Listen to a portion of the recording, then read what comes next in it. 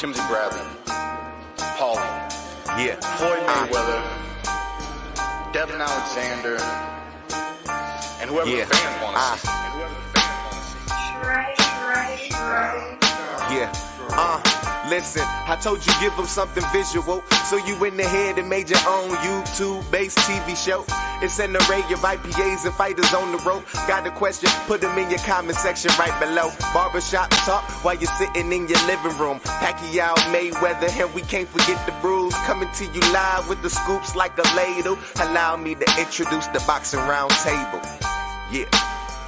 Rollo Jenkins, boxologist, Zone 6, Dre, BT Pound, 78 Fight News, Blood Boxing, Blood Fists, Boxing Beats and Rhymes, Female Boxing Fan, Carter J, Pull Counter, Joker Boxing, D Styles, the whole YTBC.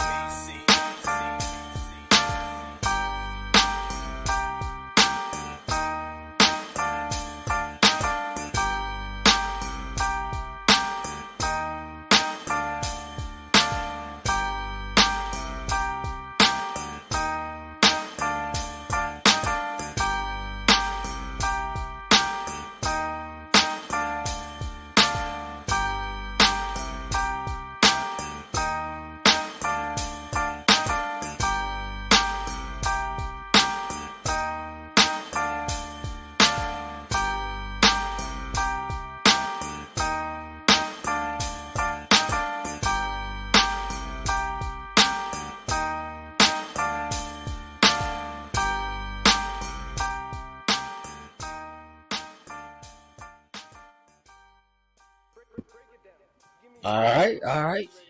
We got it going. As usual, you know what we're here to talk about. We're here to talk about some sports today. I got a couple of the guys that's gonna eventually join us as well, so they can get some things that they want to get off on their chest about sports. So y'all know how it goes. It's the YouTube sports community, and then I got the game coming in shortly. Just sent the back signal call out to everybody. Big Hill should be joining us. Phil Walker, aka The Fix, he already in here, and hopefully we can galvanize, you know, Rollo Jenkins and maybe B Talk as well too, and those guys. Public service announcement, real quick before these guys jump in here. Hit the like button, thumbs up or thumbs down, whichever one you prefer. It really don't matter to me. Share the link though. You know what I'm saying? Share the link if you can. For those who like to talk about sports. If I know you, you're more than welcome to join. While I'm doing that and cooking, let me go ahead and drop the link in there because I know that's what people waiting on. You got to, you know what I'm saying, drop the link in order to get this talking on. It's football, it's boxing, and it's basketball. All three of them things. And wherever the conversation take us as it pertains to politics and boxing, politics and football, politics and basketball, performance in basketball, football, and boxing, and competitive or comparative truths. We got one that Phil been want to have about Shahraz Dak Prescott. I don't know what he want to explain about Dak Prescott. We got Big Hill, who's a hater of Tyson Fury because Deontay Wilder got beat up. So he's on the agenda. I'm going to let you know before these guys get on here. They can say what they want to say, but we're going to talk some shit today.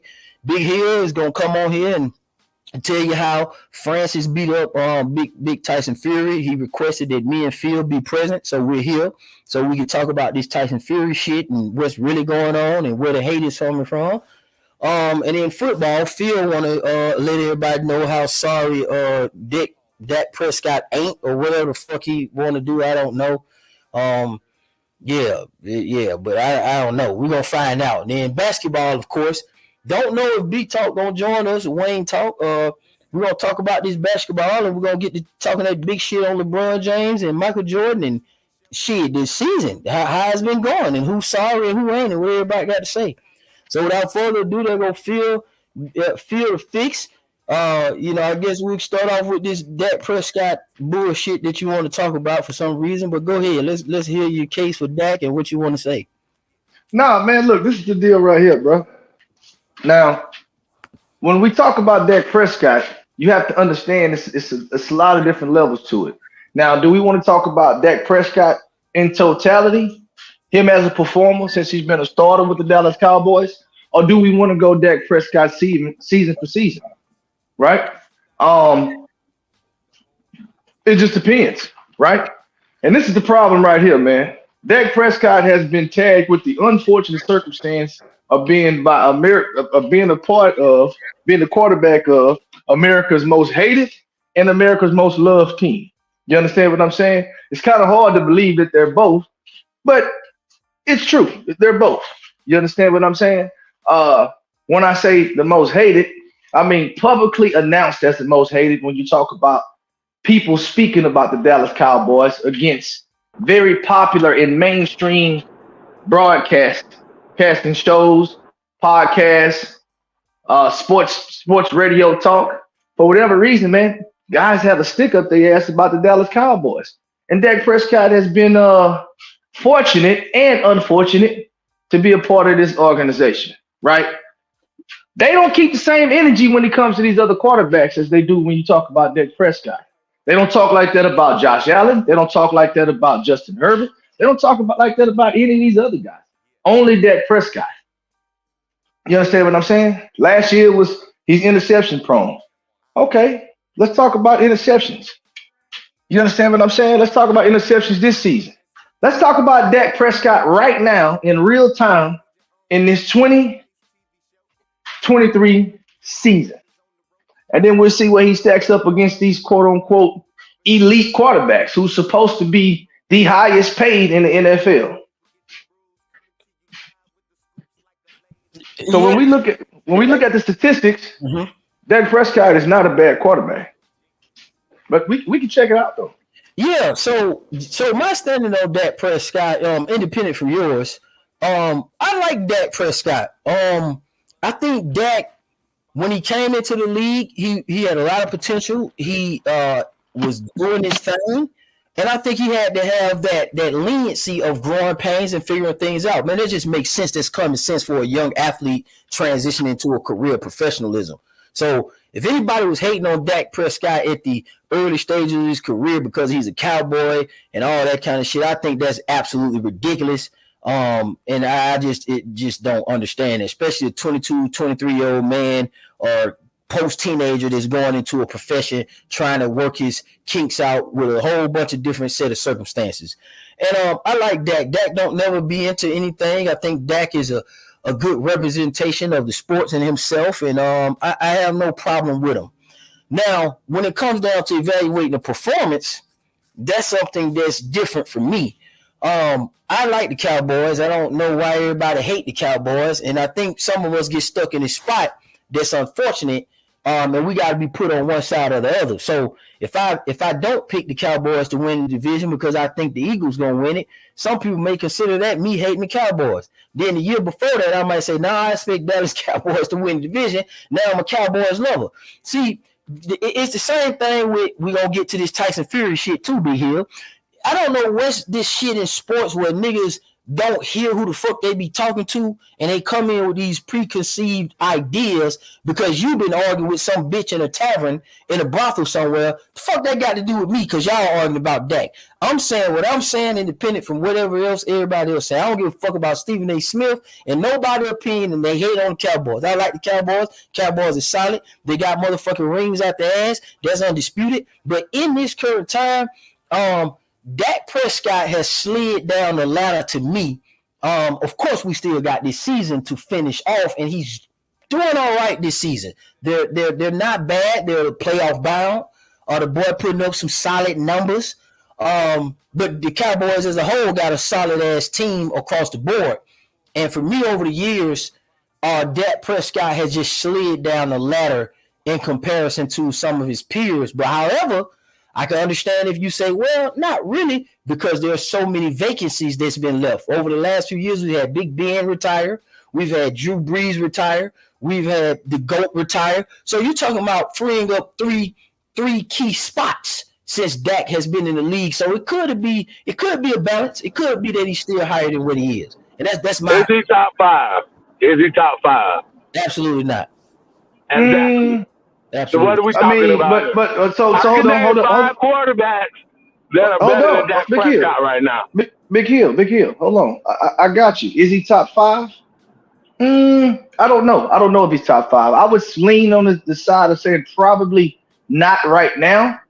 But has he been top 5 since he's been in the NFL? That's the question.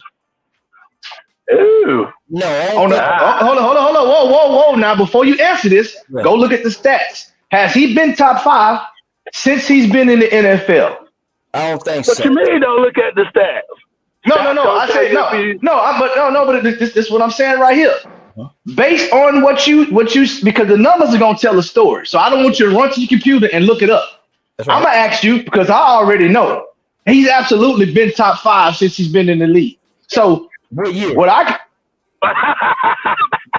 You know what I'm saying? no, you got the computer in front of you. Look it up. Look it up. I say The year he threw for almost 5,000 yards. Go look it He's up. talking about 2016. And he's talking about 2016. So Go look it up, bro. Go look it up. Phil. You should Dak look it up. Prescott. Hold on, what you saying? We gonna look up everything. We ain't rushing. We got it. We gonna look up everything. I'm doing it now. Mm-hmm. I'm trying to hear what Hill was saying. You said he has had a top 5 season. You said, and I'm trying to figure out, Phil, what year you said so I can go to it. That's I need what you saying. I said 2016. The year he almost threw for 5,000 yards, bro. Just go. Like I said, I'm not. You know what I told you what I was doing before I jumped on. I ain't in front of my computer right now. So I know if you know say I ain't know if you had it because I don't want to listen to Hill. No, that ain't what I'm talking about. I don't want to confuse. So here you saying 2016, and that's what we suspect Phil is talking about. Okay, so I'm finna go there. That's all. Go ahead, Phil. Yeah. So Big Hill asked, is he top 5 right now? I would venture to say no, he's not top 5 right now. Not at the current moment. Is Justin Herbert top 5? No. Okay. Is Joe Burrow top 5? Yes. Are you sure? Statistically speaking. No, he's Joe Burrow is top 5. Are you sure? Oh, no. We talking about the season. Hold up, bro. We talking about the season here. I'm talking about the season. Because if we hold on, this is my question though, right here for you, Big Hill. I'm gonna let you cook. My apologies, brother. This is my thing right here. Because you asked the question. I said, has Dak Prescott been top 5 since he's been in the career? Right? You said, is he top 5 right now? So when I hear right now, I'm thinking of statistically speaking on the 2023 season. The answer is no. But you say Joe Burrow is, correct? Yeah, I said Joe Burrow is a top 5 quarterback. In 2023. You now that his leg is healthy? Yes. No. We can't inflate because if you play, you play. Injuries do not play a factor in statistical analysis. All you see is the numbers. Why don't? The dude can barely fucking run. Okay, well I'll tell you what. I'm gonna tell you. I'm gonna tell you why. I'm gonna tell you why I don't. Dak Prescott played with a broken thumb last season. I'm holding him accountable for every. Hold on. I'm gonna hold him accountable for every interception. I'm gonna hold him accountable for every interception, every fumble, and I'm gonna hold him accountable for his yards. It don't matter. And Kendall can vouch for this. If your ass get in there, I don't give a fuck what's wrong with you. You can be half brain dead. If you out there playing, you got to be held accountable because it's a team game and you have to play your part. And if you don't, then you don't. Okay, so is Joe Burrow top 5 right now? It's tough. Well, if you're going off of that, the way you just explained it, then no. But if you're going off the last 4 or 5 years, yes. Okay. All right. But since you put it like that, you can't say that because you know what I'm saying. His first 3 games he played like ass. Now these last 4 games he done played, he been playing like Joe Burrow. Oh yeah, no, he was hurt. I agree that Joe Burrow since the bye week has played extremely well. I mean, I'm not gonna deny that, but what I'm talking about right now, you'll see what quarter we'll see on the 2023 season, right? We'll see what on the 2023 season that Well, so that I'm gonna say a lot this: of if you're doing that, Phil, after 2023 season, and I'm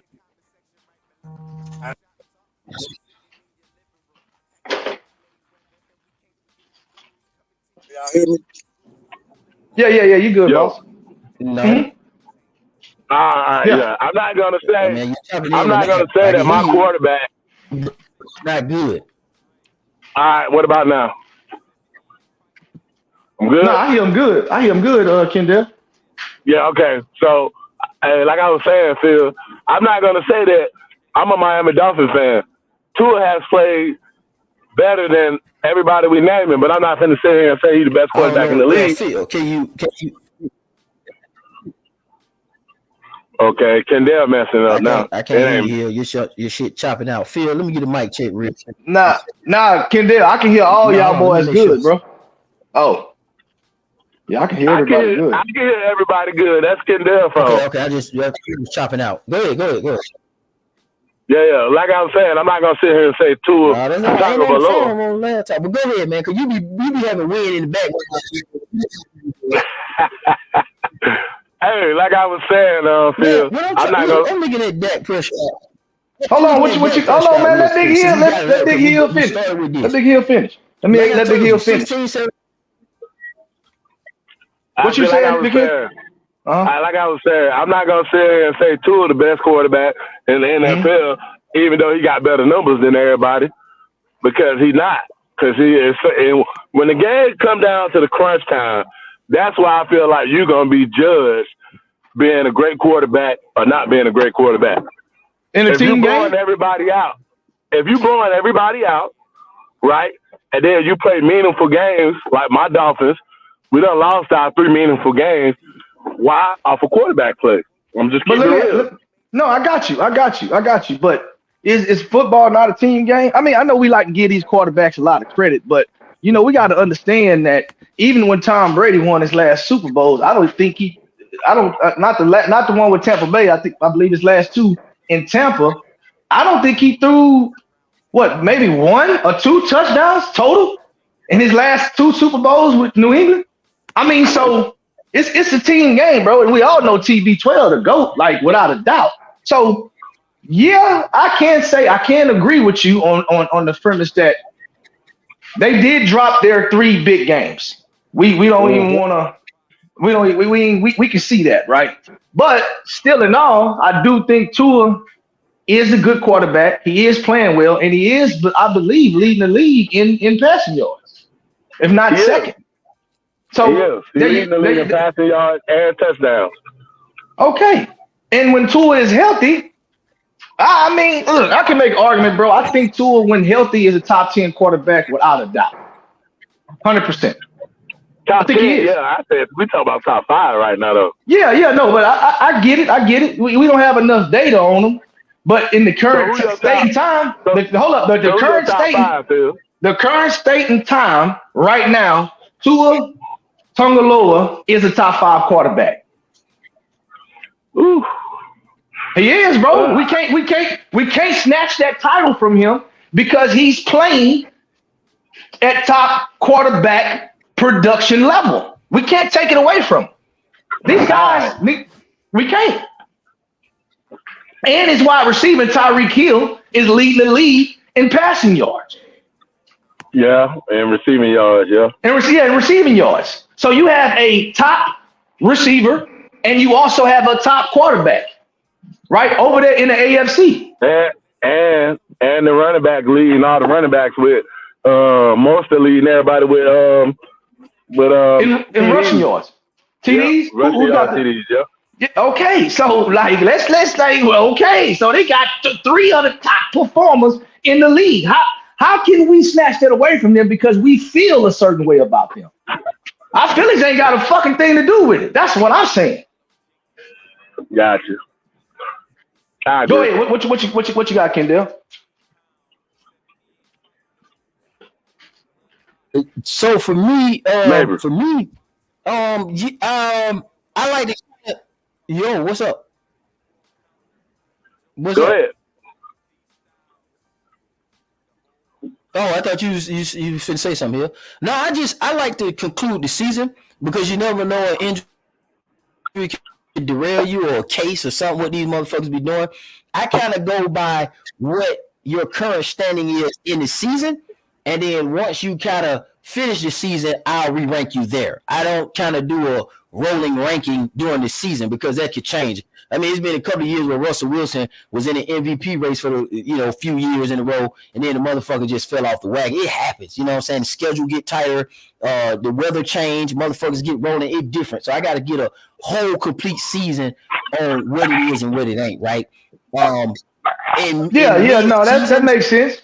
Yeah, that makes sense. You got it when you conclude the season. Obviously, you got a Super Bowl champ, so yeah. I mean, that's a good thing about football that we talk about all the time. We get the results a lot quicker than we do in talking about a boxing match for fucking 3 or 4 years or 5 years sometimes.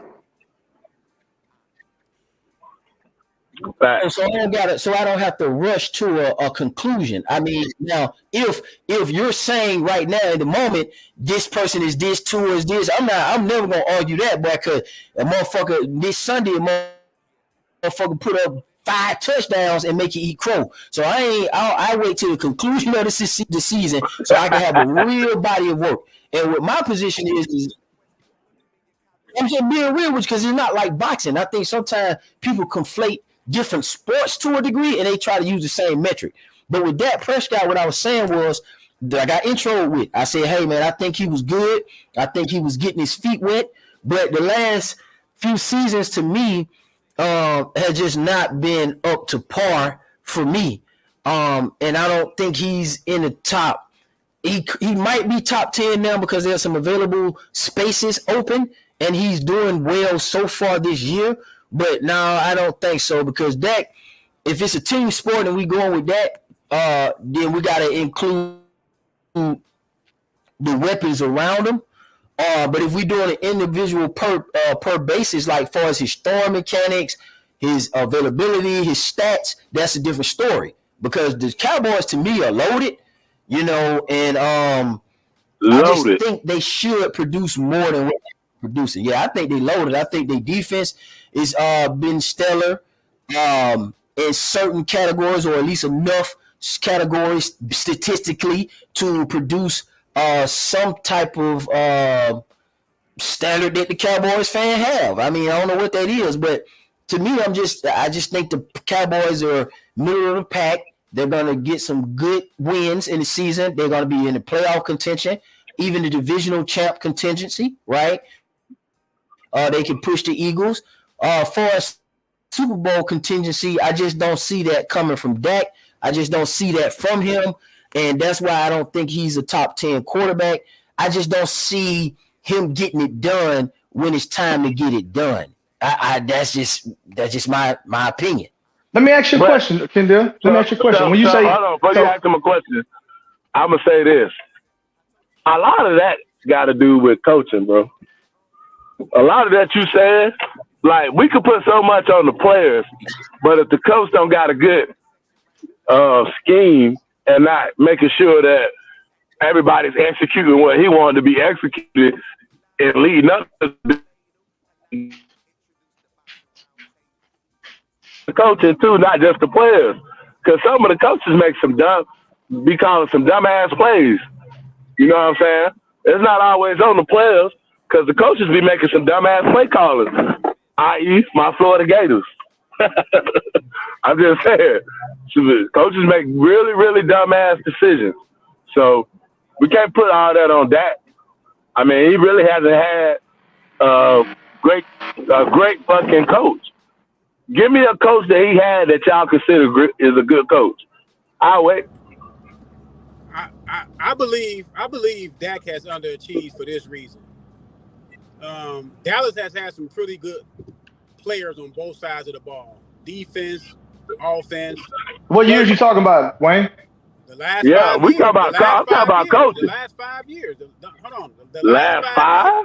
The last 5 years, the Dallas Cowboys have had a pretty good roster. The last 5 years, you can't argue that. So you say they underachieved, right? Yeah. Okay, it's only one Super Bowl winner, but I got you. Go ahead. No, I know that. No. I know. I'm very aware there's only one Super Bowl winner, but you can underachieve. That just because it's only one person can win a title, that don't mean you can't underachieve. I'm saying I'm talking about compared to their roster.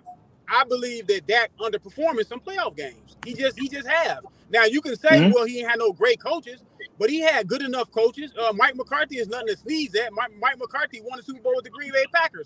He took the Green Bay Packers. Hold on, let me finish. He took Green Bay Packers to multiple playoff appearances. Well, nobody's saying that Mike McCarthy was a bad coach when he was in Green Bay, was they? No. They were calling him a top 3, top 4 coach. So I got you. Hold on. Let him finish. I got some questions. They were calling him a top 3 coach in his tenure there. Now you can say, well, he had Aaron Rodgers. Yes, he did have Aaron Rodgers. Aaron Rodgers is a great quarterback. But when I look at the Aaron Rodgers rosters versus these rosters that Dak has had, arguably out of his probably like 4, 5, 6 years he's been there, he had like the number 1 ranked offensive line 3 of those years. He had Ezekiel Elliott, one of the top 3 running backs. He had Ezekiel Elliott, one of the top 3 running backs. In his prime, he had him there. He had he got CeeDee Lamb. He has had my guy Amari Cooper. You know what I'm saying? He has Witten, tight end. Yeah. Amari Cooper, come on, man. Stop it. So, no, hold on. So he has had some really good play. Hold on. So he has had some really good players. And then when you look at the defense side of the ball, he had Lawrence, what's his name? My guy, the white dude. The white dude. Michael Parsons. Michael Parsons the last 2 years. He veteranish. Yeah. So he has had some he's terrible. Veteranish is terrible. But if you look at these playoff games that Dak Prescott played in, some of the playoff games he made bad turnovers at the wrong time. He just did. Okay, so I got what you're saying. So let me ask you a question. So Dak Prescott. Hold on. One second. Right.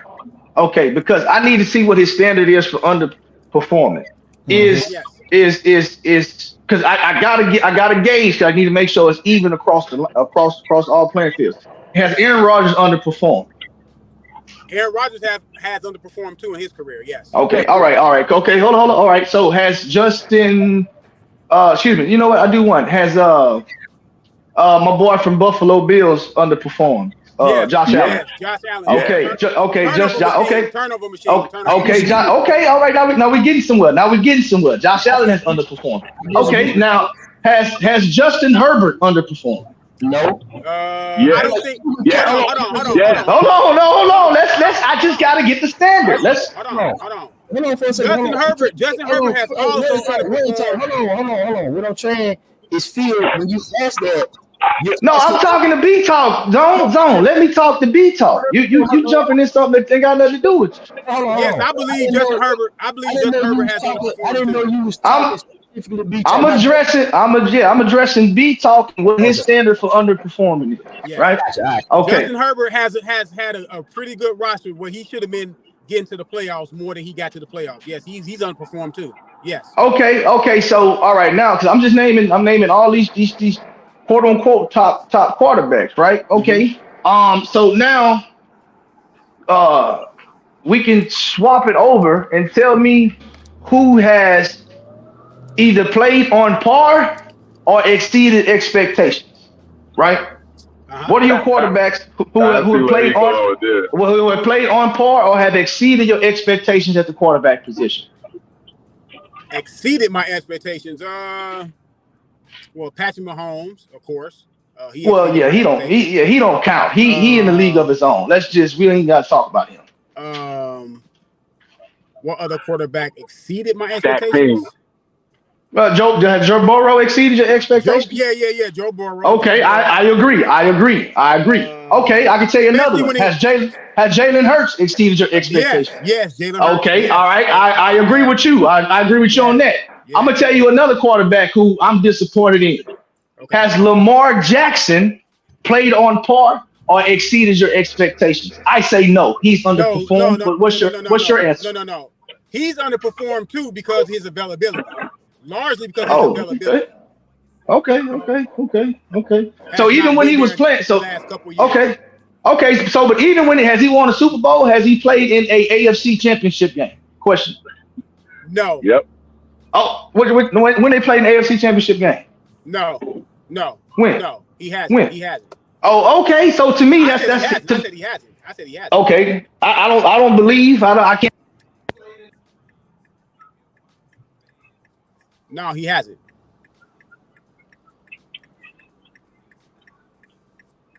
So you say Lamar Jackson has underperformed? Okay. All right. So go ahead. Just tell me the guys who you think have exceeded your expectations to play on par. These are all top quarterbacks, by the way. What about Deshaun Watson? No. Has he underperformed to you? To me, yeah. Deshaun Watson, in my opinion, hasn't had the roster that Dak had. He hasn't had the rosters that Dak had. Are you sure? No, Are you serious? Because he's had a number one defense. Hold on, right now. Hold on. The nigga, hey, he had D. No, hold on. Okay, all right, Are you talking about go ahead. his career? Are you talking about his career or just 1 year?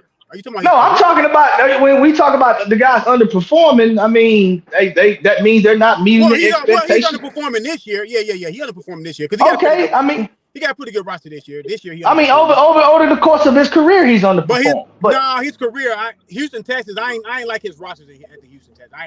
Just because you don't like his roster, man, you still got DeAndre Hopkins over there. You still have a solid running game over there. You still have a top 5 defense on several of those seasons when you had J.J. Watt was winning MVPs. I mean, everything you listed about the Dallas Cowboys, Deshaun Watson has had that in Houston, but that's fine. Minus the coaching. I don't think he's had very good coaching. Okay, I just wanted to see what the standard was because we done listed a lot of top tier quarterbacks in name only that has underperformed based on your expectations. But we can. I digress. The thing that people missing is this. Yes, other quarterbacks underperform, but right now I'm talking about Dak Prescott and his underperformance. I'm not talking about the other quarterbacks right now. I'm talking about Dak Prescott. Seriously. This is exactly, but this is my sentiment exactly. When you talk about Dak Prescott underperforming, I need everybody to keep the same energy about all quarterbacks. Oh yeah, that's all I'm saying. Okay, that's all I'm saying. Now, if you saying Dak Prescott with 212 and 4 seasons, right? Throwing for in 2019, throwing for 4,900. In 2000, and I believe it's 21, throwing for 4,500, 4,400. I mean, if you want to talk about that with winning seasons, always in playoff contention, has not had a losing season since she's been a Dallas Cowboy. Okay, so I got you. Hey, I got a question for you. Yeah. With those 12 and 4 seasons, did he play in the NFC Championship game? No. Okay, so that's not good. Because if you win 12 and 4, so obviously you wanted the top dogs in the NFC. You wanted the top dogs. Yeah, like right there. Had a bye week. You like he had a bye week. That's even better. That shows me that you got the best or the second best record in that conference. So that means if you can at least get to an NFC Championship game, there's something wrong. There's something missing. It's something amiss. Okay, but which brings me to my question, bro. It's not gonna change. Okay, go ahead. How many quarterbacks that you can list in the top 5 that has been to an NFC Championship game, or how many quarterbacks can you name in the league currently that has won a Super Bowl? Patrick Mahomes has won one. Hold up. 1 second. Hold on. Patrick, no. I'm in the league right now. Patrick Mahomes has won Super Bowls. Mm-hmm. Matthew Stafford just got his. Salute to him. He deserved it. And who's the other one? Should be one more. I think it's one more. No, Patrick Mahomes won 2. That's it. And fucking Matthew Stafford. Your boy Matthew Stafford won 1. Oh, and right now, and Carson Wentz won 1, but he's not in the league anymore. Yeah, he's not in the league. Well, he didn't win it. Motherfucking the backup quarterback won it. Yeah, but Nick Foles, he's not in the league. Nick Foles ain't in the league no more. Okay, he's not in the league no more. Okay, all right. So now we get somewhere. All right, okay, so go ahead. Just this, I get your points, B Talk, but let's really just lay this shit out though. Look. Hey, look, man, look. Check this.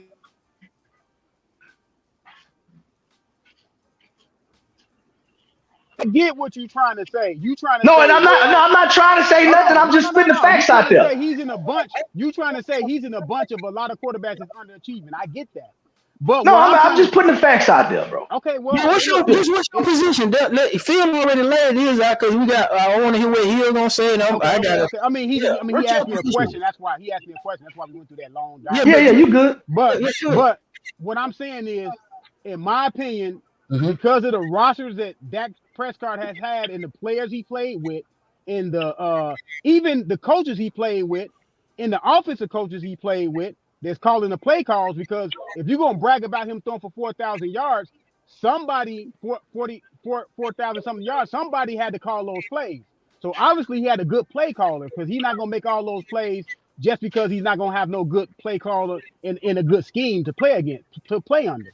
You can't just say, well, it's not a good scheme when he's not doing well. It's like it's a give and take on either side. Sometimes Dak Prescott makes a bad interception at the wrong time. The Dallas Cowboys will be in a lot of playoff games, just like they was in that playoff game versus San Francisco. They were in that playoff game. You got to make the big plays when the big plays are called to be made to get you over the hump. And I don't think Dak Prescott. So CeeDee Lamb dropped a couple of passes in that game. This is my last thing. I don't think Dak Prescott has gotten that team over the hump and made the play to get them over the hump. Y'all got it now. Yeah, Hill, go ahead. It's on you. So you got something to say? Go ahead. So all I'm gonna say is this, man. It's not just Dak Prescott that they underachieving, because your receivers got to catch the ball. Let's just put that out there. And if you go look at some of those playoff losses, a lot of his receivers be dropping the fucking ball. So I'm not going to sit here and just put the whole blame on Dak, like I was saying earlier. As they lost together as a team collectively, we give the quarterback so much. Oh yeah, they lost because of the quarterback. It ain't just the quarterback, goddamn it. It's the receivers, the tight ends, running backs. If I'm mistaken, a couple of them cats dropped us some key passes where if they would have made those catches, that would have put Dak and them in a better situation to win the game. That's all I'm saying. Okay. So, I think that a lot of people is underperformed. I'm just going to look at what's on deck. I mean, I look at league MVPs, I look at Super Bowls, and I do look at your overall record and you having some type of success in your entire roster. And I compare the two because, I mean, the shit graded on a scale, man. All men are not created equal. So you could have a top 5 defense or a top 10 defense or 7 or 3rd defense, but boy, your offensive line is trash, feeding into what he was saying. I mean, is that the quarterback's fault? If your receivers are leading the league in drops, is that his fault? If your running back is leading the league in fumbles, all that is to be considered if we're going to talk about entire team play. So if we ranking on this conversation, we want to start talking about the worst teams over the last 10 years. Oh, yeah, that's all that Michael Parsons talk and all this coaching talk. Yeah, that'll go into it. We're talking about a quarterback specifically. We can separate the two. We know that there's other factors that go into the quarterback underperforming or, overachieving. But we're specifically talking about quarterbacks. So when we start talking about coaches and all that other shit, I step back because I don't know if we talking about teams now or are we talking about the quarterback specifically. So for me, Dak Prescott is in that middle space where he's still okay, but he's sliding down the ladder. This season hasn't concluded yet because this shit could end in the Super Bowl and everybody can have egg on their face and this nigga, now he's different. But until the conclusion of the season, then I'll be able to rank him as I said earlier. But I don't think he's performing that's going to net the ultimate goal, which is a Super Bowl. And if we go from the Super Bowl, then of course, damn near everybody underachieve because there's only a selected few that overachieve if we go into a Super Bowl on a team level and a coaching level, defensive level, offensive level, special teams level, because everybody contributes. So those teams already are documented who won those championships, and those players and those teams get those credits. But if you're not winning the Super Bowl, I will consider your stats. I will consider MVPs. I will consider any records that you may have broken in a single game and all that kind of stuff, because you could perform. You know what I'm saying? You could perform and your team might just be bad if you want to consider that. But I just don't think Dak is bad or good. I just think he's trending down as of right now, to me. I can respect that. Yeah, I mean, I can respect that opinion. I can respect that opinion. I mean, yeah, and then we can look at the stats and we can tell if he's trending down or upward too. You know what I'm saying? So if we're going off his last game, I thought he played a good game with the Eagles. Oh yeah, I thought he ate their ass off the bone. It ain't no good game. That nigga played phenomenal. No turnovers, 375, 3 touchdowns. And he added a couple rushing yards in there as well. I thought he played great. I thought he played phenomenal. Matter of fact, he played better. He played better than Jalen Hurts did. And that's what I look at, right? Now that's a problem for me. This man threw 3 touchdowns and had no interceptions and put some rushing yards on it. So what we was at 275, and I think he had like 20 rushing yards. So we talking about 290 something in total. 375. 375. Yeah. So 375. Yeah. So we talking about 300 plus yards, almost damn near 400 yards of production. And Jalen Hurts, though, however, was able to do about 200 with 3 touchdowns, 2 throwing, and 1 rushing. So, and he won. Okay, so when we say who had the better Jalen Hurts had an interception too, so still won. So what I'm saying is the effort that Dak has to put in to win his games, because both of them got a good defense. I think Dallas and Philly are good. I think that's a historically good division. I don't think there's no excuses for that division. It's hard to run on Philly. That's why we passed the ball so fucking much last Exactly. Game. So both teams are good. Now I don't think Dallas. I wouldn't be like Dallas sucks. Like, come on. I wouldn't say Philly sucks. These are 2 high-level teams in a historically good fucking division. They got multiple Super Bowls within that bitch. The Giants got 4. The Redskins got 3. Dallas got 1,000, and motherfucking Philly. I'm not. Philly got 3. Philly got 3. Philly ain't got 3. They won their first Super Bowl when Foles beat the Patriots. That was their first Super Bowl, bro. So they got 2 then. No, Philly got 2. Philly got 2 Super Bowls. Philly got 2. When they won another Super Bowl? Philly got 2. They got one with Foles, and they got what's the other one? They got. So Tom Brady is 7-4 in his Super Bowl run. He lost twice to Philly. Listen, he lost twice to Philly, and he lost twice to the Giants. No, he beat Philly when they had McNabb. What you they got 2, bro. They got 2. I'm 100% sure Philly got 2 Super Bowls. Philly got 2. Go look at it. Go pull it up. Okay, I know we got the one with Tom Brady and the Nick Foles thing, right? When did they win another Super Bowl? I might be mistaken somewhere. I know they got 2. Brady twice. They got 2. Hold on, I'm gonna tell you right now what the other one came in at. Who you said they beat? They got 2. I want to say 2018. Yeah, they won 2. Man, I might be. I mean, I thought this was going to be 2 for them if they had won last year. They got multiple appearances because they got put out by the Patriots in the early 2000s with Duncan McNabb and T.O. And then they also lost to. They won. The Eagles. Hold on, time out. The Eagles have won. Mm-hmm. They have won. So in the Super Bowl era, they only have 1 Super Bowl, but they won before it became NFL. They won 2 other championships. Okay, so they got 1 Super Bowl. So they got 1 Super Bowl. Yeah, because it ain't because we were talking about up into Brady's like they won. Yeah. No, here they ain't won no 2 times. They be getting their ass put the fuck out. And Andy Reid was getting his ass smashed by Belichick and company. But anyway, so yeah, they did not beat Brady twice. That's what I was telling. Yeah, I know they didn't beat Brady twice. The only team done that is Eli Manning beat Brady twice. But the point is that division is good. My point, everybody got a Super Bowl in there. It's a lot of divisions can't say that. So Hurts to me is a better quarterback, obviously, than Dak right now. Absolutely.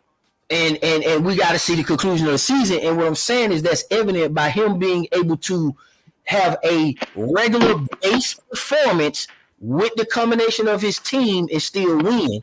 And Dak just can't seem to deliver that through the playoffs. Or First of all, Philly team is fucking loaded. I'm sorry. Their offense is just as loaded as the Miami Dolphins offense is loaded. Okay. Like, come on, man. I mean, come on, look. Look. I agree, bro. But you know, at the end of the day, Jalen Hurts is that nigga really is a dog, bro. Like, I mean, I'm not saying he still got to go out there and perform, though. That's all I'm saying. And then Philly got that fucking cheating ass half a yard or less than 2 yards. Go for it. I like the tush push. I hate that goddamn shit, bro. Bro, but look, hold on, but time out, bro. But we acting like Philly ain't lost. Them niggas ain't won shit. So I mean, as good as Jalen Hurts been playing, as loaded as their roster is, bro. Even with that play you say is a cheating play. I mean, shit. Really, the Cowboys had a chance to win. They just didn't pull it out. You know what I'm saying? They just didn't pull it out. So even with that play, they ran it on the Cowboys, I think, twice. So let me ask you this: they didn't pull it off. Why? Not go. I mean, is it the player or is it coaching? When you I think. Hold on, I'm gonna tell you.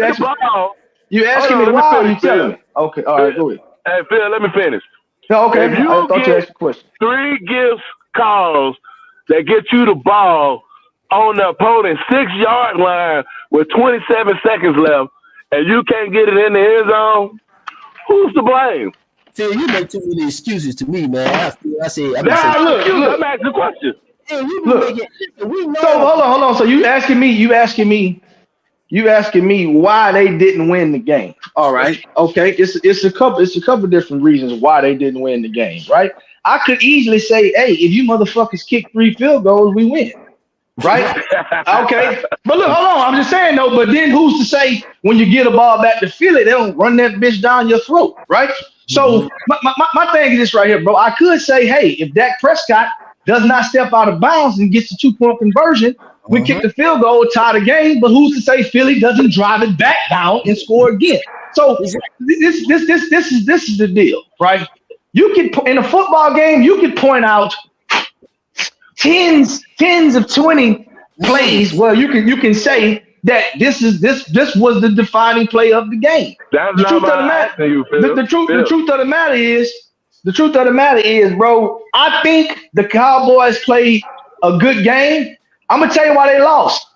Still, that tackle for the Dallas Cowboys, when the drives counted, when we need to get in there, he got his ass whipped. He got whipped. The Eagles defensive line in that key moment was better, or at least one of their players was better than the opposing opponent. And guess what? It yielded sack. When that got sacked. Exactly. It yielded sack after sack after sack.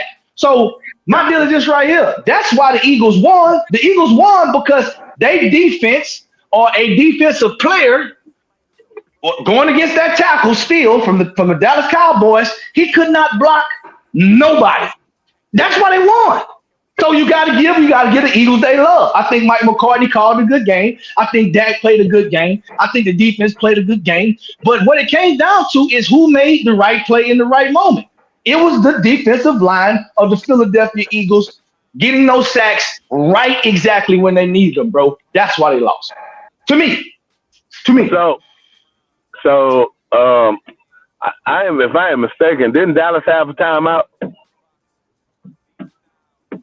doing that when they got that ball on the 6-yard line with 27 seconds left. Okay, so you finna diagnose the game here. We get all that shit, man. Come on, you taking us way far to the right. We get all that. You talking about these quarterbacks underperformance and what's going on with that? That's really what. Yeah, I don't.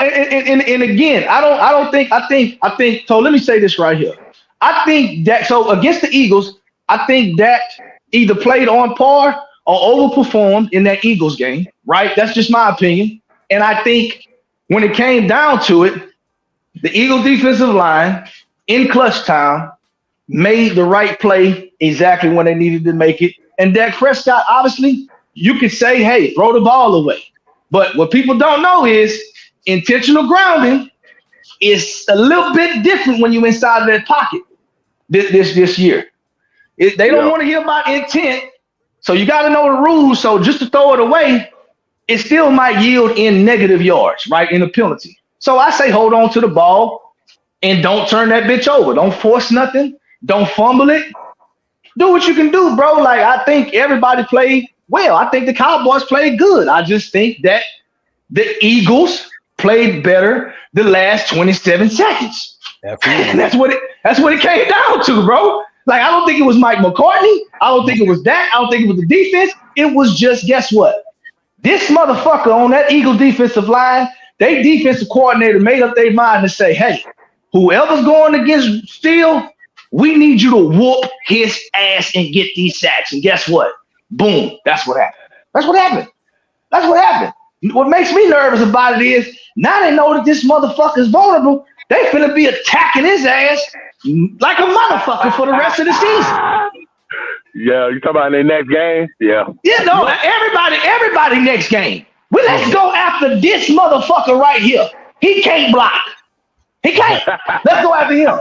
That's my takeaway from the game, bro. And another takeaway I got from the game, that's the negative takeaway I got from the game. The positive takeaway I have from the game is I think Mike McCartney, since the bye week, has opened the offense up, and since the bye week, he's letting Dak Prescott stretch the ball down the field. He's making him, he's having him. Look, this is the thing. At the beginning of the season, I'm gonna just keep it real because I always keep it real about my Cowboys and Dak Prescott. At the beginning of the season, I think Mike McCartney kind of had the reins on Dak a little bit because of the interception to yards and touchdown ratio that he had put up last year. Okay, and I think it was a confidence factor that played into that, not only for Mike McCartney but also for Dak Prescott. You understand what I'm saying? So he slowly rolled the offense into him, and Dak was just having just decent, okay games. But you could tell the playbook wasn't really all the way opened up to me, right? Since the bye week, Mike McCartney has opened that playbook up, and now we're getting to see, hey, look, Dak Prescott, you gotta let that thing fly. Don't worry about the interceptions. Just play the game that you know how to play, bro. And since the bye week, week 7, he has had back-to-back ridiculous fucking games. One with 4 touchdowns, another one with 3 touchdowns, and he's performing up to the expectation that we need him to perform at in order to win a Super Bowl. We need Dak Prescott tonight. Turn the ball over and play the games like he's been playing these last 2 weeks. And I think we'd be all right, bro. Like, the Eagles just played better in the last couple seconds, bro. And you got to give them their respect for that. Yeah. Eagles do got a fucking nasty-ass D-line. I give you that. I can't argue that. That's a good take. That's all I want to know. Kendall. Yeah, I mean, I'm just saying, I just don't think, it's pretty obvious to me. Like, you got through Dak's tenure in NFL, there was other better quarterbacks that achieved, right? And when you got Tom Brady in the mix, man, I'm just gonna be real with you. That's pretty tough for everybody, right? And that's just how it went. And then you got Stafford, who overdue for one. So even with that, I'm still not. What I'm looking forward to is now with Tom Brady and those other guys out of the way, I'm looking forward to the new guys and seeing what they can do. I don't think none of them are in bad spaces. I think with the first full year of the GOAT being retired, I think we're just in a reset spot. And I think that some of the guys that we thought was going to be ranked higher at the retirement ceremony of the GOAT, it's up for grabs, is what I'm saying, because they not consistent enough to say, well, goddamn, that guy's that guy. We giving it to Pat because Pat done went to 3 Super Bowls and he's won 2 of them. Okay. So here's my thing: who your top 5 quarterbacks right now in the league? Top 5. Top 5 is gonna be Pat Mahomes. I like Jalen Hurts. I like Lamar. I like Lamar because Lamar has won a season MVP. And I like Allen and Burrow. Well, let me say, I got to say Stafford. OG, I like OG Stafford. But I would say Burrow because he's went to a championship and lost to that OG, right? And I like, that's the top 5. I'm talking about Hurts, Patrick Mahomes, Lamar, Burrow. I got Burrow, and then I got Stafford until Stafford clears some space and get up out of here. So that's your 5. Phil, who your 5? Overall, are we talking about in-season play right now? Right now, your top 5 right now, not overall. Your top 5 right now. Oh, top 5. Okay, Patrick Mahomes, Tua, Patrick Mahomes, Tua, Jalen Hurts. I would have to go with Joe Burrow, and that 5th spot would have to yield to. Oh, I'm trying to run this shit down in my skull right now, bro. Did you say Lamar Jackson? No, I didn't. Wow. You saying right now, or see, because that's a different. No, right now, and it might be. It might go to Lamar. Let me just think for a second. Hold on. Yeah, I'll give you another list then here because you said you talking about overall. Yeah, I could throw. I'll throw Lamar in there. I could throw. I don't know, bro. I had to look at his stats, but he's been winning though. And he's actually been winning, but he's been playing pretty. Been winning too. Yeah, your boy from Jacksonville. Yeah, I don't think he's up there though. 6-2. Well, I'll do this then here. Oh, you know what, my nigga, from right now, from Detroit Lions. Yep. There you go. What's his name? Golf. Yeah, Jared Goff. Jared Goff. That's my 5 right now. That's the 5. There you go. Here, if you're gonna say 5 right now, then not overall. Let me in season play right now. I'm going with Tua. I'm definitely gonna go with Lamar. I'm definitely gonna go with Patrick Mahomes, and I'm gonna go with Hurts, and then I'm gonna go with I gotta go with Golf right now. Yeah, cause Golf beat Purdy. I thought Purdy was gonna stay. And you know what? Course. I tell you what. But, let me take out. I do think Joe Burrow is playing better right now. Yeah, but I'm a slide Lamar in there for the time being. Yeah, because I gotta go on what's happening right now. I got to. Lamar beat Golf and them 37-3. I gotta go head to head. But I'm gonna slide Joe Burrow out of there because right now I think they're 3rd or 4th in the division. And they last. Okay, so they 4th in the division then. So they're 5-3, but they last. No, they're not last. Pittsburgh. Yes, they are. Pittsburgh 5-3, bro. Let me tell you. Okay, Joe Burrow now 5-3. Damn, here you want me to tell you? Okay, Baltimore is 7-2.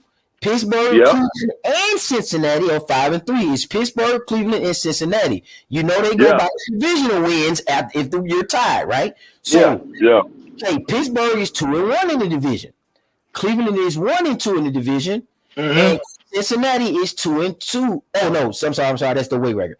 Baltimore is 2-1 in the division. Pittsburgh is 2-0 in the division. Cleveland is 1-2, and Cincinnati is 0-2. That's why they're 0-2. Yeah, 0-2. Yep. That's right. Okay. Yeah, so I gotta put Lamar in there over Joe Burrow. So that's my 5 right there. Patrick Mahomes, Tua Tagovailoa, Lamar Jackson, Jared Goff, and Jalen Hurts. Jalen Hurts. So listen, Tua 2-1 in hit. So Tua, they 6-3. They 2-1 in the division. Baltimore, Lamar Jackson is 7-2, and they're 2-1 in their division. And then Kansas City, Patrick Mahomes is 7-2. They're 2-1 in the division. Philly and Hurts is 8-1, and they're 3-0 in the division. Goff is 6-2, and he's 1-0 in the division. So, and the trend with that is obviously the top 5 quarterbacks have the top records in their division. You know what I mean? That's right. So yeah, it is what it is, right? Yes. So I think right now as the season sits, I think that top 5 right now, obviously, it's a rolling change throughout the seasons. Obviously, we know that, but yeah, as of it sits right now, that's the motherfuckers that's balling out of control right now. They balling. I can't argue that top 5. That's a good ass top 5. You can't argue. Dak is not in the top 5. You saying? No, I already said that. I don't even know why we revisiting that. I don't even. I mean, you want me to say it again? I can, but I've already said that a couple of different times. No, I wouldn't. I was talking. I couldn't hear. I'm trying to make sure it was clear. But I need to be clear that you don't think Josh Allen is in the top 5. Josh Allen is currently no. Top 5 right now. No. Okay, I just want to make sure because at once upon a time he was. So I just need to be clean on that. Man, okay, they 5-4.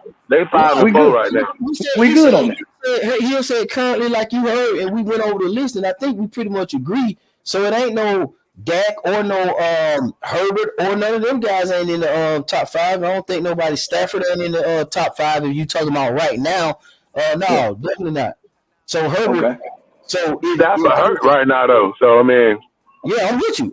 That's why he's not in the top 5. He's not available to wheel his team to the promised land. Because if they was doing good and they was hurt, then we'll be talking about somebody else, some other quarterback that's leading them to where they need to be at, right?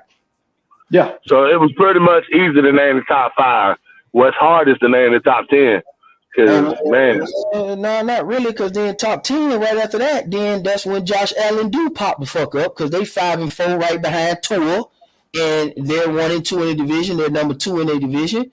And then if you want to be stanking, nigga, Pittsburgh, and they saw their asses over Cleveland and Cincinnati. So their quarterback. That's their defense. They got a stream. Yeah, but I don't even think Josh Allen pop up as number 6. Right. So we'll see. And then we go down to Who number 6?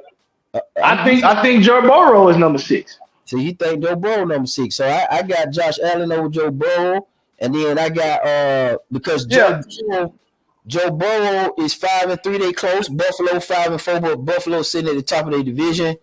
Yeah, and so I can understand that. Buffalo not sitting at the top of their division. Miami is. I'm saying over. No, they number 2. They're number 2. Yeah, they sitting at the top of the division. That means they can get a wild card spot. They ain't got the division because Miami got it, but they number 2. Cincinnati is at the bottom. And then on top of that, Burrow is underneath Pickett. And you know what I'm saying? And he's under Deshaun Watson right now. So that shit that's cool. Yeah. You say but you gotta realize though, all those teams and that's a good ass fucking division, man. God damn. Every last one of those teams got top 10 defenses. That you just this is what we can do so I can stay consistent, right? Let me do this so I can stay consistent. NFL quarterback stats. I looked at him the other day. I want to say Josh Allen is up there in stats, but he is a turnover machine.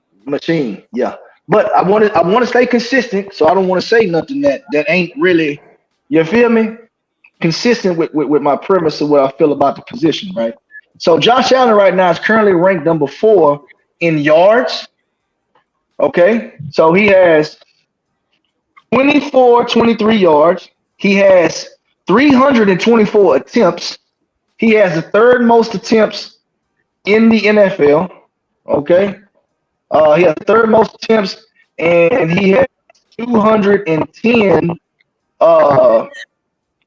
excuse me, not 210, 231 completions, and he's completing at a 71.3%. He has 18 touchdowns, but this motherfucker got 9 Oskies, bro. That's fine. That's pretty bad, right? But even with that being said, he has a 99.6 quarterback rating. You understand what I'm saying? And he's been sacked the least amount out of any quarterback in the league. So, for one, he's got the protection, right? He's got the attempts, okay? He's completing at a 71%. He's got the touchdowns. The only problem he has is the 9 interceptions and the fumbles that he's had. So, statistically, and he's 5-4. Second in the division. Second in the division, so 5-4 may not make the playoffs if he continues on that trend. Especially if you got 5-3 teams that'll get in before him. Even if he is second in the division, if you're not first, you're not guaranteed to shoot in. They go over overall record and head to head. So he's second in the division, but still, with that being said, 5-3 is better than 5-4. So. Yeah, basically, you wouldn't have a scenario where that applies because we know the football. Okay, so there's not going to be a situation where somebody has one less game than somebody else. Yeah, obviously we got the bye week in there. Yeah, obviously. Right. So 5-3, 5-4. I can look at the division, and then when I look at Cincinnati, right? Compared, just randomly picking one of the quarters that we're talking about. Again, Cincinnati is 0-2 in the division. And Buffalo is 1-2 in the division. So, and then you named off all these stacks. So that's why I kind of put them at, I don't even got Allen at I got him at number 7, really, because I do got Trevor Lawrence right now at number 6, because the dude is 6-2. And the dude has a great away record, and he's 2-1 in the division, and he's sitting at the top of his division. I think he's taking a step in the right direction, and he's trending up. Does that mean he's trending up or past some of these other guys? No, not collectively. But in this moment, I got him at number 6, and I got Josh Allen as my number 7th guy. So I'm going to tell you this right here. So statistically speaking, Trevor Lawrence right now is ranked overall. He's behind Lamar Jackson and Dak Prescott, which Dak Prescott is sitting number 2. Justin Herbert is in front of them. You got Brock Purdy. I mean, you can make an argument for Purdy. What's the stats? Oh, you say he's behind them in attempts, or he's behind them in touchdowns, or rating, or what? Yeah, hold on. I'm finna tell you right now. Let me see. I'm gonna go to. Because so many columns, you could do attempts, and then that could be ahead of Sunshine because of that. Then you can do touchdown, and you can do it. So it's going to be multiple avenues in which you can find a way where somebody's ahead of somebody. So I'm looking at this. Let's just do quarterback rating and how many touchdown to interceptions ratio. Man, I'm looking at this record right here. I'm looking at the fact that this man is 6-2, 4-0 on the road, 2-1. All right, so look, I got all the screens pulled up right now. Okay. All right, so let's just run through it. Miami's AFC East, AFC North is Baltimore, AFC South is Jacksonville. All right, AFC West is Kansas City. All right, NFC East is Philly. NFC North is Detroit. NFC South is New Orleans, and NFC West is San Francisco 49ers. I say that to say this right here, and this is going to be easy. Statistically speaking, Brock Purdy and Derek Carr are both in front of Trevor Lawrence, statistically speaking. We can start with Derek Carr, right? Derek Carr has 2,121 yards. He has 10 touchdowns, 4 interceptions, right? And his quarterback, he's at 90 for his quarterback rating, right? And he's number 1 in his division. Yeah. So all right. So then let's go to Brock Purdy. Right now, Brock Purdy has 2,033 yards. He has the least amount of attempts out of any quarterback within the top 15. He has 553 completions, and then he has a 69% on his completion rate. He's got 12 touchdowns, and he only has 5 interceptions, and his team is at the top of the division, right? Okay, and then we scroll down a little bit farther down the bottom of the line, right? You got Lamar Jackson, who is also in front of Trevor, but you have Lamar in the top 5, so we don't have to talk about that one. He's in the top 5. All right. So then you got Purdy, right? So you got Carr and Purdy. Purdy and Sunshine. Who got the most touchdowns? Thrown and rushed. Trevor Lawrence only has 9 touchdowns. So both Carr and Purdy got more touchdowns than him. That's throwing. How many interceptions? Derek Carr only has 4 and Purdy has 5, but Purdy has 2 more touchdowns than Trevor Lawrence, and Trevor Lawrence has 271 attempts versus Brock Purdy's 224. So he's thrown the ball 50 more times than him. You got to put Brock Purdy at number 6 if that's your criteria with being first in the division. And statistically speaking, Brock Purdy's outperforming Trevor Lawrence. Yeah, so Trevor Lawrence has a record is 6-2, and I like his road record and his divisional record, which is 2-1. Purdy is 5-3. So there's a little separation there, but he got a good home record. San Fran 3-1, and they're 2-0 in the division. Yeah, I can see him being possibly in the top 10, but we got to come through and look at it and add these other guys, because I would have Golf as my 8th guy, and then maybe these last 2 guys would be 9 and 10. Well, Golf is number 1 in the division. Yeah, Golf's got 12. Yeah, got 12 touchdowns, 5 interceptions. And he's only lost 2 games? 2 games, yeah. So I got him in there. I got that's my 8. That's my 8 that I got. So blowout games at that. Shit. Yeah, so I know people want to try to slide Sunshine in there, but truth of the matter is 1, 2, 3, 4, 5, 6, 7, 8, 9, 10, 11, 12, 13, 14. He just cracks the top 15. Yeah, that's not bad. I don't understand what's the problem with that. The problem is if you sitting at number 15 and somebody trying to put him at 6, that's the problem. Well, I'm putting him at 6. It's not. I'm putting him in the top 10, and he's probably number 6 for me, because I just read out what he got. 6 is his record, his division standing, and he's at the top of his division.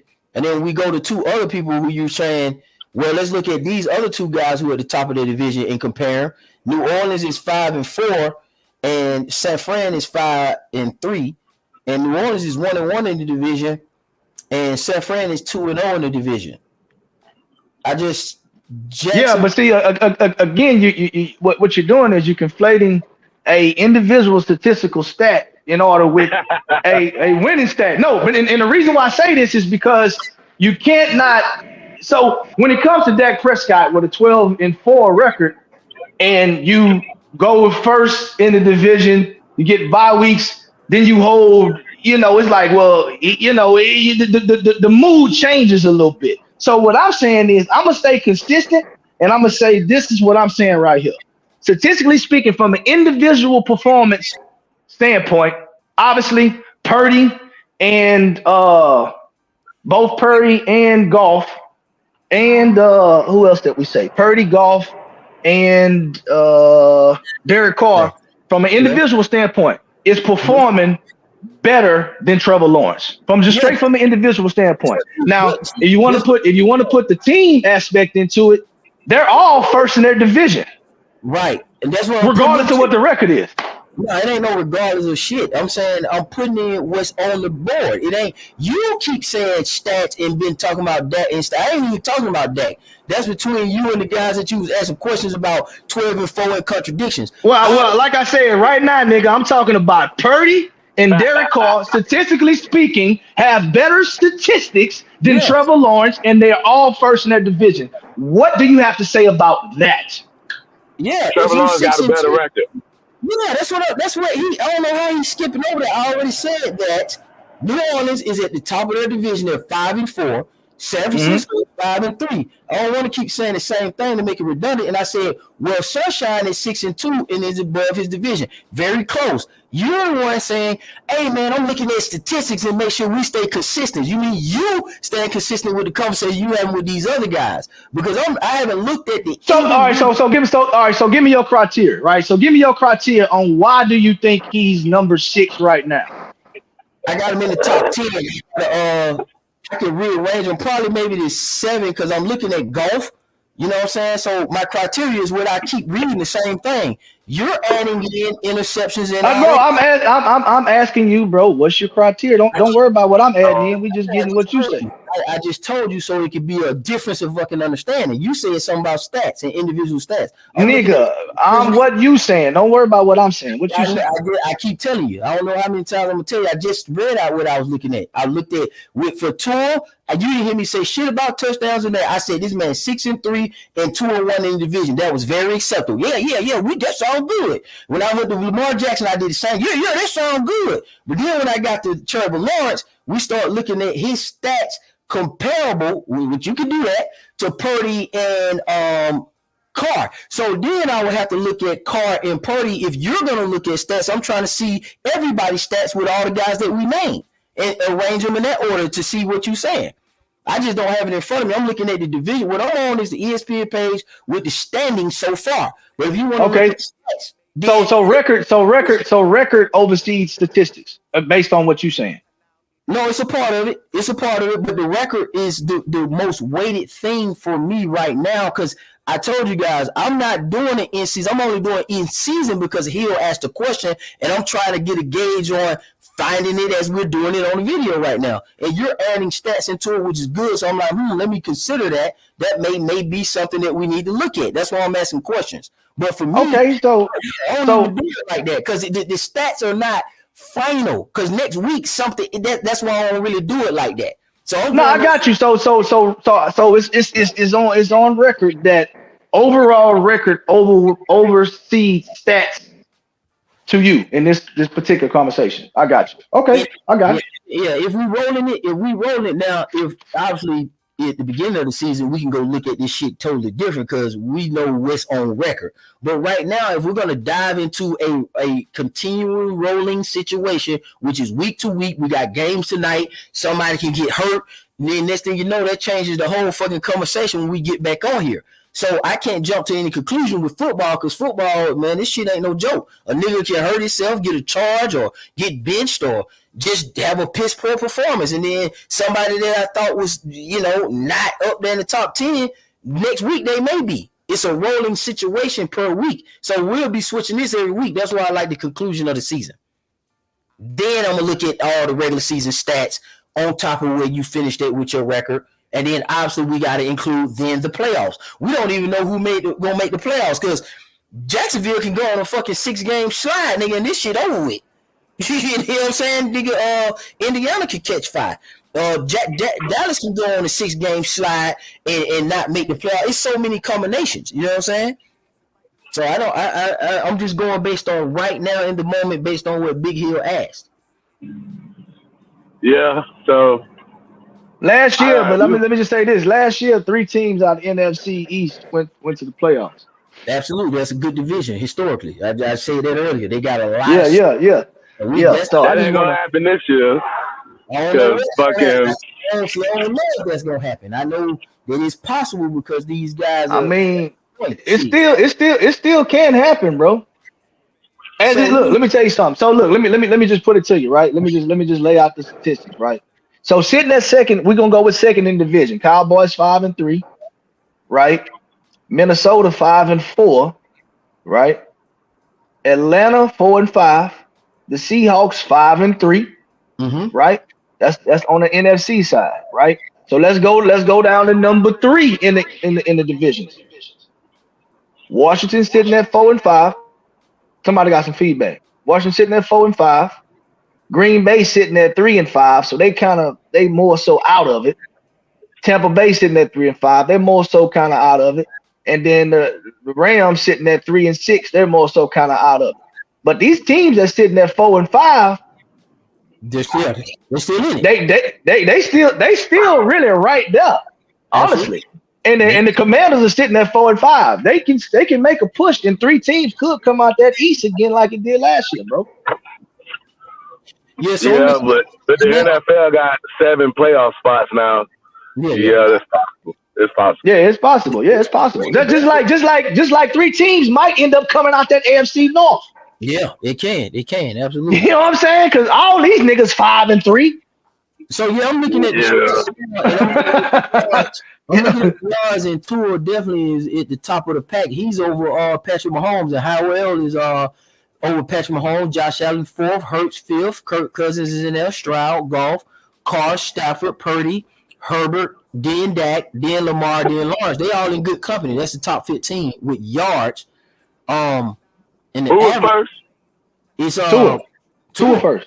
Tua got the most yards. Yeah, Tua got 2,600. Tua finna throw for 5 bands, bro. Yeah, and then Purdy got the best average. Look, Sam Howell. Sam Howell is number 2. Yeah. So and he's sitting in a position where he could potentially be that 3rd team to come out one division, possibly. So if he can turn it around, and these motherfuckers come out of the division and go to the playoffs, then motherfuckers gonna have to kind of start putting some respect on Sam Howell's name, because he actually pretty good in fantasy. I got him as one of my backup fantasy quarterbacks.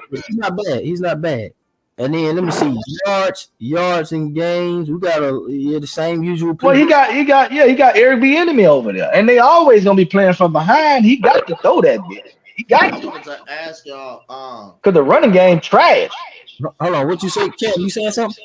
Yeah, I wanted to ask y'all how do we feel about Kyler Murray and how he's performing and how he's playing?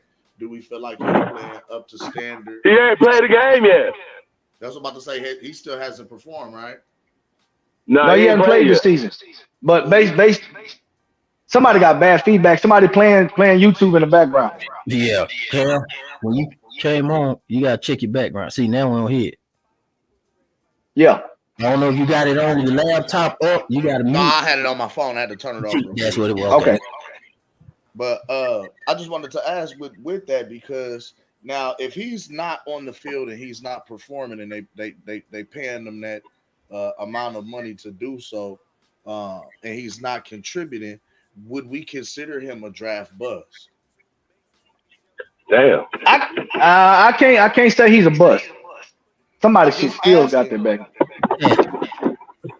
So I'm looking at a stat now that wasn't considered. So I'm looking at who got the most interceptions.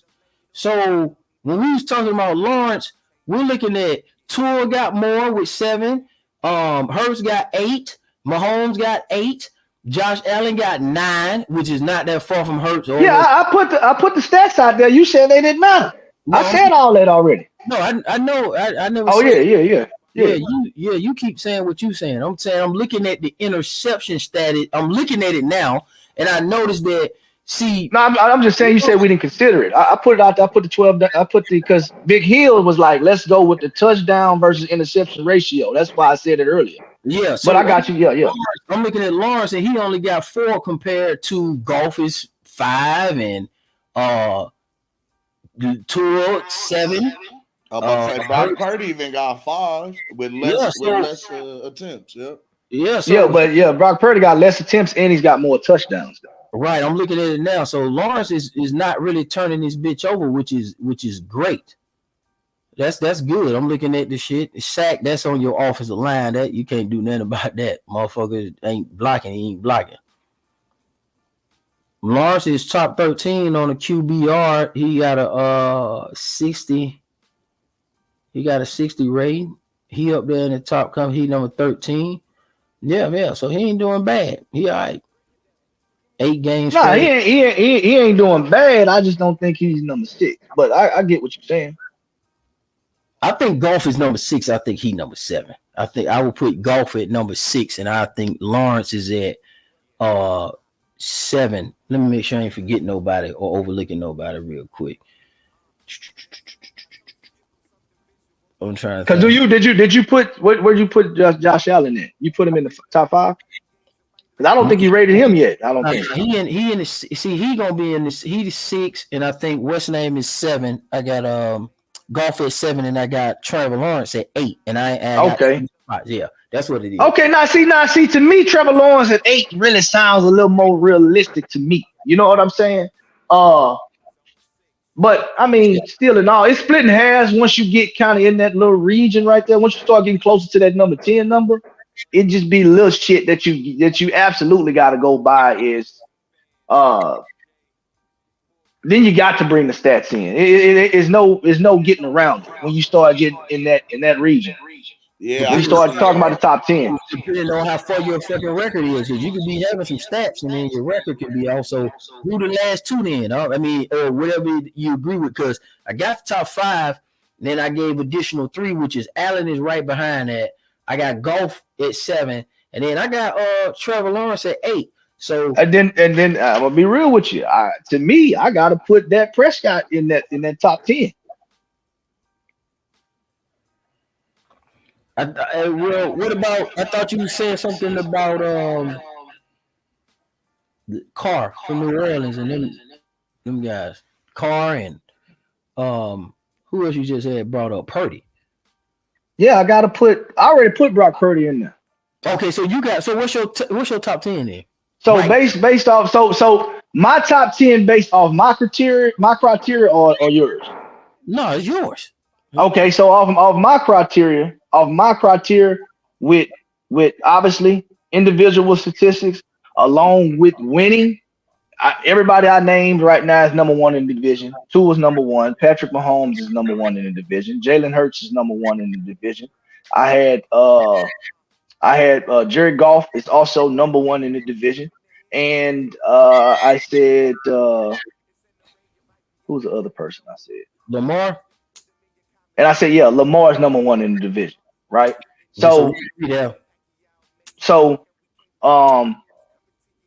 with that being said, then once we kind of ease out of that, then I got to go and I got to look at that's just straight off winning, right? Number 1 guys in that division, right? All right. So look, so then I got to go. Honestly, I gotta go with Brock Purdy. I mean, he's done, and I'm gonna tell you why I'm gonna go with Brock Purdy. Brock Purdy is right now. Let's see. I think he might have scaled into the top 10 statistically speaking. 1, 2, 3, 4, 5, 6, 7, 8, 9, 10. So he's sitting right at number 11, right behind Matthew Stafford, right? So, and obviously Stafford's hurt. So I'm immediately gonna slide Purdy into that number 10 spot because we don't know what Stafford's coming back, obviously, right? Mm-hmm. So Brock Purdy got the least amount of attempts out of any quarterback. He's sitting at number 11 overall statistically in passing yards. Okay. He's got 12 touchdowns and he's got 5 interceptions, right? Now, the attempts to interception ratio is not great, but he is sitting at number 1 in his division. You understand what I'm saying? So based on that principle of being number 1, I gotta move him into that number that number 6 spot. Okay, so you got him at number 6. Okay, go ahead. I got you. Okay, I got him because his record said he's a winner, and he's statistically speaking, he's right there with everybody else, right? All right, so then we go into the number 7 spot. Right, so we slide into that number 7 spot. I have to go with. Let me look at this shit over here in the divisional standings. No Carr in top of his division. Yeah. I'm finna look at that real quick. Mm-hmm. All right, so Carr is sitting at the top of his division. So and he has better statistics than Brock Purdy, but Brock Purdy does have I think Carr has 1 more loss than Yeah, he do. And then, all right, but he's played 1 more. He's played 1 more game though, but still in all, San Fran 2 in the division, and then New Orleans 1-1, so they both got 2 divisional games. Exactly. So then I got to slide Carr in right behind him, sitting at number 7.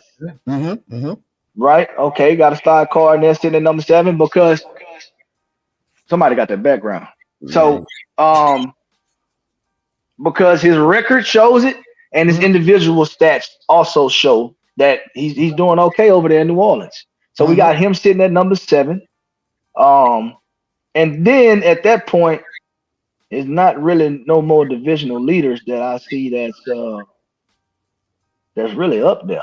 Like, so let me see, because we got that. So no Lawrence for you right now. You just taking those 7 in the AFC South. You putting Lawrence to the side right now. You at 7, Lawrence to the side. Yeah. I'm putting Lawrence to the side, right? But I'm putting Lawrence to the side, but he is number. Well, now hold on. I'm putting Lawrence to the side just for the simple fact that that's the one I had a problem with. So I'm trying to see which niggas is better than. Trying to figure it out. Yeah. So we at 7, and we got him to the side because we got the top of the division winners. They're all 7. We got 3 more spots and Lawrence to the side. Yeah. So we got Allen left. We got the usual suspects. I ain't just finna make anybody. We got Watson. And then you got Watson left, but and we got you got Herbert left. You got Russell Wilson. Now never know. Yeah. So really, man, honestly, I can't come up with no other QBs that should go in front of Lawrence. Not right now. Right. So not right now. Really, just you can make an argument for for Carr, like I said, right? You can make an argument for Carr. You can make an argument for Brock Purdy, right? Hold on, somebody got feedback. Y'all got when y'all jump on, y'all got to make sure that if your YouTube is muted or off in the background. If you just put the shit on pause, bro. That way we ain't got to worry about nothing. Yeah. That means you kind of shutting it down. You know what I'm saying? So you do got Lawrence in there. That's that 8th spot. Yeah, Lawrence gotta go in there at that 8th spot. Yeah, to me, you gotta go in there. And I do one even better. I would slide.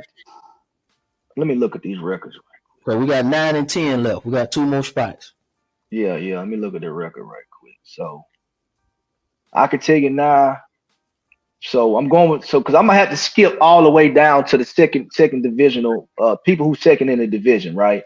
So we know I can't put Herbert in there because his stats don't say he need to be in there. Right. I can't put my boy CJ Stroud, although I do think he's a special quarterback. He's 4-4. He's sitting at 500.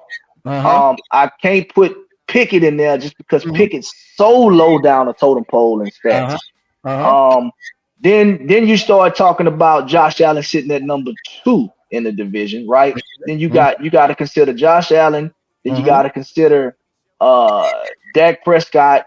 You got to consider you can't consider Kirk Cousins because he's gone for the rest of the season.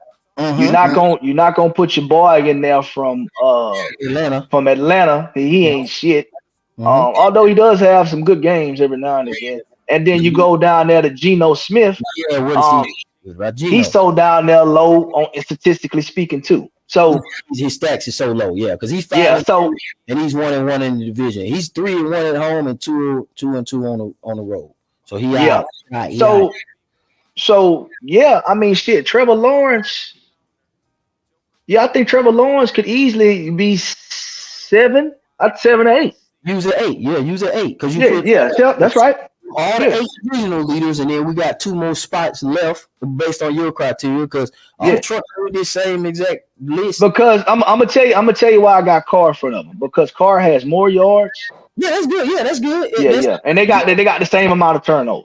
Yeah. So we at 9 and 10. We at the 9th and 10th. You got to go Josh Allen and then Dak Prescott. Yeah, that's what. Okay, so that's what. Yeah. So that sounds like a because Carr hurt for the rest of the year. Nah, Carr played last week. So what? Not Carr. I meant the nigga Cousins. Yeah, Cousins gone. Achilles rupture. Damn. Yeah. He out of here. That's over with. So that means, and then Geno Smith is just scraping by. He's just too low. He's just too low statistically speaking, bro. If he was balling, then he might be able to get in there. Yeah, that sound about like. I mean, because if Joe Burrow, he's 0-2 in the division, I wouldn't put them over Dallas, who's 1-1 in the division with a 5-3 record and 3-0 at home. Dallas is pretty right in there. They 5-3, and then when you look at everybody else, you got to think if they 5-3, they're 5-3. They're with San Fran. They just not in their division anymore, and they're 5-3. If they're in the division with New Orleans, they're looking pretty good. They just in the division with the Eagles is 8-1. Shit, and then they look better than Chargers. They look better than Vegas. They look better than Denver. They look better than Houston, Indy, Tennessee, and it's fucked up for the AFC North because Pittsburgh, Cleveland, and Cincinnati are 5-3, and Dallas is also 5-3. So the question would be, when you look at records, I look at records, so it makes sense for me to have him in there. But if you're looking at statistics only, what does Burrow compared to Dak look like? So Burrow compared to Dak. So the problem with Burrow is he's closer to the top 20 than he is to the top 15, right? Because you got Trevor Lawrence and then you got Baker Mayfield. Oh, so he's sitting at number 17, right? Mm-hmm. So statistically speaking, he's sitting at number 17 with 1861, right? Then he's got he's averaging 6 yards per attempt. He's got 308 pass attempts. He's got 308 attempts. He's got 206 completions. He's 66.9, so let's call it 67 on his completion rating. But he's got 12 touchdowns and he has 4 interceptions. He's 90.6 QBR. So statistically, which one is turning out to be better between Dak and him? Based on what you're kind of looking at? Dak Prescott. Dak Prescott has 2,011 yards. He's got less attempts. His percentage is better. He's got more touchdowns, but he does have one more turnover. But his quarterback efficiency rating is 100. So Dak Prescott has statistically better. Yeah, you can't contest that with Burrow being at the bottom and it being that kind of close in his nigga 0-2 in the division. Absolutely not. So yeah, Dak should pretty much lock in that. Yeah, because with Kirk Cousins gone, you can't get contested. Love is at too low. That Chicago, New Orleans, and the NFC South quarterbacks just not where they need to be. Baker Mayfield could have pushed, but he's 3-5. And because statistically he right underneath Trevor Lawrence, but Trevor Lawrence is just nigga just winning. He winning like a motherfucker. But let me tell you something though. Shout out to Baker Mayfield, who's only got 4 interceptions on the year, 12 touchdowns. That's a big improvement from the last time we seen Baker when he was turning that bitch over every game. And shout out to Dak Prescott, who ain't turned that bitch over every game like he was last year. So those guys have Lawrence versus Dak. Trevor Lawrence. All right, Lawrence. Not Lawrence. Trevor Lawrence. Herbert, because he's 4-4. They 1-1 in the division, 2-1. 2-2 at home, 2-2 they really mediocre. So Dak and Trevor and Justin Herbert both got 13 touchdowns. Okay. Right. Dak Prescott has 5 interceptions. Trevor Lawrence has 4 interceptions. Okay. Justin Herbert has 282 attempts and 181 completions. Dak has 265 attempps and 186 completions. Okay. Trevor Lawrence is a 67 completion rate. Herbert. Oh, I want to make sure you look at the wrong name. Nah, I'm looking at it right. You said Lawrence. Herbert though? You said Herbert, right? Herbert. Yeah, excuse me, my bad. Yeah, Herbert has 282 attempts and 189 completions. Dak Prescott has 265 attempts and 186 completions, right? The completion percentage, Herbert sitting at 67. Dak Prescott is sitting at 70. Dak Prescott has 7.6 yards per completion. Justin Herbert has 7.2 yards per completion. And the QBR, Dak Prescott is at 100.7 and Justin Herbert is at 97.3. So And Justin Herbert is 4-4, and Dak Prescott is 5-3. So basically, Justin Herbert has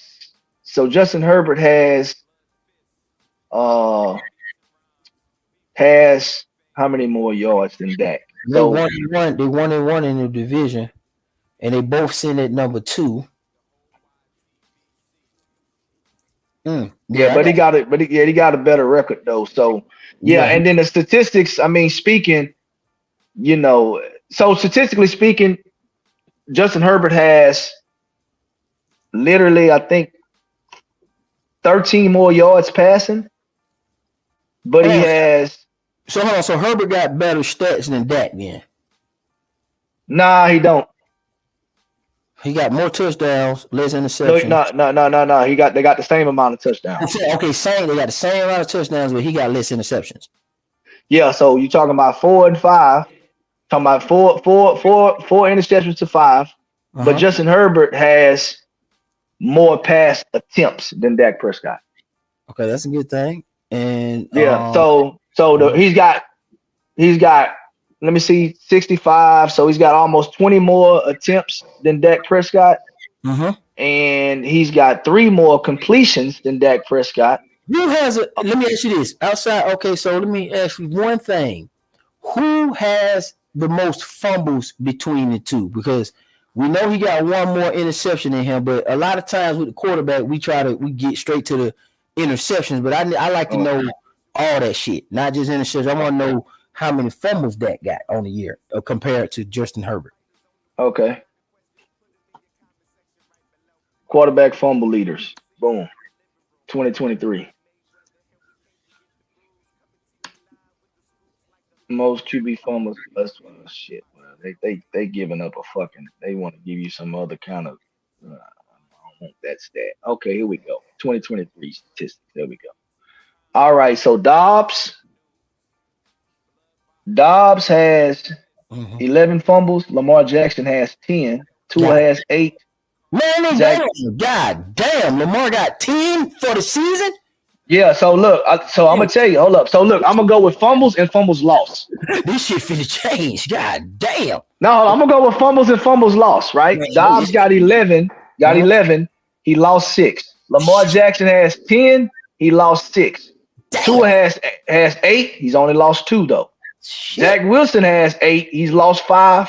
Kirk Cousins has 7, he's lost 4. The Ritter has 7, he's lost 6. Trevor Lawrence has 6, he's lost 3. Brock Purdy has 6, he's lost 2. Gardner Minshew has 5, he's lost 4. Russell Wilson has 5, he's lost 3. Justin Fields has 4, he's lost 2. Sam Howell has 4, he's lost 1. Jalen Hurts has 4, he's lost 3. Daniel Jones has 4, he's lost 1. Jordan Love has 4, he's not lost any. Raheem Mostert, he's got 4, he's lost 1. CJ Stroud, 4, and he's lost 2. Deshaun Watson has 4, he's lost 2. Bryce Young has 4, he's lost 2. Josh Allen has 3, he's lost 2. I don't know who this Tyson. Oh, yeah, that's that nigga backing up Trevor Lawrence. Tyson Bagnet has 3, he's lost 2. Derek Carr has 3, he's lost 2. Xavier Gibson has 3, he's lost 1. Eric Gray has 3, he's lost none. Patrick Mahomes has 3, he's lost 2. Baker Mayfield has 3, he hadn't lost any. Christian McCaffrey has 3, he's lost 2. Man, let me just get down to the quarterbacks. They give because 6 and 3, and if Dak got less than that, Dak in at the top 10. I just need these fumbles finna let me see what's really going on. Because he got 1 less interception, but this nigga 6 and 3, that matters. I mean, shit. So, because those 3 turnovers add to those interceptions. That's complete turnovers. He got 1 less than Dak, but he got 3 lost fumbles. Dak Prescott has 1 fumble, and he did not lose any. Yeah. Dak 10 then. I got Dak 10 over Lawrence. I just wanted to check that. But yeah, that'd do it because Herbert fumbled 6 times and lost 3 plus the interceptions, which that Dak ain't lost none. He keeping the ball tight, so that's good. So technically speaking, yeah, that means and he got Trevor Lawrence. Yeah, Trevor Lawrence got 3 more turnovers. Trevor Lawrence got total 4 interceptions, 3 fumbles lost, and 7 turnovers versus Dak Prescott has 5 total. Exactly. Excuse me, 6. That'd be 5 interceptions plus. Oh no, just 5 interceptions. He hadn't lost no fumbles. Yeah, he ain't lost no fumble. Yeah. Yeah. So yeah, it's definitely Dak then over Lawrence, and it's definitely Dak over Burrow, just in case. And then there's Dak over because Allen's in, Tua's in, Lamar's in. Lamar, man, Lamar got sick. Ooh, hold on, man. Them turnovers. Fuck, we gotta go look at that. We gotta look at that again. We gotta. He top 5, but shit, he might not be. You know, if we want to rank the 5, I mean, Patrick Mahomes probably sound like number 1, and so does Hurts sound like number 2. For what we were saying. Well, Hurts number 1. Got the best record in the NFL. And he's Hurts number 1. Yeah. Hurts got to be number 1 because he 8-1 and 3-0 in the division. And exactly. So he's beating Patrick Mahomes in every team statistic. Now, when you come to individual quarterback performance, right? Jalen Hurts has less touchdowns. They both have the same amount of interceptions, right? But Patrick Mahomes got, like I say, more yards, more TDs. And then you go to that fumble list that we just went through, right? Yeah. And shit. You know what I'm saying? You got I got Hurts as going into this week then is number 1, and then I got Patrick Mahomes probably number 2 for me. Oh no, Tua though compared to them two. Tua might be number 1, or is he? Yeah, we gotta check out Tua too now. Tua you could slide Tua at number 1. But Tua don't got the record though that Jalen got. Yeah, he 3. I'm gonna say Hurts. I'm gonna say Pat at number 2, and the question becomes between Lamar Jackson and Tua. Then you got to go Tua. Okay, Tua, then Jackson. Then it becomes Jackson and golf. So let's look at golf shit. Yeah, that's a good one. Jackson and golf. Because we're gonna look at golf shit. Hurts. We're gonna you gotta go golf. Golf then Lamar. Yeah. Top 5, okay. Yeah, because golf is beating Lamar in pass yards. Now obviously with the Russian shit, like I mean, yeah, well they gotta go. If you want to put that in there, then you gotta go Lamar. Yeah, but shit, with 6 lost fumbles. Yeah, I know. That's what I'm saying. Them 6 lost fumbles is what's killing them, bro. That shit is heavy, nigga. He 5. I don't need to hear nothing else from them 6 lost fumbles, bro. That shit is crazy. Putting that bitch on the ground 10 times alone is heavy. It's crazy. This shit's crazy. Bro, putting that bitch. Bro, that go to show you how good them niggas defense really is, bro.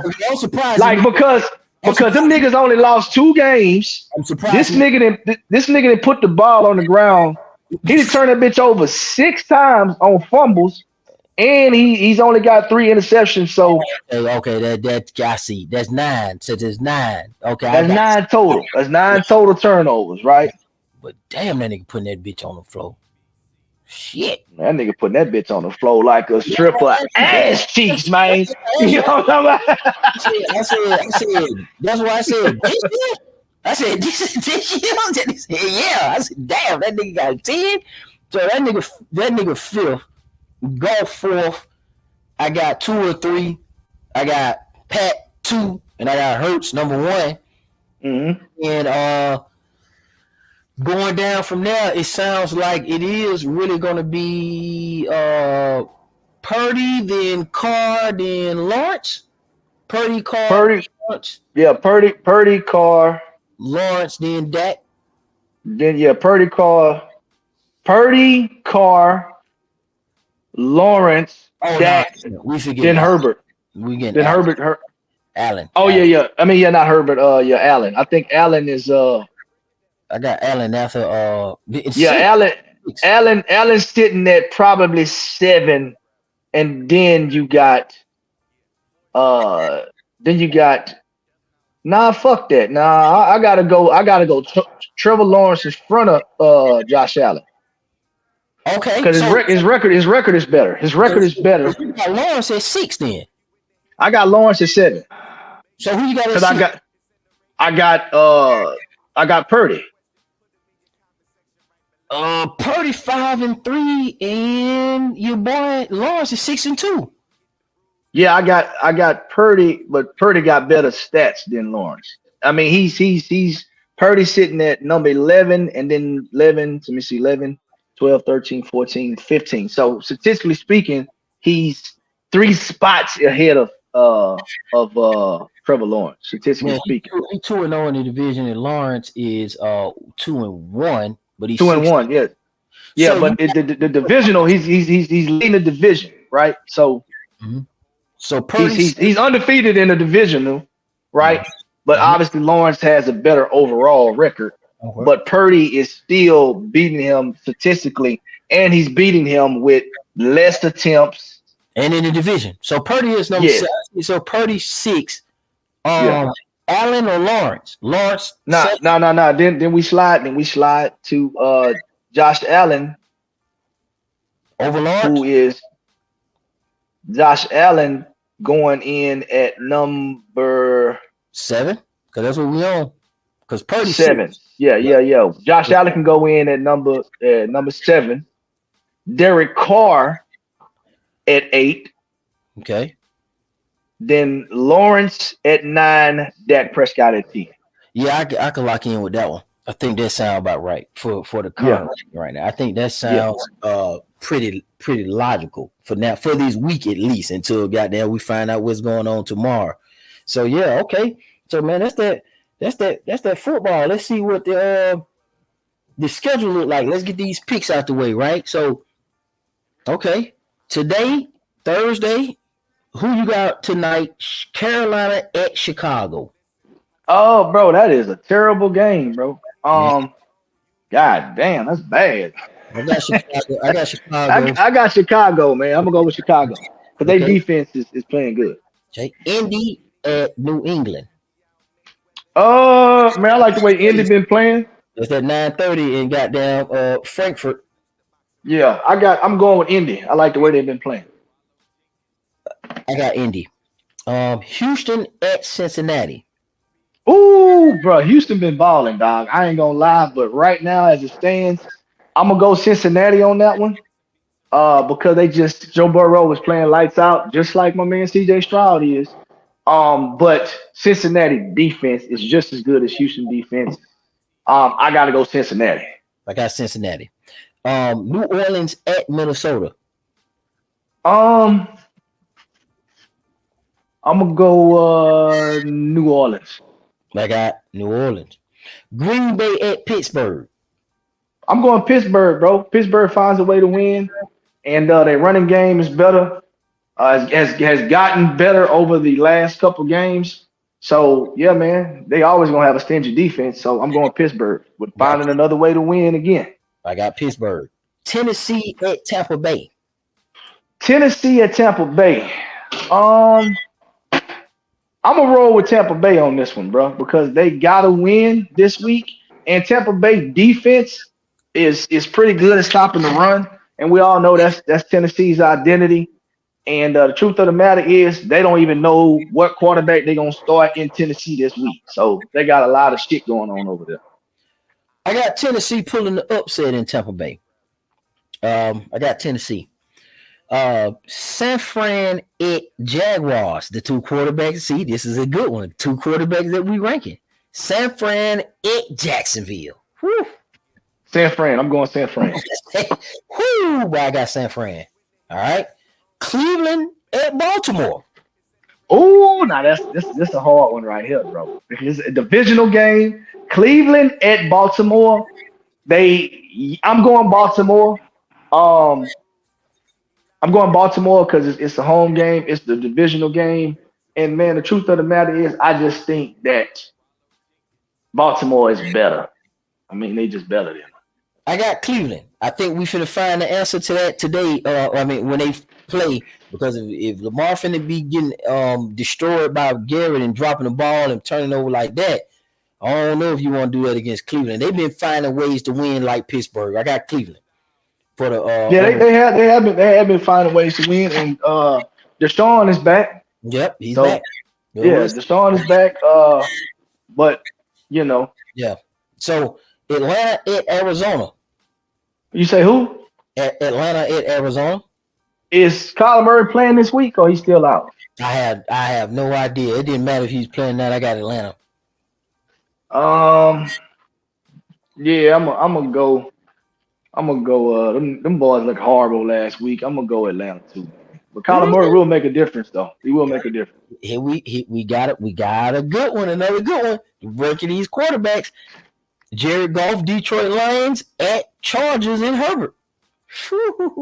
Lions, man. The Lions. I got them Chargers trash, man.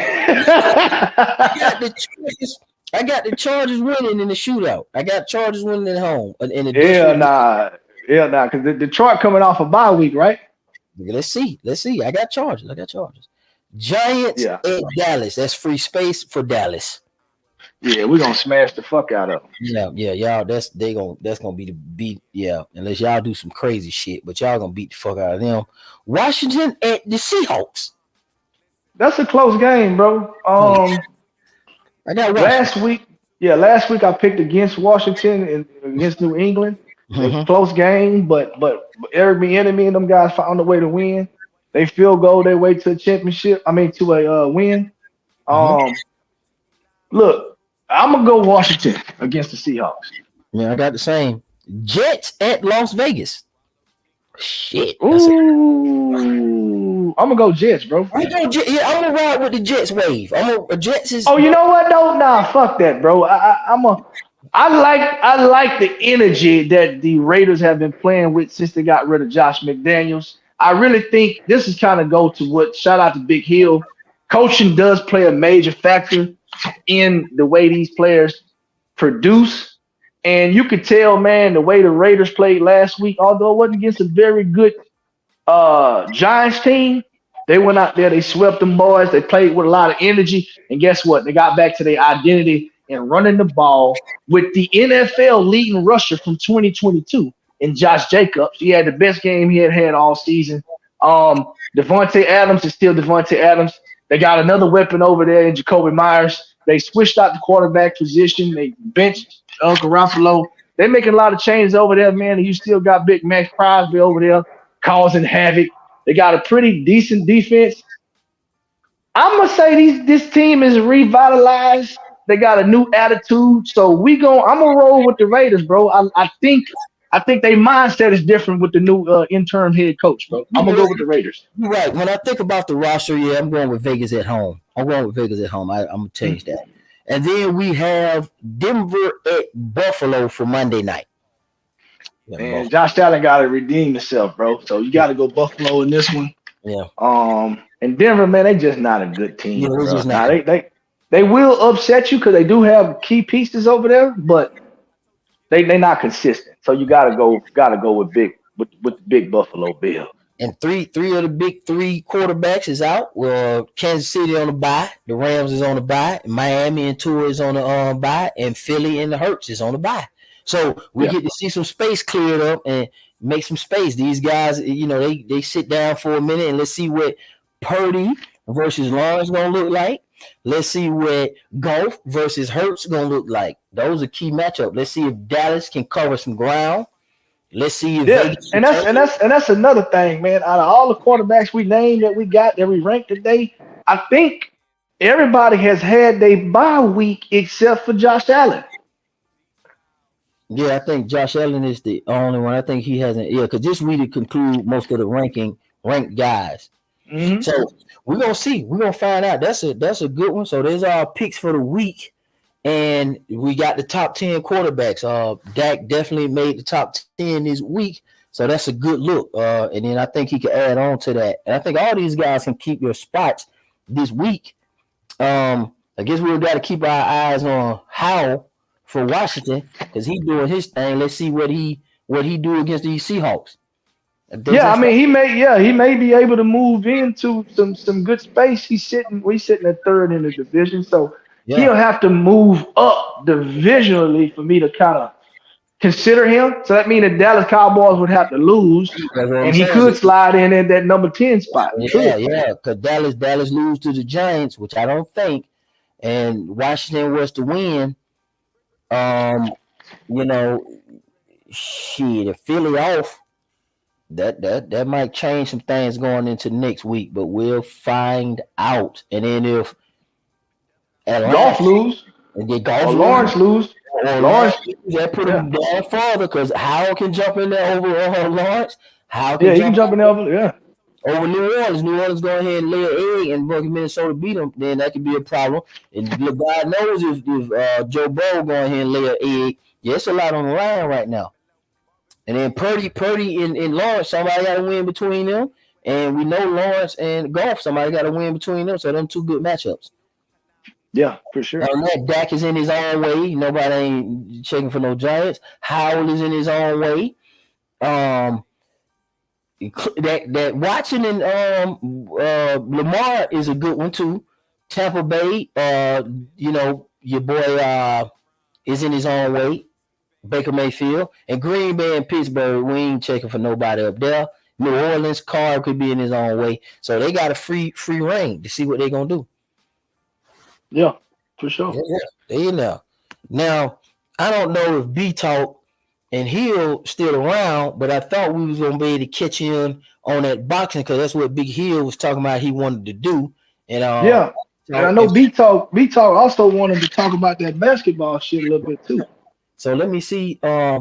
Go ahead and cook out what you want to cook out. Let me get these boys. Let me just mute real quick and see what they talking about so we can make sure because I got 2 hours or we finna go on and shut it down. If anybody want to join, the link is there. Hit the thumbs up, share it because somebody else might want to jump in. If you got questions, man, feel the done running out of mouth. You can jump in. I know I am Cam. You was trying to get in. You had some stuff going on in the background. It's open. It's an open panel. We got about 2 more hours. If not, I'll shut it down. But let me call Big Hill and see what B Talk talking about. Phil, you got the float. You got it. Yeah, man.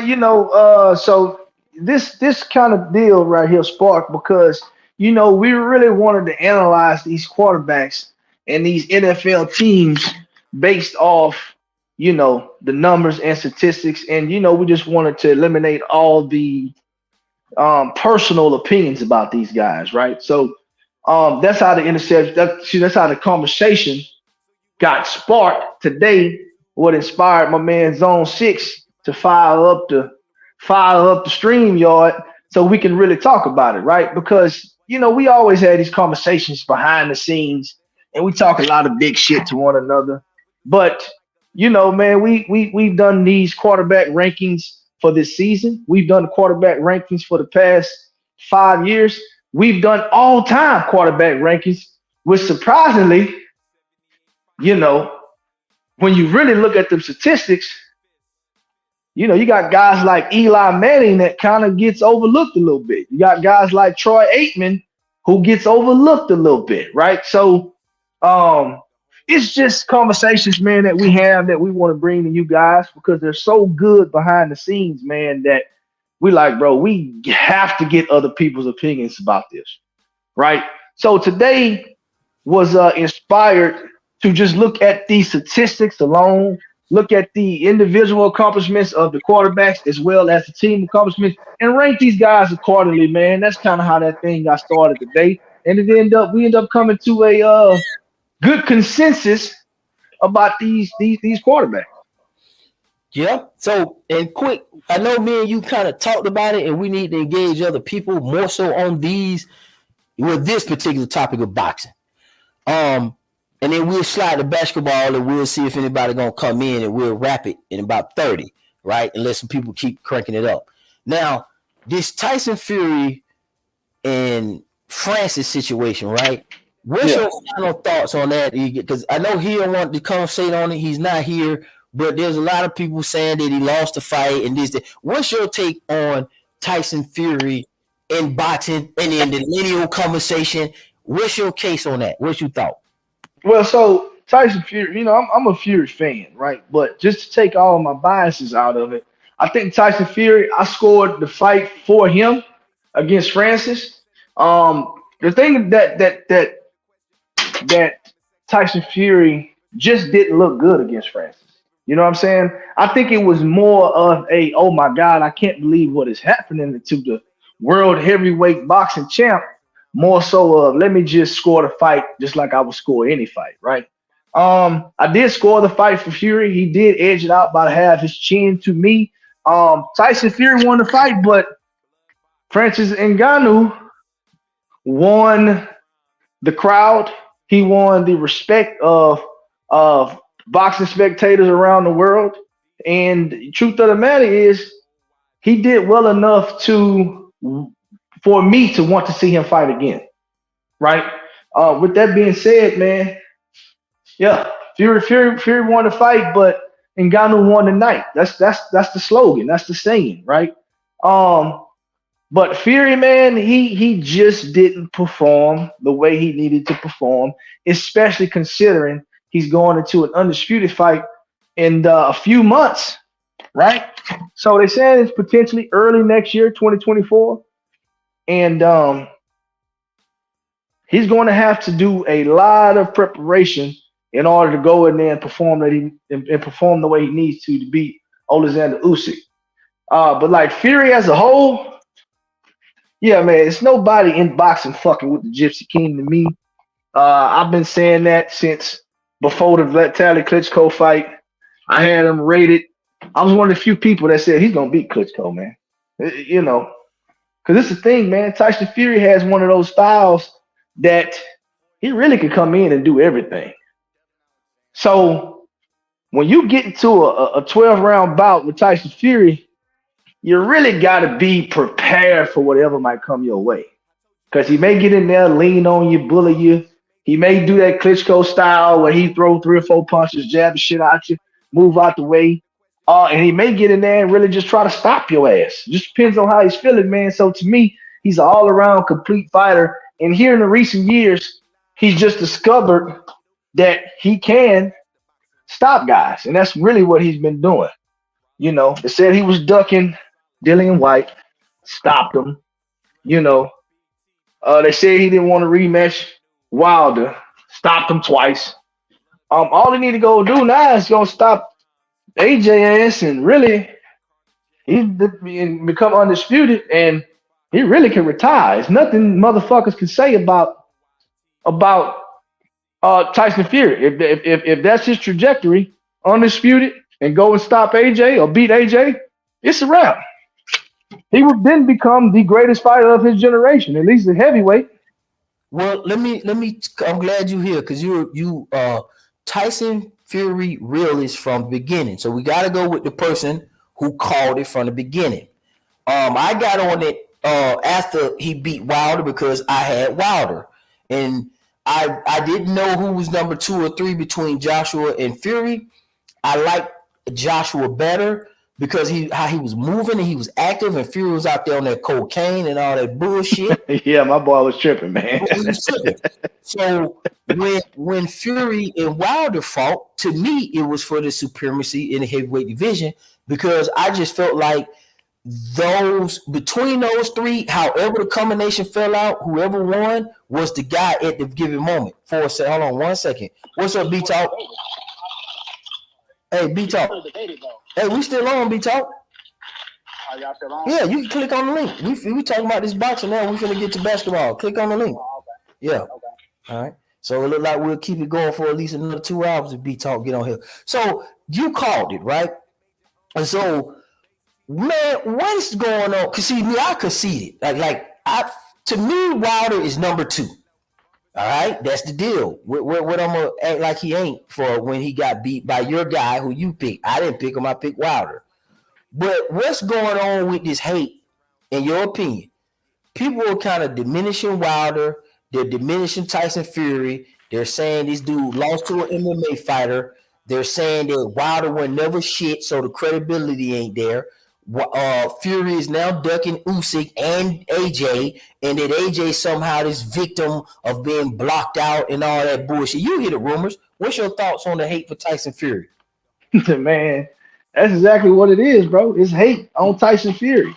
Look, man, a lot of people got a lot of shit to say about Tyson Fury because they don't like the way he moved personally, right? Um, Look, man, I didn't like the way he was moving. I look, I'm gonna tell you something. I think this shit really could have been settled a long time ago, but Tyson Fury wanted to do drugs instead of fight. So for me, bro, he did at one point of time get in his own way, but he retired. So once he retired, that's when you had the emergence of Anthony Joshua, right? He came in, Joshua did come in making noise, but as soon as Fury got back, to me, I say it's over. Again, this is just gonna be more of the same shit, man. You know, he beat Vladimir Klitschko first, right? Deontay Wilder never fought Vladimir Klitschko. Obviously, AJ beat Vladimir Klitschko after Klitschko had retired and came back.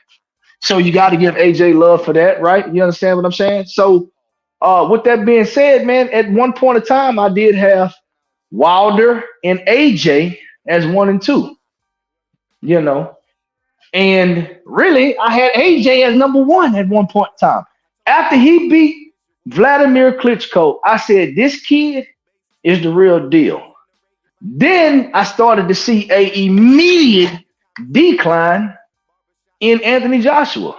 He just didn't look like that same monster he did. He didn't have that same will that he had when he fought against Klitschko, right? And it's been like that for a while. You know what I mean? So he slid to me all the way down back behind Wilder. And right now I got Anthony Joshua probably sitting at like maybe 4 or 5 best heavyweights in the division. But Tyson Fury, man, like I don't see how you can deny this man his body work. He beat Deontay Wilder, he beat Vladimir Klitschko. He's touched every fucking belt in the division.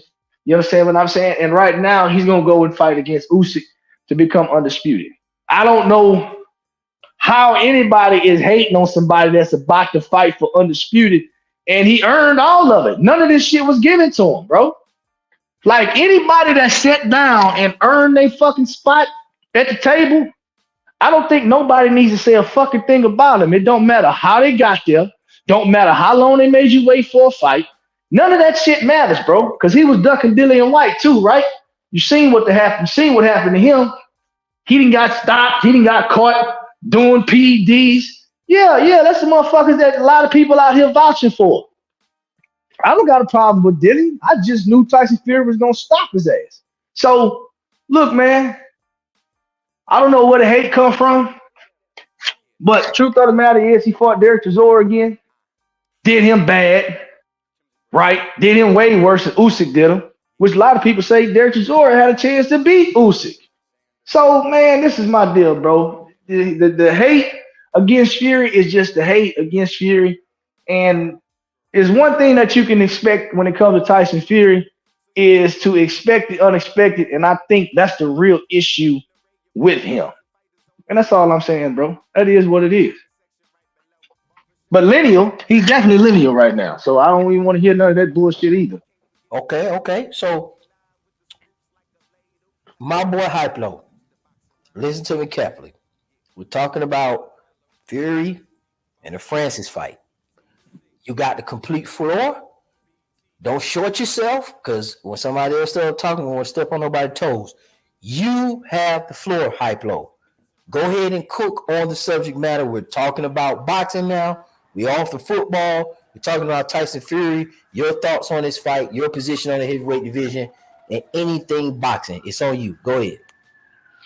Okay, mic check. You can hear me? Can you hear me? Yep, we can hear you. Okay, good. So here's the thing, the Ngannou fight. I feel like it's being a little bit overblown. We all know Tyson Fury tends to fight down to the level of his competition. Also, he's top heavy and he falls. Okay, when all your weight is above your waist like that and you're flabby and your gut's sticking out like that, it's easy to fall down, but he always gets up. That's the thing. I watched the fight. I scored it for Fury. pretty clearly by a couple rounds. Okay. And Ngannou did do a good job. But what people don't get is training like Rocky and Rocky 4. Like, this was his big shot. And Fury was probably taking him lightly and not really training by the way he looked, in my opinion. But he still, squeaked out a victory. And I don't think that's necessarily a sign that Fury needs to be downgraded or like look like, oh no, he really isn't that good. Like, I hear that a lot. He's not as good as we thought he was. Like, okay, well, that remains to be seen. I agree with pretty much everything Phil just said about Fury. He put it very concisely, so I don't need to go all the way through all of that. The only thing I'm not sure of is that fight with Usyk for sure going to happen? I hope it does. And I think both of them looked like shit in their last performances. But I think facts. If they fight, I think that's facts. If they fight each other, though, they're gonna really take that a whole lot more seriously, and hopefully they both come in well prepared, because I want to see it, and I just don't. If they're like, it's a big if, right?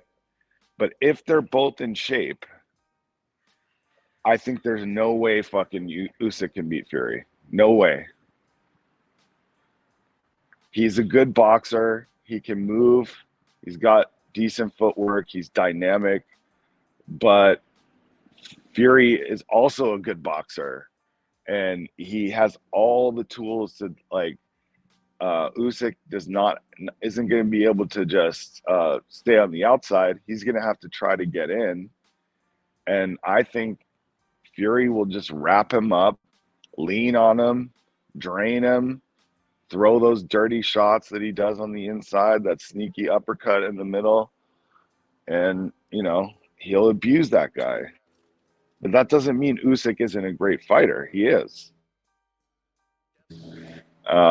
Being undisputed at cruiser and now, a 3-belt champion at heavyweight. But those belts are really Fury's belts. Anyway, that's my thoughts on it. Do you consider Tyson Fury lineal? If not, why? And if so, why? I consider him lineal because that's the narrative. That's what everybody knows. He is lineal because that's what they say.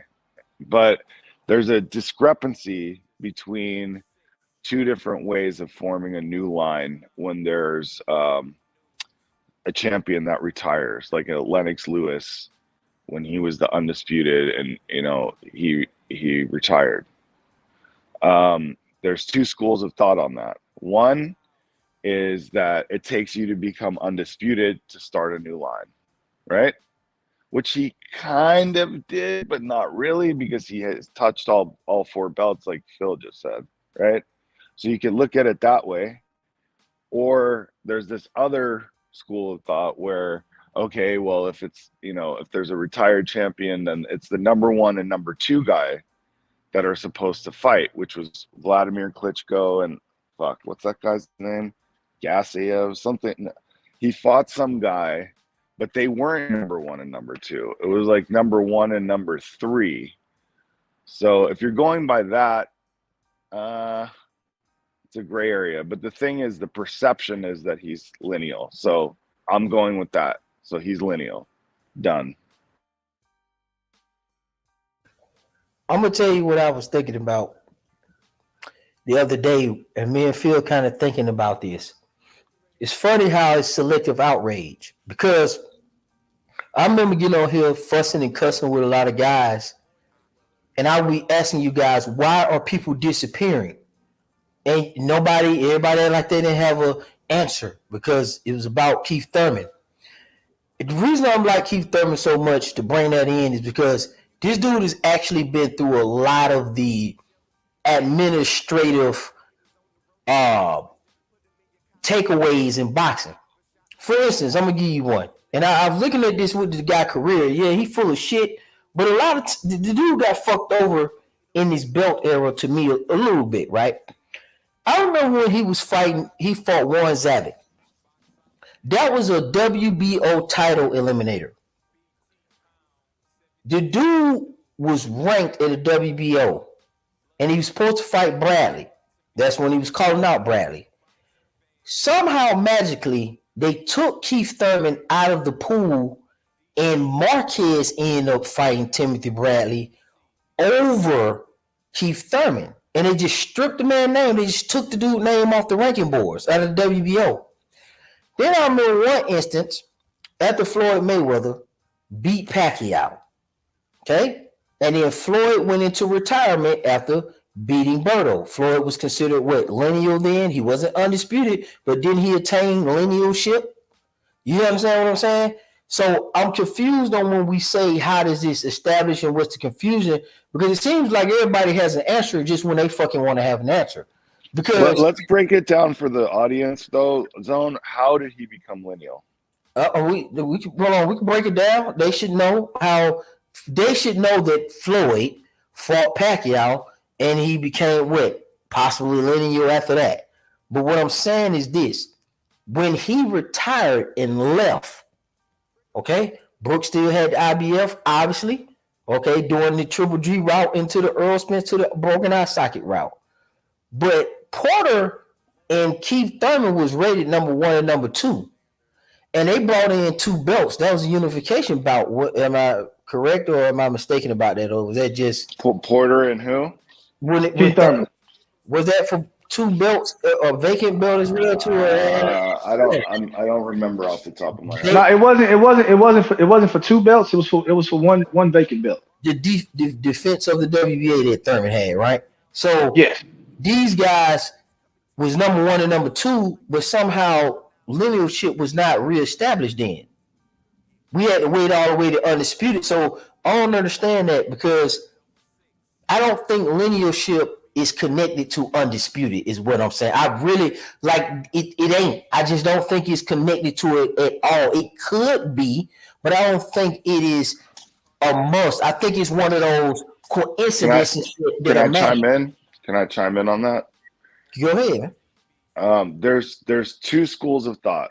So you're saying that you're from the school of thought that when the lineal is broken, when the line is broken, that the number 1 and number 2 guy fight and then they reestablish the line. Like when Jeffries retired and he had Marvin Hart and Burns fight for the linealship.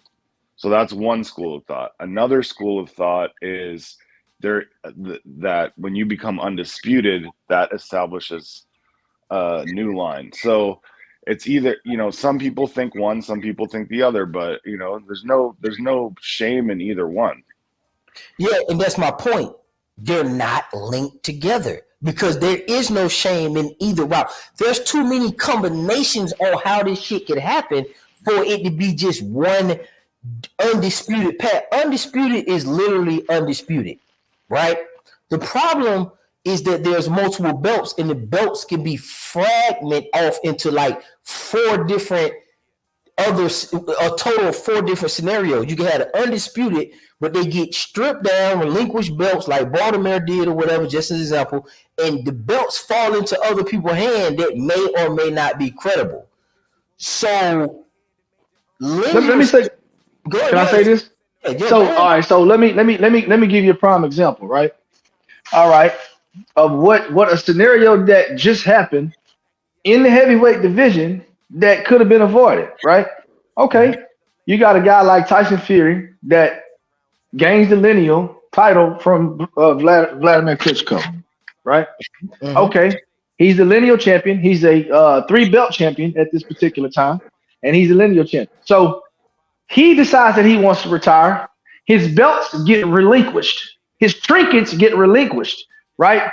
The linealship is technically not relinquished, right? So now you have Anthony Joshua, the emergence of him, like I said earlier, and then you have Deontay Wilder, who was putting in the work as well on the WBC side, right? AJ did the work in gaining the other 3 titles. Deontay Wilder was defending his WBC strap while Tyson Fury was retired. Right. Right? Okay, now, if these guys come together, essentially this is 1 and 2 that are fighting one another. You will be crowned the undisputed champion, and then you can create a new line of linealship because it is vacant because Tyson Fury is retired.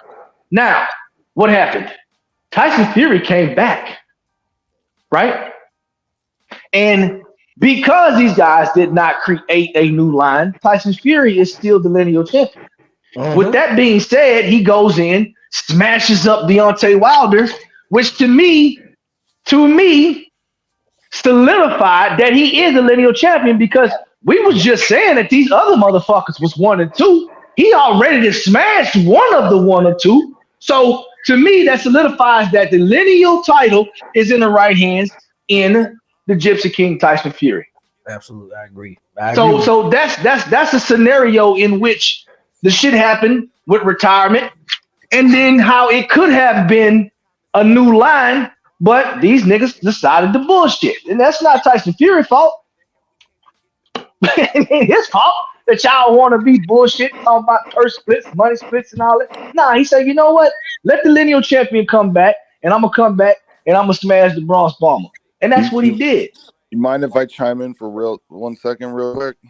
Yeah, go ahead. I go on mute. Okay, so here's the thing that the discrepancy was Klitschko lineal, because if Tyson Fury's lineal, he got it from Klitschko, right? So the thing is, like, all right, the other school of thought besides the undisputed one is that the number 1 and number 2 guy fight, and then that establishes a new line. The problem is his brother was number 2. So when he fought Chagayev, that they gave him the lineal designation after that, Chagayev was number 3. It's splitting hairs, but that's the discrepancy there. Okay, let me ask you this question, because I know Klitschko kind of did 2 like retirements, right? So we need to. I ain't saying nobody got to know this, but when he got the match with Shiagav, right, and they say that was number 1 versus 3, who was number 2? Or was his brother retired? Vitaly was still actively ranked when they designated number 1 and 3 to fight for linealship. Yes. Okay. Now, but he retired. But shortly after that, Vitaly retired. No, but hold on. Keep him active. Now, I'm everything Phil said is I agree with 100%. But let me add this in here. For me, when they asked the number 1 and number 2 guy to fight and to establish linealship, and the number 2 guy declines, okay, and then they say, okay, cool, we gonna go to number 3 and ask him, and he accepts. It don't matter if you think the nigga at 3 sexy and you agree with it, because bro, the rank was already there. Nobody was making videos talking about the heavyweight division like that except Mr. Boxing Day. Let's all knock this shit the fuck off now. I'm talking about across YouTube land. Let's just knock this shit out. I was here. We're not gonna play this history game. You niggas wasn't checking for that shit like that. You niggas was recognizing Klitschko as the man, and y'all already said, all you historians and all you guys, if the number 2 don't want to do it, he's ducking. Let's go to number 3. That's how it works. That's what you guys all said. His brother said he didn't want to fight him. So they say he's a duck. Shit, however y'all want. It don't matter because they brothers. The big brother didn't want to fight the little brother, so he ducked his brother. Y'all keep making it seem like no, nigga duck. He said he didn't want to fight his brother. Don't try to hold that against Vladimir because he's his brother and we say they're never going to fight each other. His big brother said that. So he said, no, I'm not fighting my brother. Shit, nigga, I'm ducking it and I'm finna retire. So, nigga, what happens? The lineal is established between 1 and 3. Let me, no, I got that right there. But let me ask you another question, right? Maybe not now, and this is just for shits and giggles, though, but let me ask you a question, right? Obviously, Vitaly retired. Hold on, Smoke do this in here. He said Vitaly was retired.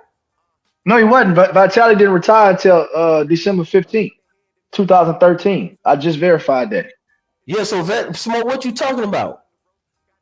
Vitaly was Vitaly ranked number 2. It was Vladimir, like they said, Vitaly, and then Shirgav is number 3. And I'm saying, oh, you meant Lennox. Okay, yeah. Get your shit together, Smoke. Come over here with that nonsense. Vitaly. So this is what I'm saying right here, right? So obviously we know Vitaly retired, like I said, in 2013, right? Deontay Wilder became the WBC champion in what, 15? I believe. Yeah, beat the firm. Yep, 2015. Okay. All right, 2015. Now, this is what's weird about the WBC. Now, Vitaly can come out of retirement and he would be able to challenge the WBC champion immediately. Yeah, he's the champion emeritus. Yes. So he would be able to come out of retirement to fight against let's just hypothetically say he comes out of retirement in 2015. But do you think he becomes, and this is just a side note, I'm just curious about that because I'm just looking up some shit, the rules of the WBC and everything. Do you think he goes in and destroys the Deontay Wilder in 2015 after he gets the title? That's a good question, but I just want to clarify this particular point that Smoke tried to make. Vitaly was not retired. Vladimir fought Chagayev in June of 2009, and Vitaly had 3 fights that year. So he was fighting in 2009. So yes, he was ranked number 2. And like I said, I know Zone, you had made a point that, okay, so because he ducked his brother, which I agree with. I agree that. Okay. But then it goes to number 3. Yeah. I've never heard that before. It's supposed to be 1 and 2. So yeah, but if two don't want to fight, like we can't keep the shit on. This is what I'm saying. Yeah. If 2 don't want to fight, we can't keep the linealship on ice just because one motherfucker's like, nah, I'm not gonna fight the number 1 guy. Like, how is that fair to the number 1 guy that the number 2 guy is saying, nah, I want to stay away from him? Yeah. See, you guys talking like the guy went number 3. See, now we having a whole different conversation then. But what me and Phil been trying to tell y'all is they already kept the rankings for us. We already know who's who. We already been arguing about this for the longest. We said that even with Earl Spence. How many times did Earl Spence have people over in the IBF ranking turn down fights with him? How many times have we seen that? We've seen that before on numerous occasions. We seen Sean Porter try to pull a fast one on our ass, and we could have found out his ass was really trying to duck and not sign the paperwork and activate the shit. Hey, no, so look. Hey, look, hold on. In Sean Porter, hold on, let me answer this. In Sean Porter's defense, Sean Porter was trying to get the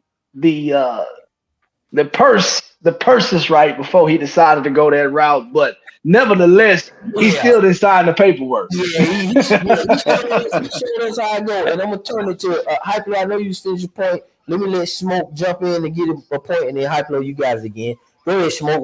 Welcome, man. No, I was good. I finished. Hey, what's up, people? I just have an issue with the framing that Vitaly ducked. Vladimir wasn't fighting Vitaly; they weren't fighting each other. Okay, so but it's a concept of okay. They could have fought, but they didn't. Yeah, they didn't fight. That wasn't on Vitaly. That was on both of them. Neither one of them were going to fight. Listen, it doesn't matter, Smoke. Whenever there's a scenario that takes place like that, however you feel it does, the fight don't happen. What we do know is the next option is you go to the next guy who is ranked. That's what they did. Y'all acting like the man just said, not only am I not fighting my brother, I'm not fighting nobody. When we already know that this man was destroying number 1, number 2. That's one thing we got to give Vladimir, man. I mean, Vladimir, the motherfucker was fighting real ranked people. Like he's the most fair person that done that. We ain't like it. It wasn't sexy, but at least he did fight number one. He wouldn't fight Rod Salkers. We wouldn't pull up some dude from 80th. He was fighting the top, get Brock and all them guys, them undefeated American heavyweight. He did his thing. So he fought. I thought that and maybe I'm wrong because I'm the rankings and all this stuff. But at the time, it was in my mind it was Vitaly that was fighting the real guys, not Vlad. But what I remember was Vlad was hiding behind mandatories, and sure, they're ranked in those sanctioning bodies as number ones and number twos. But that doesn't mean like we can look at the rankings right now. We can see that the number ones and number twos are kind of dog shit. Let me ask you a question. That makes you the man. I don't know how that makes you the man because you fought Alexis Rocha. Like, no, hold on. Let me ask you a question, right? Okay, so let me ask you a question, right? So if you got 3 of the 4 major titles, right? The only other title that's available, right, is the what? WBC, right? Yeah. Would have been a WBC. So if you're not fighting, it wasn't at the time. It was only 2. Like at that time, WBO wasn't even. I mean, maybe it got recognized at some point between, I don't know, 2009 and 2012, I guess. Yeah, but still in all, he had all 3 of them though. So yeah, I mean, cool. Yeah. So with that being said, let me ask you a question. So what would you fight other than your mandatories if you're not finna fight the other guy who has the other belt? Like, I mean, I'm just confused.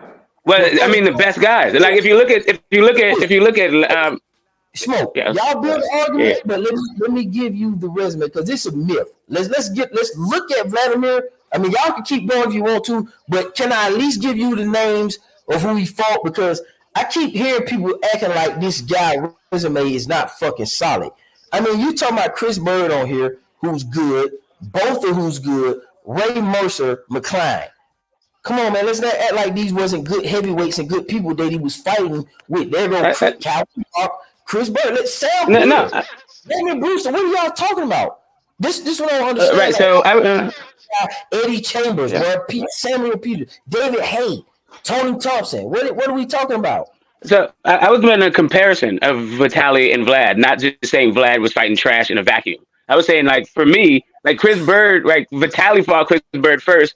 And really, he was beating the shit out of Chris Bird. He just got injured in the fight. Whatever. That's what happened in the fight. All I'm saying was when it came right down to it, it was heavy lifting, in my opinion, at the time. But I hadn't looked at the rankings and all that other stuff, so I'm not trying to speak to that. And I'm not saying that Vlad was fighting trash. I'm just saying Vitaly was the man, not Vlad. So the idea that Vlad was the guy, I that seems to be a post. But that in the moment, while they were both fighting, that wasn't my impression. Yeah, because we liked it. You see, this is what people getting confused. Bro, they really was pretty much fighting. Both of the guys was fighting, right? I'm not, this not the poo-poo on Vitaly. Oh, we know Vitaly was doing this thing.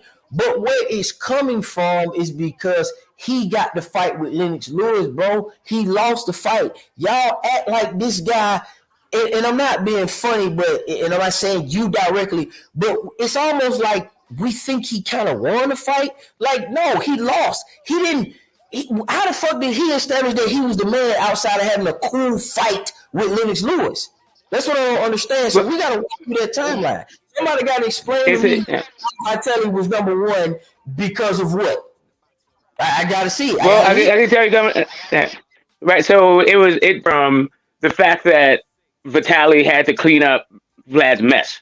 It started with the Ross Purities and the Corey Sanders shit. But after he's losing, then it's like Vitaly wasn't losing to a bunch of scrubs, and then when a scrub beat him, then Vitaly, big brother, had to come in and clean up his mess. And then it persisted because the appearance was fighting the tougher competition. Smoke, explain clean up his. They both heavyweights that's got to fight in the division. What you mean clean up his mess? That man. Well, I meant by that, I meant avenge his defeats. Instead of Vlad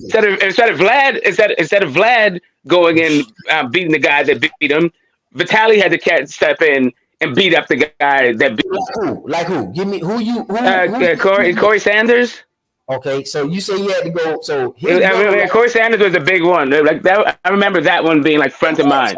And who else? Who else? Because you said he had to clean up. Well, right, I'm saying, I mean, right, I seem to remember another guy, but it's like the name just escaped me right now. But the one that's like I remember as the thing was the Corey. Who? Layman Brewster? No, Layman Brewster was the other. You want another guy that's not Corey Sanders? Why isn't Corey Sanders enough? Because you said it like it's repeated. You said clean up his mess. Right, I'm saying. The feel is that he loses, implying that his brother has done this 3 to 4 times in his career. Like he lost to Sam. No, that's not what I meant. I think there's at least one other guy. I wasn't implying that there's 4 guys or 3 guys. Just tell us who it is. That's what I'm asking you. I don't. Right, that's what I'm saying. I don't. Without going through their resumes, I don't remember. This is all from memory, from the time, from 20 years ago. Okay, let's see. Okay, let's pull it up. I don't have it right there. I don't have it up. That's what I'm saying. Who else could it possibly be if he lost the court? This guy ain't losing like that. To even be making that claim. He lost to Layman Brewster and Corey Sanders. We know Vitelli didn't fight no goddamn AJ. So which one of these guys are you saying that he had to clean up? He lost twice. Right here. Corey Sanders, Layman Brewster's. You say, is it Purdy or who? Who is it Purdy? Them the 3 losses that it could have been. Who else? Who did he have to clean up for him? Okay, so he also lost to Ross Purdy. Okay. I think he almost lost to another dude that got like injured. Again, like I'm going through this whole thing again from memory. Like the guy lost more than to 2 guys. Like you don't have to use your memory. Smoke is on the screen. Stop pretending. I'm showing you. I also don't have my glasses. I'm on my phone. Wear glasses. Right, the screen is small as shit. Let me just say this right. Let me just say this right here. Right. So it says this here. You can go and look it up. That Vladimir has accomplished more than his older brother Vitaly. Exactly. The fuck. I wouldn't say he did accomplish more. But this is a different section of thing from accomplished to being the man. Because accomplishments, you can have more accomplishments. That doesn't mean that you're the man. As far as I'm concerned, Devin Haney has more accomplishments than Tank Davis. Is Devin Haney the man? So let me say this right here. Vladimir fought and beat more world champions than Vitaly. Okay, that's fine. Hold on, bro. Hold on. Just slow down. Slow your roll. I'm not trying to be combative. I'm just putting the facts out there. Let's get the facts out. All right. Vitaly has a better record. Obviously, he only has 2 losses, right? Okay. But with that being said, Vladimir has had more titles, has been in more title fights, has beat more world champions than Vitaly. Also, his career extended much longer than Vitality. So he beats him in longevity, world titles, and he also beats him in the category of beating more world champions. And these guys practically fought in the same exact era. And then Vladimir, hold up, and then Vladimir stretched over into a new era and maintained his same status up until he did. Right. So what you're looking at now is the totality of their careers. But the totality of their careers is past what we're talking about when it comes down to the lineal championship. That's the first part of it. The second part of it is that when it depends on what you mean by defeating world champions. Because when he got the WBO belt, it wasn't recognized. So that guy was not a world champion. And really the reason why he defeated more champions, because he lost and then the division lost. Yeah, but we understand that. I'm just waiting personally for you to show me because you going way left. Okay, hold up for a second. Let me go. Let me look at both of their resumes and see another guy. Yeah, no, I just let me see if I can find another dude. It's got glasses on. I'm gonna go on to the box rec, and I'll say. You said it like it matters because they both are in the same division. So they should just also avoid fighting like opponents. This shit crazy, man. No, that's not what I'm saying. That's not what I'm saying. I'm saying for the lineal, for you to be the man, you have to beat the man. Shagayev wasn't there. Yes, if anybody was the man, it would have been. He was number 3. No, I got that, but that's ranked. Hold on, man. Hold on. Let me get my thought out. You guys keep interrupting me. You guys keep interrupting me to do the thing. What you're looking at when you say their rankings, you're looking at Ring Magazine's rankings. First off, who in the fuck cares what the Ring Magazine's ranked at these guys at? Like, how does that determine that you're the lineal champion? Man, we got to stop doing this, man. We gotta stop being the guys that just say, I don't agree with this, so I'm gonna say fuck it when it's a recognized ranking spreadsheet, bro. It's recognized by the boxing community, bro. Just because you don't like it, don't mean that we can just say fuck it. Like we gotta stop doing this, bro. Like because like obviously we can all fucking find flaws in the ranking. Let's just get off the bullshit, right? But just because I find it flawed, but hold on, let me get my thoughts off. Just because I find it flawed, don't mean I can wipe my ass with it. I still gotta read the shit though. Like I don't have to agree with it, but I can't discredit it though. I can't discredit it, bro. Like it is what it is. That's fine. You can say it is what it is, but that doesn't make you lineal. You can take it for however you want to take it. That doesn't mean we need to redefine what lineal means. Just because Ring Magazine, we like Ring Magazine rankings, like, bro. I'm not even talking about the Ring Magazine shit. Look, based on the criteria of 1 and 2. Hold on. Based on 1 and 2, right? Okay. Now, whether you think Vitali was number 1 or you think Vladimir was number 1, the truth of the matter is they were going to fight each other. Now, when you jump to the number 3 spot, whoever you think is number 1 and he fights number 3, then to me that's open and closed case, bro. Mm-hmm. Like if you want to redefine what lineal means, and that's how you know lineal because of that right there. We can understand that brothers, they're not going to fight, and they've made a promise to their mom. Okay, fine. We're not, but boxing don't give a shit about that. That's what we care about as boxing fans. Okay, let me see who Larry Holmes fought to become lineal. Let me look this shit up right quick. I got to see this. It's gonna be Muhammad Ali. It's gonna be Ali.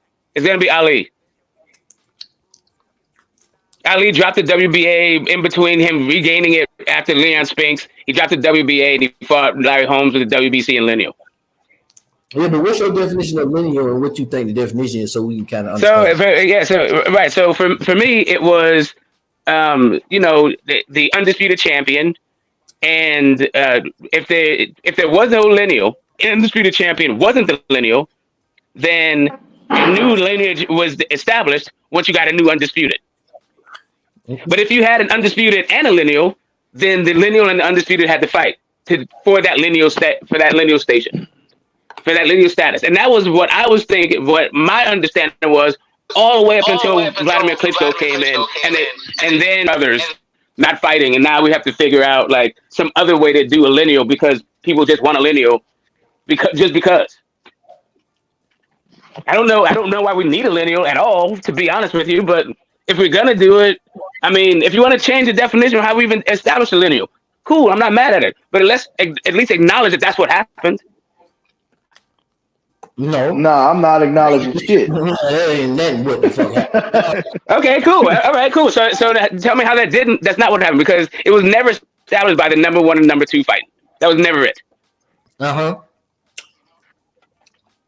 Okay. Or the number 1 versus number 3 if the number 1 and number 2 didn't want to fight. Like, so you still okay, so how else would you have you keep trying to say it has to be undisputed. That's where the problem is. I don't understand what I'm telling you, that they're not the same. They don't have to operate within each other. They can correlate, but one is a different path. To be honest with you, agree. They're both different.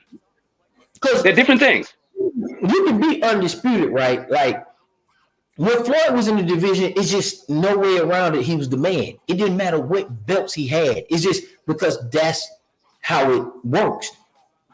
They're not always the same. So he had to be. Yeah, you could be totally different.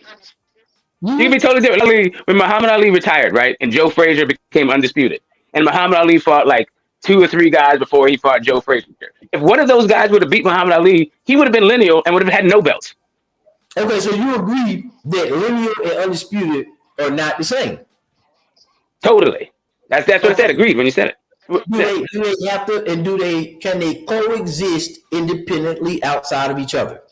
Yes, they did. That's when Joe Frazier fought Muhammad Ali. It was for the first time they even marketed the fight as undisputed versus lineal. I got you. So that's all I'm trying to establish with you. I just want to get that, and I'll turn over the field. Yeah, that.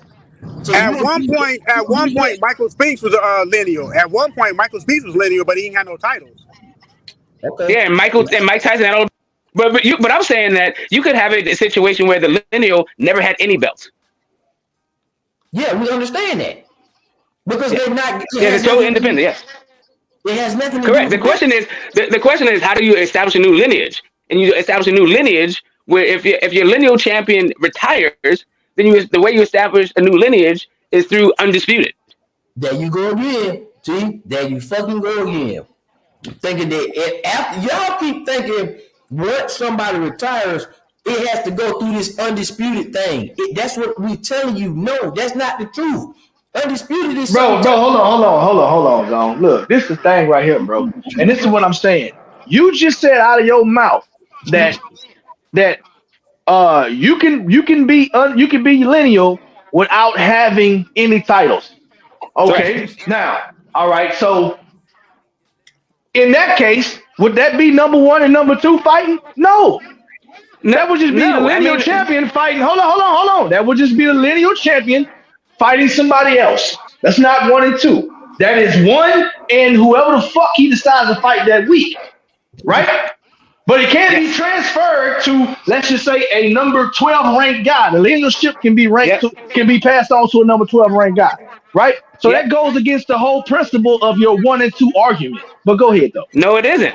No, it doesn't. It doesn't go to principle against my 1 and 2 argument because you don't understand my thing about the 1 and 2. You have a different value for 1 and 2. For me, it's about sanctioning bodies and another group telling us who's good. But whether or not you're a champion or not a champion is determined in the ring. Unless you get elevated by another thing, and then you get called a paper champion. That's a different kind of designation. But that's because the way that all these champions are created, right? But when it comes to the idea of lineal, you have to actually beat someone to be the lineal. You can't get rated. You have to win. I don't care if you rank 100 a million and then you're fighting the best guy that everybody. If Ngannou would have beat Tyson Fury and Tyson Fury was the lineal, then Ngannou would have been the lineal. So even if the belt wasn't on the line, even in that fight where the belt wasn't on the line, Tyson Fury would have walked away as the WBC champion, and Francis Ngannou would have been the guy that beat the guy. The point is, that's all lineal is. The point is, in this new era, lineal and undisputed can be separate. In every era. In every single era. Well, really, back when it was a 1 belt era, unless the lineal champion retired, it's always going to be the man who beat the man who beat the man. Then if a guy retired, like let's just say Rocky Marciano retired with the linealship. He did retire with the linealship. Now somebody else got to reestablish. Somebody else got to reestablish a new bloodline. That's the whole thing. That's it's the same idea of like Jim Jeffries versus Jack Johnson. What that entire like Great White Hope fucking thing was about was, hey, the lineal guy Jim Jeffries, the champion was Jack Johnson. And then what happened when Jeffries came back? He was still lineal, right? Jeffries came back. Then Jeffries came back. Yeah, Jeffries came back, got his ass whooped. Jack Johnson became the undisputed lineal guy, and the lineage is there. There it is. Yeah, but I'm saying though, Smoke, but he retired and came back, right? Exactly. Okay. All right. So that's the situation that brings us to why Tyson Fury is still lineal, but your issue is how Klitschko became lineal, right? It's not that my issue is that you guys don't acknowledge that Klitschko's becoming lineal is completely unique to him. And now we have a different way we never had before Klitschko. Nah, it's not unique. Because Manny Pacquiao, you gotta understand, somebody got it, man. He can't stand fucking Vitaly. That's Vladimir. He can't stand. No, I like Vitaly. No, he can't stand Vladimir. So no, anything with Vladimir. No, what I don't. No, what I Somebody got don't like bad is the way that background. what I don't like is the way that they market Vladimir, and this because I've been having conversations like this since then. Because what they did with Vladimir was a complete the way that they marketed him in order to like save boxing or whatever the fuck it was they had going on with Vladimir Yo, Klitschko. smoke, They kept propping smoke, the dude up. Yeah, smoke. yeah, I'm You almost mind done. if I No, chime? bro, Yeah, yeah. they didn't prop him Oh, up, bro. He I'm went on a almost done. fucking winning I'm streak. almost done. But when you talk about the division, it's as they say, Vladimir Klitschko ran the division. The Klitschko brothers ran the division. Vladimir did not run the division by himself. But this whole idea about like, oh yeah, Vladimir didn't have some special circumstance to become undisputed. Of course he did. I don't know why it's so hard to just say what it is. It's not that I need to hate Vladimir. These conversations about fucking pleading and special treatment is the thing that fucking I find frustrating. why do you find it frustrating? We're just talking about fucking boxing, bro. Because it's been going on for decades. Because it's literally been going on for decades. You know how many times, like, bro, like, Can I the chime in? shit's Yo, he very just simple. It's very he just simple. said It's very I have simple. the problem with Shagayev, the way they marketed Vladimir. The way correct. they Whatever, marketed bro. Vladimir Klitschko. That's Like it. that's just ridiculous, bro. That's No, ridiculous. that's it. Okay. Now, why is that ridiculous? I'm sorry, my opinions are ridiculous now. Okay, I'm No, sorry. I'm saying like that's I my mean that's opinion. not, but that's It's not my a opinion. bro. But that's not a good reason Everyone was to taking inflate turns lineal before. to Okay, I'm inflate sorry. lineal. What reason should I have? What? No, Oh, but no, look, I'm telling you that look. the way that he did Lineal, what I'm saying, the way that they did Lineal, completely foreign to my sensibilities and to every boxing fan sensibility, because Lineal was about beating the man or establishing undisputed. Neither one of those things that I wasn't done. Neither one All of right. those things Vladimir Klitschko did. When I can talk, just let me know. Good. I just have a small point. Go ahead. I have a small point. Good.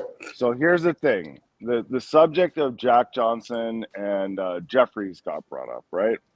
So there's two different ways of looking at it, and this is where this discrepancy came from originally. It's the first example of it that I'm aware of, right? So you had Jeffries retired. He was undefeated at the time that he retired.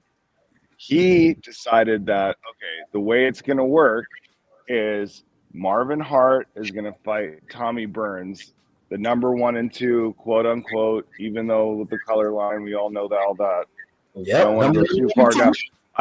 I don't want to go too far down that rabbit hole right now, but the number 1 and number 2 guy fought, and there's a school of thought because Jack Johnson beat Tommy Burns, who beat Marvin Hart, that he was lineal then.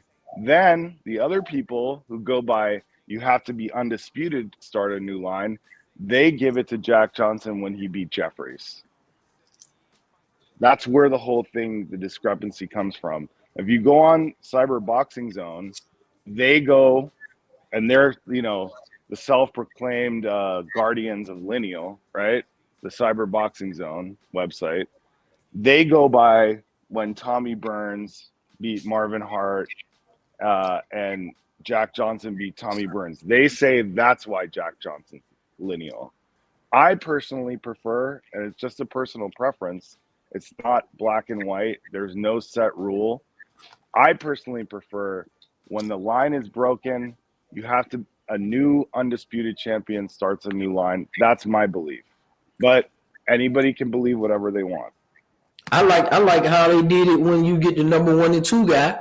They fight because you're out of the way. Right. Some people like that. Because that makes sense. Hey, but look, let me throw this out there, right? So I heard what Smoke said. Look, what about when Manny Pacquiao became lineal? Which division? At 140 pounds? Nah, Which 147. division are you talking about? Who did he beat to become lineal at 147? We can pull it up, but we looked at it the other day. I mean, I wasn't that. Sorry, I missed that part. I mean, I was there for the lineal part, but I had to leave and I got caught up. And I really love that conversation too. It was a breath of fresh air to the conversations I have been having about boxing. So I absolutely adore it. How did he become lineal? Look it up. Yeah, I think he beat. I think it might have been. Was it because no, matter of fact, it was Shane Mosley who had became lineal twice. Yep. without ever being undisputed. Yeah, it was Shane Mosley. That's what I'm saying. Yeah. We already discussed it. We don't have to. Hold on, that's my point. I always thought that you had to win the lineal title in the ring. They couldn't just pass it on to you. Oh, it's not getting passed on. Because when you 1 and 2 fight, they fight in the ring, right? I don't know if anybody's been. That's what I thought. I always thought you had to win the lineal title. You had to win it in the ring. So who didn't do that? All I'm saying is the next best guy. Like if you say one and going to go 1 and the next best guy because number 2 is your brother, then that's special pleading. So Vatelli fought the right guy. He won it in the ring, like you said. I'm just saying that Shagayev wasn't the right guy. I'm just saying that Shagayev wasn't the right guy. Because Shagayev didn't do shit. Hold on, Smoke. He's talking about Vladimir. Yeah, Vladimir. Yeah. Shagayev, yeah. Yeah. What I'm saying is Shagayev didn't do shit. So Shagayev should not have been in the running. Like if you're gonna say it's the number 1 versus number 2, then you can't just go, okay, if the number 1 and number 2 are brothers and they're not gonna fight, the number 3 guy then. And then we get a Vatelli guy. Regardless, whoever it is, whatever you think is number 1 and number 2. And for me, it was go ahead. Who would you have wanted to see him fight at that time? In order to see who's the best heavyweight, his brother, but they weren't gonna fight.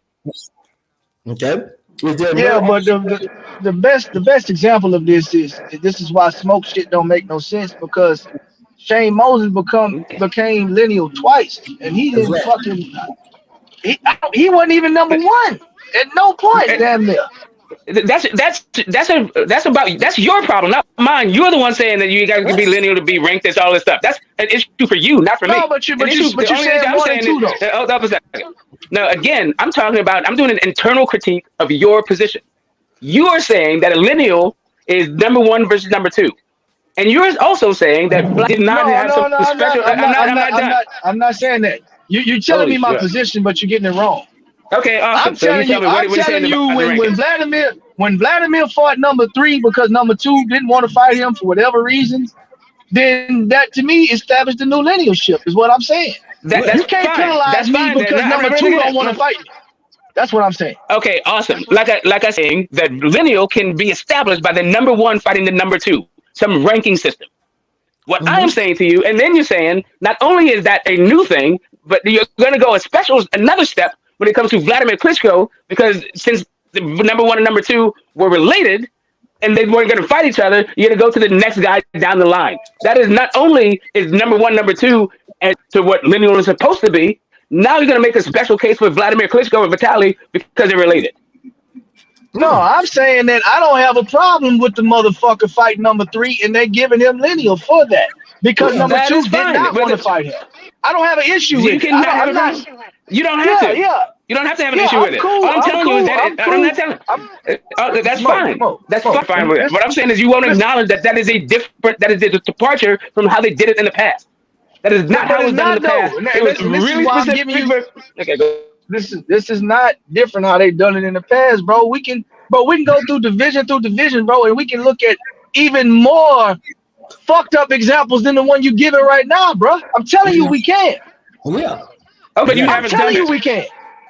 So I mean, it's not. It's not.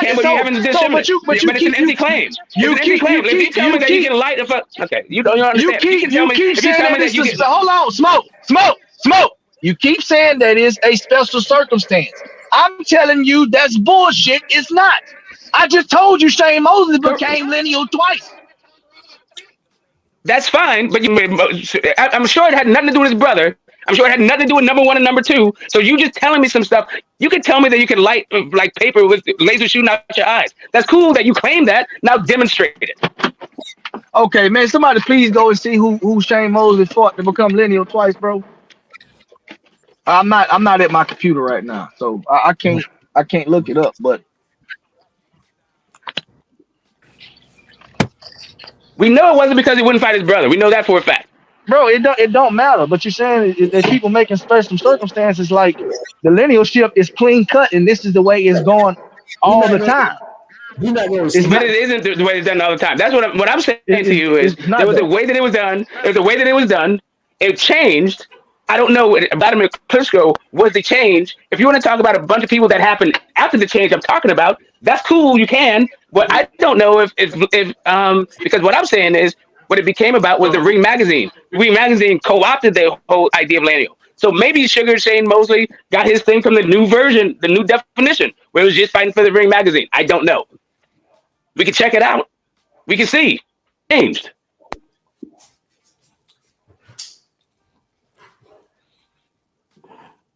Yeah, high blow B talk.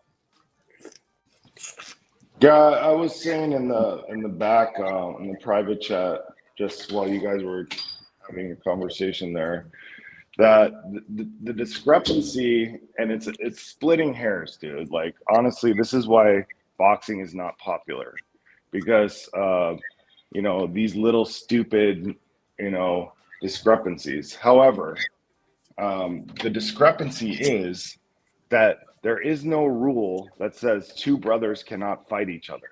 Okay, that's where the discrepancy comes from. They decided not to fight each other, right? Hence why I think Zone said that they were ducking each other. I can understand that as I wouldn't want to fight my brother, but there have been brothers who have fought, right, in the history of boxing. So they could have fought each other, and the discrepancy is that he did not fight number 2, he fought number 3, and therefore is that official? Now that's part of the discrepancy, but it's two discrepancies really. But that's part. Hold on. Just let me land the plane, and you can go. That's the discrepancy, and that is where all this comes from. However, in my opinion, most people consider Vladimir to have gotten to be a lineal champion, and therefore, when Fury beat him, he became a lineal champion. Can you criticize it? Can you break it down and split hairs on it? Yes, you can, because of that what I just said with the number 1 and 3 thing. But most people consider it that, so I think we just let's just accept it and fucking move on, in my opinion. Okay. Go ahead. So you good? And that's what I do. That's totally what I do. I just accept it and move on. But I also talk about when it comes to people who care about these fine hairs and start splitting them because fucking we know this much about boxing and we're just interested in the terms and the meanings of these terms. This is, for me, Vlad was the first person that they started doing all this special shit for, and everybody just acts like it's all good and don't say that, hey, you know what? This didn't happen before Vlad. That's it. No, I don't think that. No. It's done it before. We don't think it's all good. It's happened before. Like, it has happened before. Yeah, I don't know what he wasn't the first one. Okay, cool, awesome. I heard other people else that it happened. When else there was like number 3, number becoming lineal? Because as far as I can remember, the lineal, it was guys beating guys who were either the champ or were already the lineal champ. It wasn't beating a dude like Shagayev made you lineal. Here's the thing, Smoke. The other main example in our lifetimes was when Tyson had 3 belts. Okay, but not even Shane Mosley. I'm just gonna go with the Tyson example. The reason why we don't have to argue about that is because he fucking mopped up the lineal champion. There were people at that time who were saying Spinks is the real champion, because I don't get why people go by this fucking lineal bullshit anyway. It's not an American concept. It's a fucking royal concept of you pass something down from, like you become the leader because you got it from. People remember where the belt's going, and that's that's fine. That's fine. Like if you want to talk about how you don't really value the lineal, that's cool. I'm just saying that when I said Vladimir in a way that was uncommon or actually unlike anybody else's, and you say, hey, other people did it, and I ask you who, I'm still waiting for the who. Marvin Hart. Tommy Burns and Marvin Hart. All right, so Tommy Burns and Marvin Hart was so back then there was no such thing as undisputed. There was no sanctioned body. There's none of that shit. That was literally one guy decreeing another guy being champion. Absolutely, right?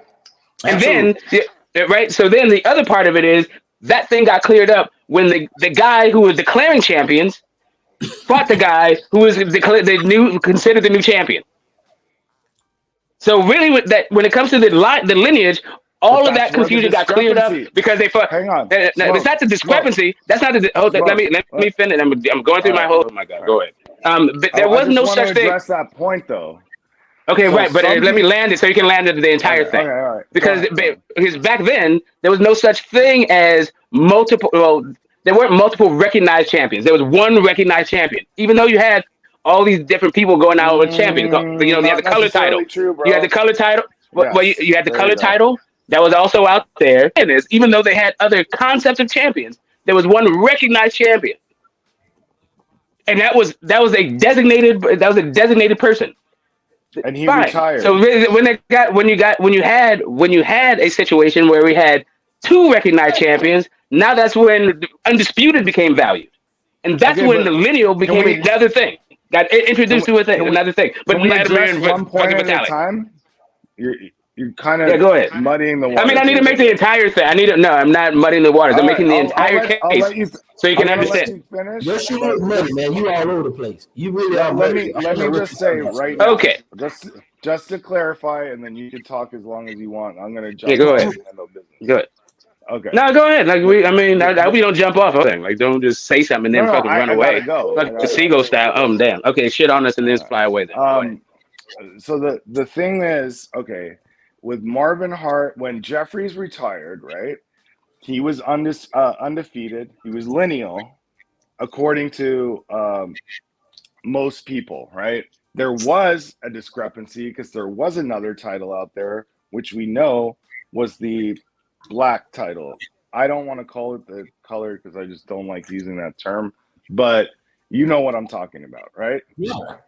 So Jeffries retires undefeated. He's the one who said, he's the one who made this concept of, okay, now I'm retiring. And he made an announcement that Marvin Hart is going to fight Tommy Burns, and whoever wins that gets to be the new man. Right? So do you accept that, or do you want it to be that when Jeffries came back, because Johnson is the guy either way, right? Mm-hmm. Johnson's the guy either way because he beat Burns and got the title. So if you go by the 1 and 2, he's lineal. But if you're like a purist and you go by the man who beat the man, right? Then Jeffries came back and he beat Jeffries also. So which is it? That's the discrepancy. He told you it's both. Phil said this earlier. He said it's both. It's like that's what it's all three, because back then that none of this shit mattered because of how the succession worked back then. So not only was he lineal, not only was he champion, but he's also undisputed because they're all the same thing back then. Only if you don't count the colored title. Yeah, exactly. But he had that's the point of the color title, is that it wasn't recognized. He had that as well. So yeah, Jack Johnson had that. Yeah, Jack Johnson was. Here's my question. So when Vlad was running around here beating up everybody, right? Before he lost to Fury, somebody tell me who was there left in the heavyweight division for him to beat? Because he had beat everybody. That's what I thought too. He beat Wilder. Wilder was nowhere on the scene. Or age. Wilder won the title. Wilder won the title. Wait. Wilder won the title in 15, and then his own promoter and manager said he was a baby. He wasn't ready yet. Okay, but you asked who you didn't beat. It was Bermain Stavern. He beat Bermain Stavern. No, he didn't. He never fought him. No, I'm talking about Wilder. He beat Bermain Stavern for his time. No, I was asking your first question. I was asking your first question about who didn't he beat. He didn't beat Bermain Stavern? Right, he didn't beat. Neither did Vitaly. Someone got an echo. I'm saying Bermain Stavern was the man. But Mr. Moore, you have to go on mute. No, Mr. Moore, you got to go on mute. You're just echoing. You're just echoing real bad. So what I was saying, my only point was, it's not like fucking Vlad beat Shannon Briggs. That wasn't him. That was so when you say like, well, he beat all the heavyweights, he didn't even fight all the heavyweights. That's what I mean about this thing. Like people are giving Vladimir credit for work that Vitaly did. That's not true. We got the resume up. What are you talking about? I'm saying that he just said that which heavyweight didn't he beat? I just named one. I can name two. I can name a bunch of them because they were wait, Smoke. That's my point. Nobody even gave a fuck about Romain Stavern until he fought Wilder. Nobody even knew he was a champion. Forget champion. I'm talking about when they're coming up. I'm saying like Romain Stavern was supposed to be the. It's Sheldon. Yeah, you got to go on mute when you're not talking because your mic is getting because hold on. No, you're telling them what he needs to do. More. That's all. Give him a solution to fix the problem. You probably have YouTube playing in the background somewhere. That's why you're echoing. So go ahead and pause it or exit out all of the YouTube channels. That way we won't get that background. Well, it's because I don't know if that's the case with him because this happens sometimes depending on this thing. Like whatever. If maybe he hasn't. I don't think so though. This is not my first time dealing with Mr. Moore's echo. That's all. Point being, the only point I'm trying to make is that the Klitschko brothers together legitimately they were controlling and reigning the division. Fine. Okay. Even then, they were still cherry picking even during their reign because for some reason, famers that were around during that time and they managed to, between the two of them, managed to face one of them and got his ass whooped in that fight. He didn't get his ass whooped, but he lost the fight. But all those other guys that were around, they didn't want it. They avoided them like the fucking plague. So that's another issue that I have about the Klitschko brothers and being the man and all this other shit. But whatever. If we're gonna say that they were both champions, they fought in the ranked guys, all that stuff. Cool. I'm down with them saying. I'm down with saying. Who's avoided though? You can't just say that. Tell me who. Okay, Evander Holyfield was avoided. Fucking James Toney was avoided. Steve Rockman was avoided. I mean, I'm not saying I'm not saying that he's an AT Hall of Famer. Iron Mike Tyson. Let me see. I'm going through this. There are Hall of Famers that were active at the time. Who did I say? Who did I got? I got to 4 of them. I don't know. This is off the fucking top of my head. Sorry. I can look down and do a little bit more, but yeah, they didn't have none of those dudes on their resumes. But that's fine because I'm not necessarily mad at that. That's just a separate issue altogether.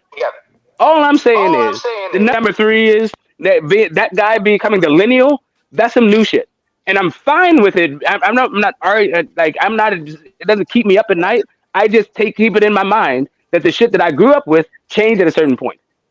You guys are telling me I never grew up with that shit in the first point. That I was just had a faulty understanding of what lineal was. Cool. No, show me how I had a faulty understanding. That's not what we're saying. We're just saying that we're glad you just figured this out because we've been through it. So, I mean, we don't know what else to tell you. I don't know what the it is you're talking about right now. What's the it in this whole thing? Is that better? Am I still echoing? What did I figure out?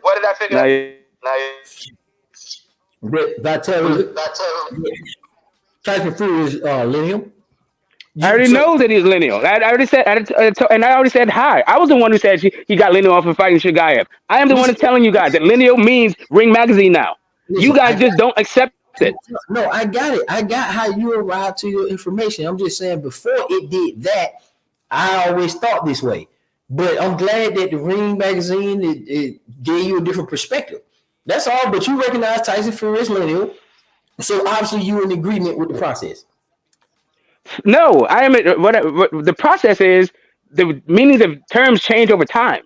Okay, there is no one way that just because somebody says lineal is going to be just because I could live 100 years with lineal meaning one thing, but as soon as somebody starts saying lineal means another thing, I sound stupid arguing no longer means what I thought it means. Like that's fucking dumb. There's a new methodology to determine lineal. Fine. I'm just telling you, it's a new methodology. That's all I'm saying. You guys are saying it's not a new methodology. Show me how it's not a new methodology, and then I'm good.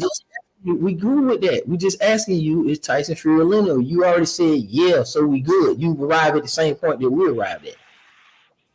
Oh man, I've already been there. Like I said, I was like the thing is, I'm tired of art. Like I've been, me talking about what lineal used to mean versus what it means today is a tired ass fucking conversation. That's what frustrates me about fucking Vladimir Klitschko. These tired ass fucking conversations. Yeah, but you agree with us. You don't having the conversation. See, we saying the same No, thing. I'm not. No, again, what we're doing is agreeing that Tyson Fury and Vladimir Klitschko are lineal champions. Sure, we can agree with on that point. What the disagreement is that the way that they became lineal is the way that it always was. It wasn't. That's not. I don't agree with that. You're having that conversation with yourself. We don't care about what. Okay, cool. I'm trying. I mean, apparently, it's like somebody says ridiculous. I mean, I don't know what you mean about caring. If you care, or don't care. That's a separate point of like whether or not we're having a conversation. But whatever. Yo, but let me say this real quick. I don't think you keep calling it a special circumstance. There's been several special circumstances where people have become lineal. You just want to recognize this one. So you keep talking about the way you grew up. When did the Ring magazine become as prevalent as you saying that's the new way that they describe lineal? When did that come into effect? The first time I was sensitized to it was this right here when Vladimir Klitschko fought Shigaev. And I was that's not how lineal was fucking established. So 2000, yeah, hold like on, smoke. So 2009. Yeah, go on. 2009. Okay, so you saying up until 2009, lineal was always done. That's when I got sensitized to it. Maybe somebody who's like if you ask a Bruce Gass, maybe he has a little bit a different thing because he was a little bit more sensitized to the whole fucking process than I was. I'm just telling you that's when my spidey sense went off. That's all I'm saying. That's when my shit went off. Smoke. Okay, Smoke. I'm talking to you. I'm not talking to Mr. Bruce Gass. All right. So I know that. I'm just saying. I'm just giving you what I'm saying, so we understand each other. All right.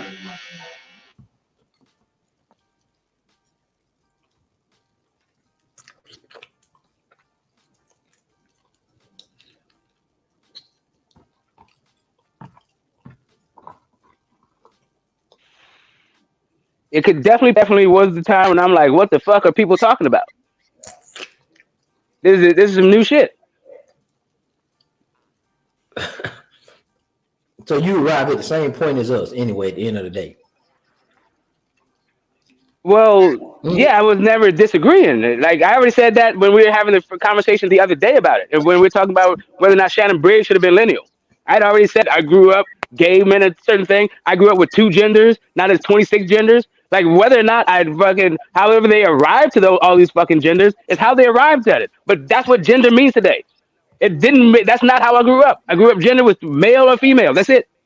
Yeah. So as long as you know Tyson Fury is the winner, I'm good. And to He's your definitely point, a champion. Yeah. Shannon Briggs was lineal champion. Absolutely. Yeah, that's what I'm by the methodology that I have always held to. Shannon Briggs is a lineal champion. I never thought of him as the man, but yeah, by the methodology that I grew up with, he was the lineal champion, even though I wasn't aware of it at the time. No, that's you saying something different now. When Blood was on here, you was denouncing people's lineage. But no, I said the same thing. I said that I never thought of him as lineal champion. And if somebody has some information as to why he's not the lineal champion, cool. No, but by my definition of the lineal champion, that's what Shannon Briggs is the lineal champion. Yeah, he said that. How do you not know if the man's lineal if you was watching boxing at that time? Like the conversation. Because I wasn't really tripping. Because I wasn't really tripping off lineal champions like that, and like, again, I wasn't as focused on what the lineal was or the champion was. I just liked fighter. Like I wasn't breaking it down like I'm going to be on a panel. You didn't know how it worked. That's what we're telling you. When you go back and look at the past on how it worked, you can find plenty of examples. That's all we're saying. That, but you don't have any demonstrations of it, and now you're trying to shift the burden for me to do the work that you just to prove your claim for you. Like all you got to do is listen. All you got to do is tell me who did Vladimir Klitschko's thing instead of doing all this tap dancing and make me do your research. The fuck out of here. You're not doing a lot of research. We already looked at this. Smoke. We already looked at it. We're not. Fuck out of here. I got you. So give me the name that's like Vladimir Klitschko, and then we can move on. Or else, I'm just going to go about what my understanding is, and you can go about your understanding. But like trying to send me off to do homework, like get the hell out of here, dude. The name you need when he was recognized as lineal champion was David Hay. Man, Smoke need to do some research. This shit gotta stop. Y'all too old for this shit, man. And then you basically saying you agree with us, but you just arguing about some shit that don't even make sense. Okay, man. Listen, if you don't understand the source of the disagreement, you just don't. Mr. Moore, you got to go on mute, bro. You got to go on mute. We're not having a conversation about sources. So, right, I got you. But the thing was, you guys make a claim, and you said that this has always been the case. I asked for a single reference point for you because you said you did the research. Cool, you did the research, and you don't have a name. Great. Now you're asking me to do the research. Whatever. Smoke, you don't find things credible. Every publication, you start getting into corruption. Then we're gonna give you this, and you're gonna start doing the same shit over and over just to say you agree with us that Tyson Fury is lineal. But what I'm really saying is I'm arguing. I always did. No, I'm not. I always did. Bro, nobody's finna play. I always agreed with it. The only disagreement, like, listen, you don't understand the nature of the disagreement. That's fine. I'll tell you once again. It'll be like the fifth time I told you what we actually disagree on. But whatever. If you think that it's about lineal, I already thought that days ago when we first had the conversation. Yeah, you learned something. So we understand. You learned how it works. Did I learn something? Did I? Okay, what was it? What did I learn? You didn't understand how lineal works. I did. No, that is a claim that you have. That you cannot demonstrate. You can keep making these claims. Like, I love people that make claims and then tell me that it's my bad that I don't get the claim. But okay, cool. You ain't know how it works, man. You just guessing. We just take the schooling, man. Get your paper and your pencil out. Yeah. Okay, I'm learning. I'm taking notes, man. My paper's blank. Every lineal ship in history is a fucking special case. Like, when you keep saying special case, you want us to find the twin situation, the exact same goddamn thing where two brothers, dude, it's gonna all be different when you're following it's gonna be different. I'm not listen, Smoke. You ain't gotta respond. No, you got it, bro. I'm not saying anything about you. I'm just giving you information. It's just my position. You know what I'm saying? Whenever you follow the lineage, you can really find out who the man is, and it ultimately end up circling back around. Because Tyson Fury is the lineal guy, is circled back around. It's going to go to the guy who's supposed to be the man regardless. It's always been that in history. Most of us agree that this particular person was lineal. The lineal ships are good. Some of these undisputed champions or these unification champions are not good in history. That's where the real discrepancy is to me. Is like when you start putting too much on undisputed, which is a conglomerate of those titles. That shit right there is the problem right there. It's the sanctioning bodies. I think the lineal ship is just one. It's always been one thing. Just follow the lineage. Could it find its way in some corruption as well as the sanctioning bodies? Absolutely. But all them undisputed runs, they get just as much discredit as you would say the lineal has. So how do I know the two people you wanted to see fight for lineal? I don't know which one of them motherfuckers are truly credible. You know what I'm saying? I mean, it's like this. So to me, saying, I'm sorry, you still going? No, I'm just saying you could argue that no one's path to wherever they got to find themselves in these matchups is all of it can be argued that none of them motherfuckers are credible because all of them are duck fights, certain things happens, upsets. It's a lot of dynamics to it. That's why we follow the lineage as opposed to the sanctioned bodies in the back. I'm with it. I'm with all that. See, I agree with all that shit. Thinking about what I think is the new way that you guys are telling me it's been forever thus. That's fine. I need to go do my own research to find examples of it. But okay, cool. But to me, where I agree with what you're saying, if let's say in 2018, Deontay Wilder would have taken a 12.5 flat, gone over to England, won that fight, became undisputed. In my opinion, they still needed to see Tyson Fury to establish a new fucking line. No, right? So I thought that not if Fury, and we said that. Not if Fury and no, if AJ Wilder had a fault, it's over with. That kills it. right, but if you see, but if or Fury, so you agree that Undisputed establishes a new line. Meanwhile, at that time, Tyson Fury was the lineal champion. No, it's not that Undisputed it establishes a new line. That can be an additional way. Like if it's one and the same, that's cool. It's again the number one and number two guy fighting. Was them two guys not the number one and number two guy? AJ and what's that? So it shows you right there. Now I hope we clear now. Bringing it all the way back around. No, it has nothing to do with Undisputed.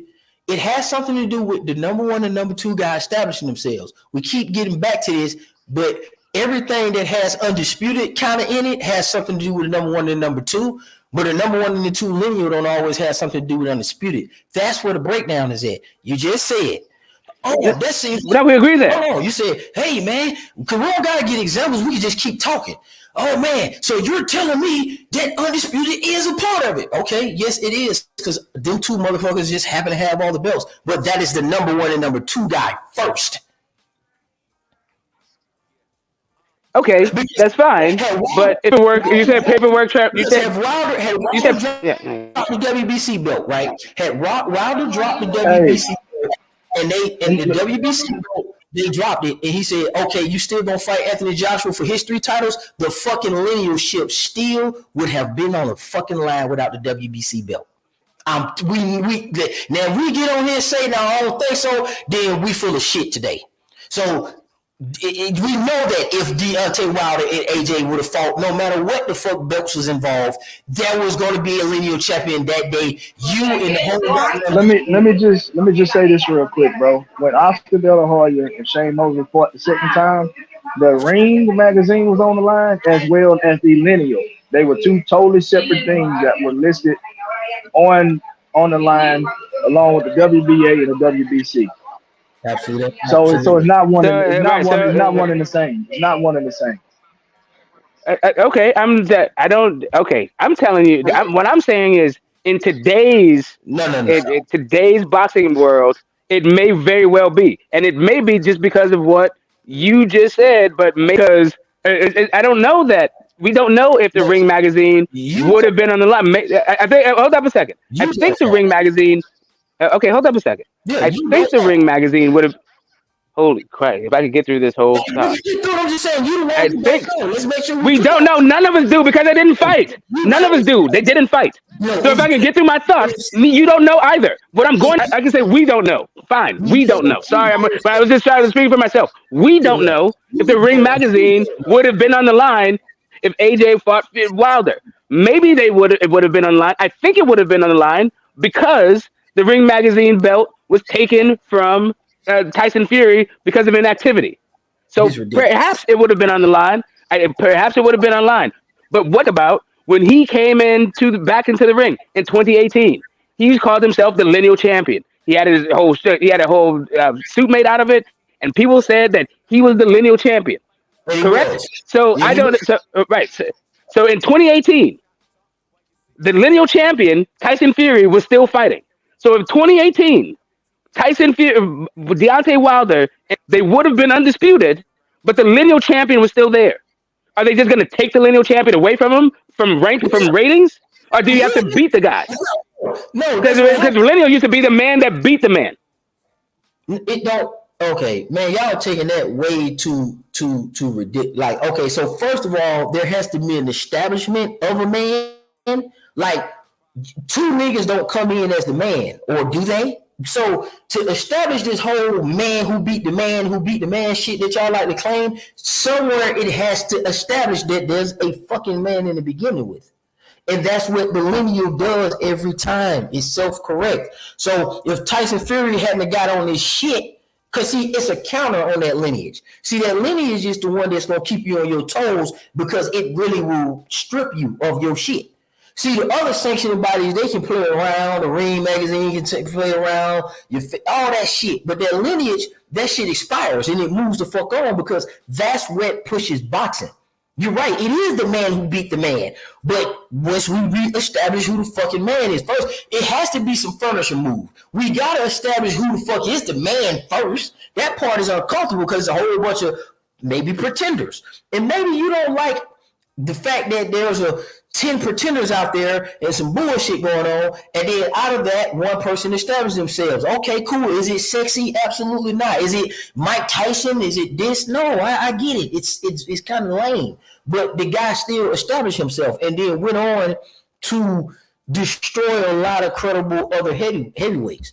Not because his brother was helping him clean up. It's because they were just operating in the same division where nowhere else to go. And then one came out to be a little bit more prestigious and accomplished than the other.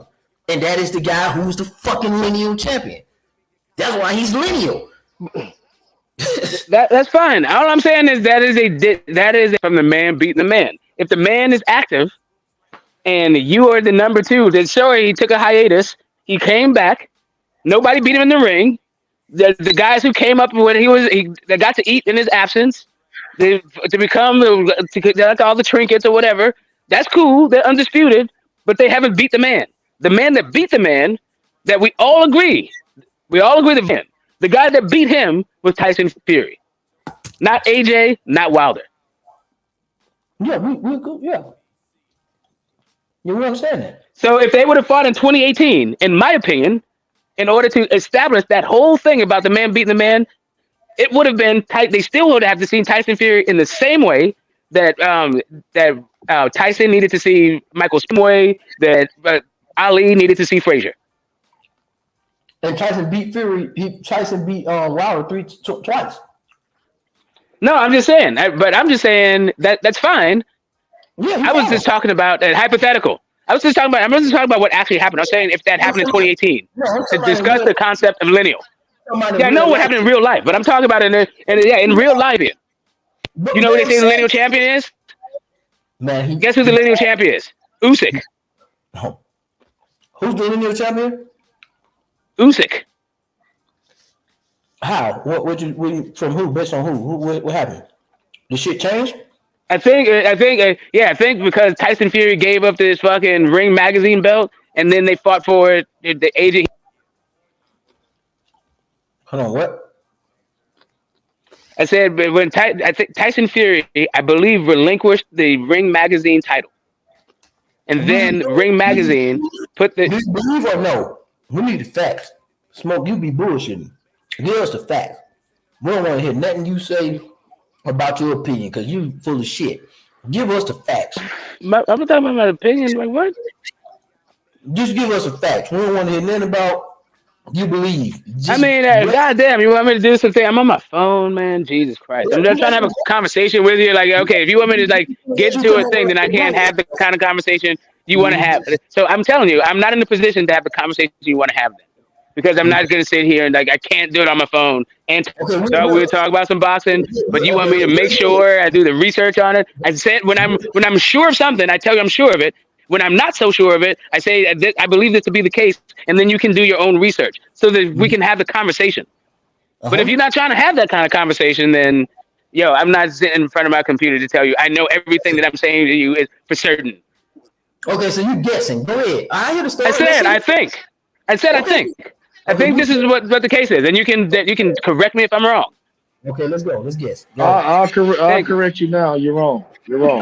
Okay, thank you, Phil. Thank you, Phil. I was thinking that I was thinking I was doing poorly in this conversation, and I needed a bit of an ego boost. So thank you for that. Here's the deal. I think that Tyson Fury relinquished his belt, and as a result, they put the belt on the line when AJ fought Usyk.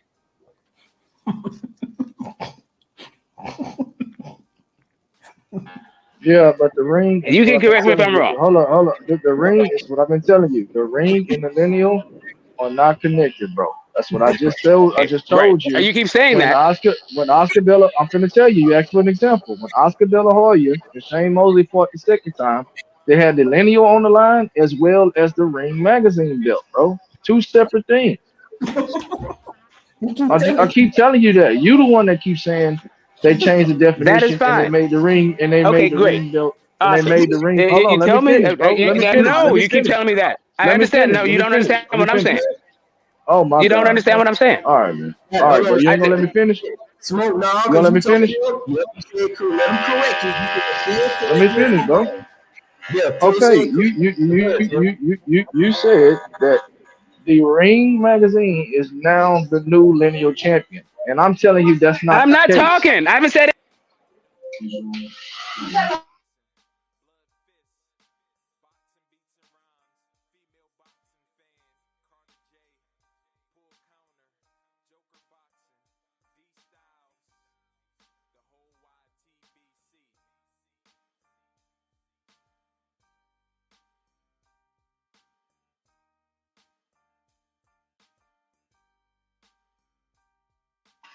Hello, everybody.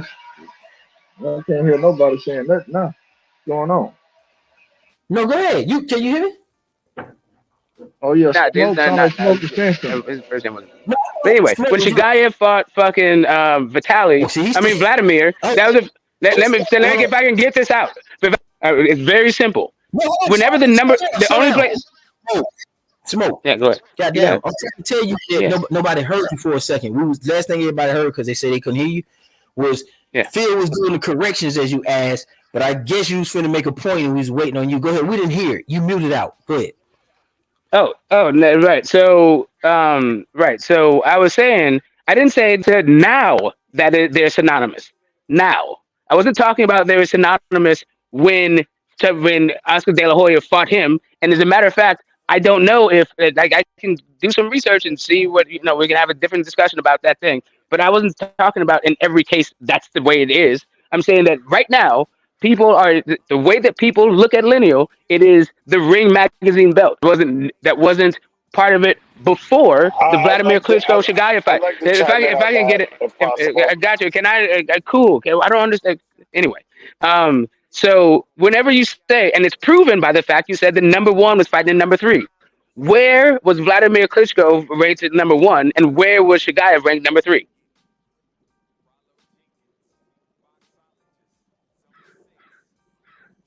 It doesn't. Are you there? Can you hear me? Yeah, and like, who Okay. is doing the I rankings? When understand. you I say it's number one understand. versus number three, it's according to whom? Okay. I thought you were Yeah, asking a question, and I was going to try to answer it yeah, go for ahead. you. You got it. Okay. So, um, whether you want to split hairs on where they were ranked there and why that's legitimate or not, I can understand that. And now we're getting into very nerdy territory. But the fact is that the consensus was that Vladimir was number one. Do I think he was number one? No, I think Vitaly was better than him. But he was considered number one. Vitaly was considered number two. Chagayev was considered number three. I don't know why. He sucked. He was a piece of shit. But that was the consensus. That is why they say that Vladimir is lineal, because he beat Chagayev, the number three guy, because apparently he couldn't fight his brother, even though other brothers have fought. Now, that's one thing. Another thing is you're kind of blurring the lines between all these three things. Undisputed, lineal, and the ring are three fucking different things. Okay, if that wasn't the case, Fury wouldn't be considered lineal right now, while Usyk has the ring belt. Okay, so you can tell right there, they're two different things. So yeah, the man who beat the man and all that lineal shit. Generally speaking, Cyber Boxing Zone is considered the authority on who's lineal and who's not. Do I agree with everything they fucking say? No, but they're the consensus gatekeepers of who's lineal or not the ring. The ring is something different, and that's all I wanted to say. Did you guys hear me?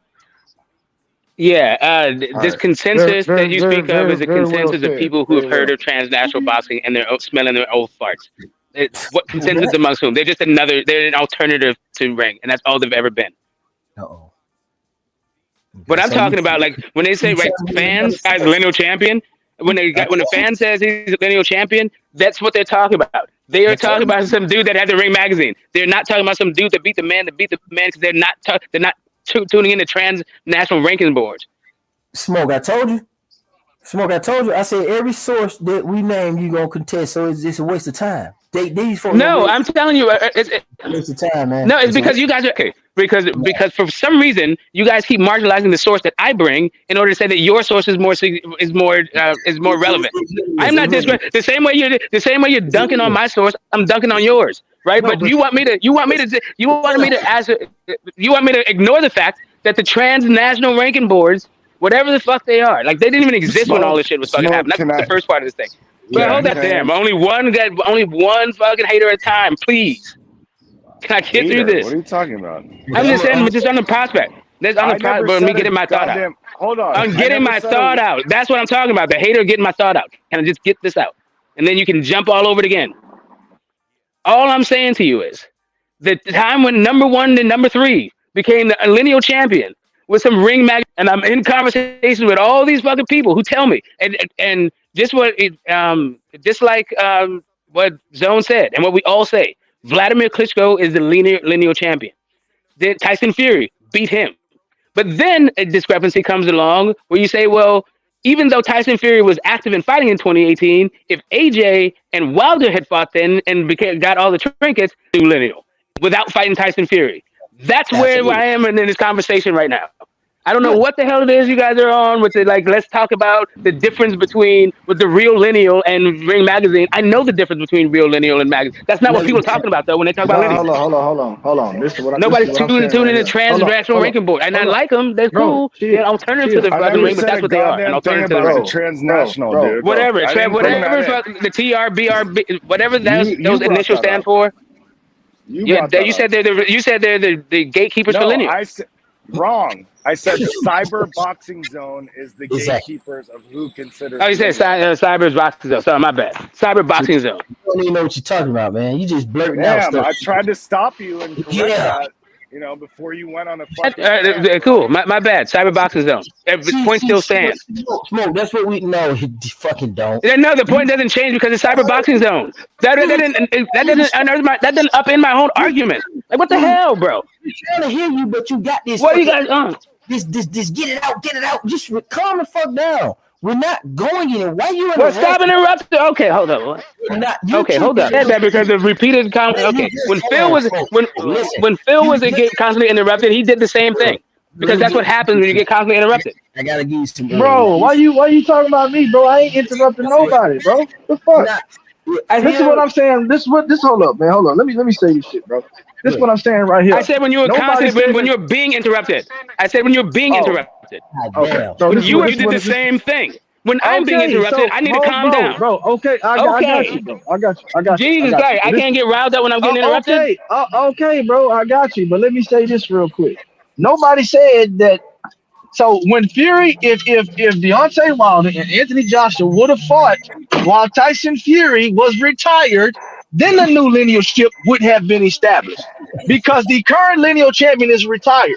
Once Tyson Fury came back, he retained his linealship. So nobody is trying to say both things could happen. No, if you're retired and you got an undisputed champion while you're retired, then hell yeah, that's 1 and 2. That's no discrepancy. That's 1 and 2. Hold the fuck up. It's 1 and 2. It is also undisputed. It's 1 and 2. It's undisputed. Okay, and it's lineal on the line at that point. What's the confusion about that? That's literally hitting every fucking mark from the beginning of boxing to the end. 1 and 2, undisputed, and the current lineal champion is retired.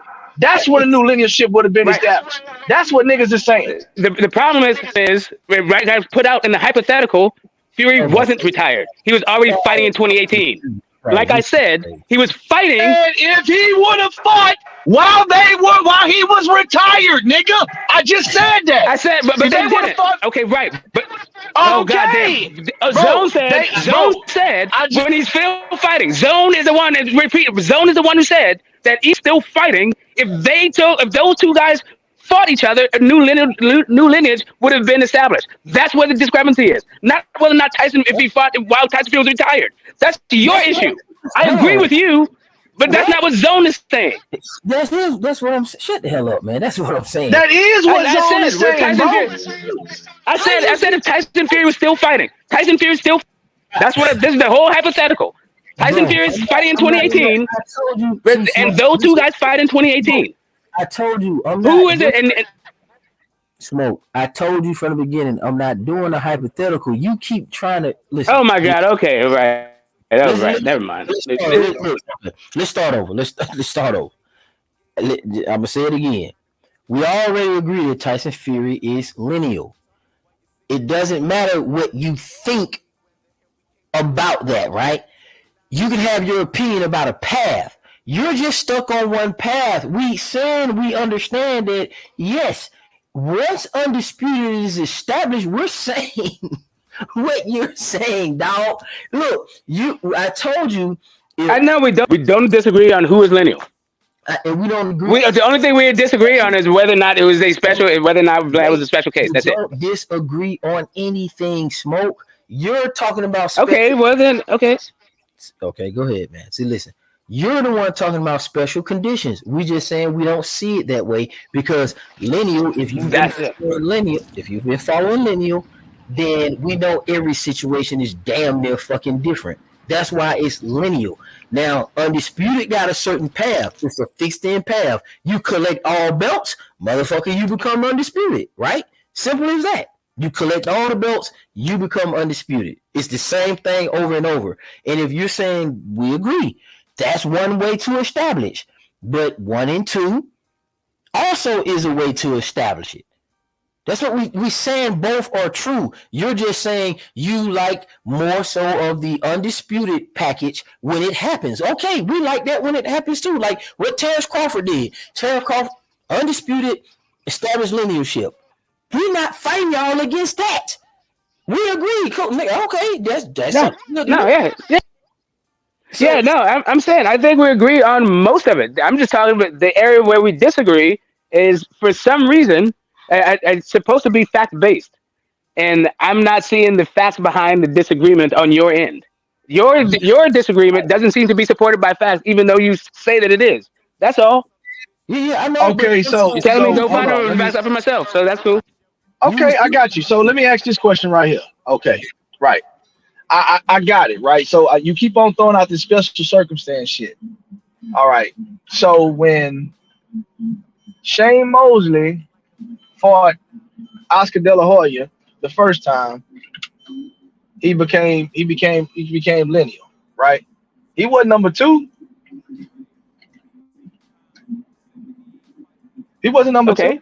When he fought him, he came from 2 weight classes. Yeah, he came from 2 weight classes down. Wasn't even right. Okay, all right. So exactly. So when he fought him the second time, he wasn't number 2. Shane Mosley had lost in between that time when he fought against, and Oscar had lost too when they fought the second time for the lineal championship. Now Oscar had regained the WBC and the WBA and the ring, but Shane wasn't number 2 at that time. So what I'm telling you is, a lot of this shit, bro, is going to be certain and special circumstances because it's several routes to linealship.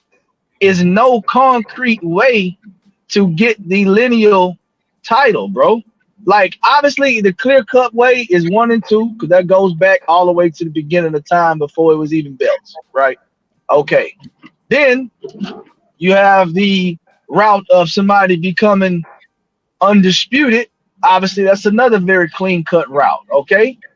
But then you have other circumstances is when we start moving into to the area in which we are in now, where you have to look at all of these factors in order to establish a lineal champion. You know, we can agree with them, we can disagree with them, but the truth of the matter is several ways to get from point A to point B. Just because we don't like it don't mean it's bullshit or it's corruption involved. That's my point. I'm done.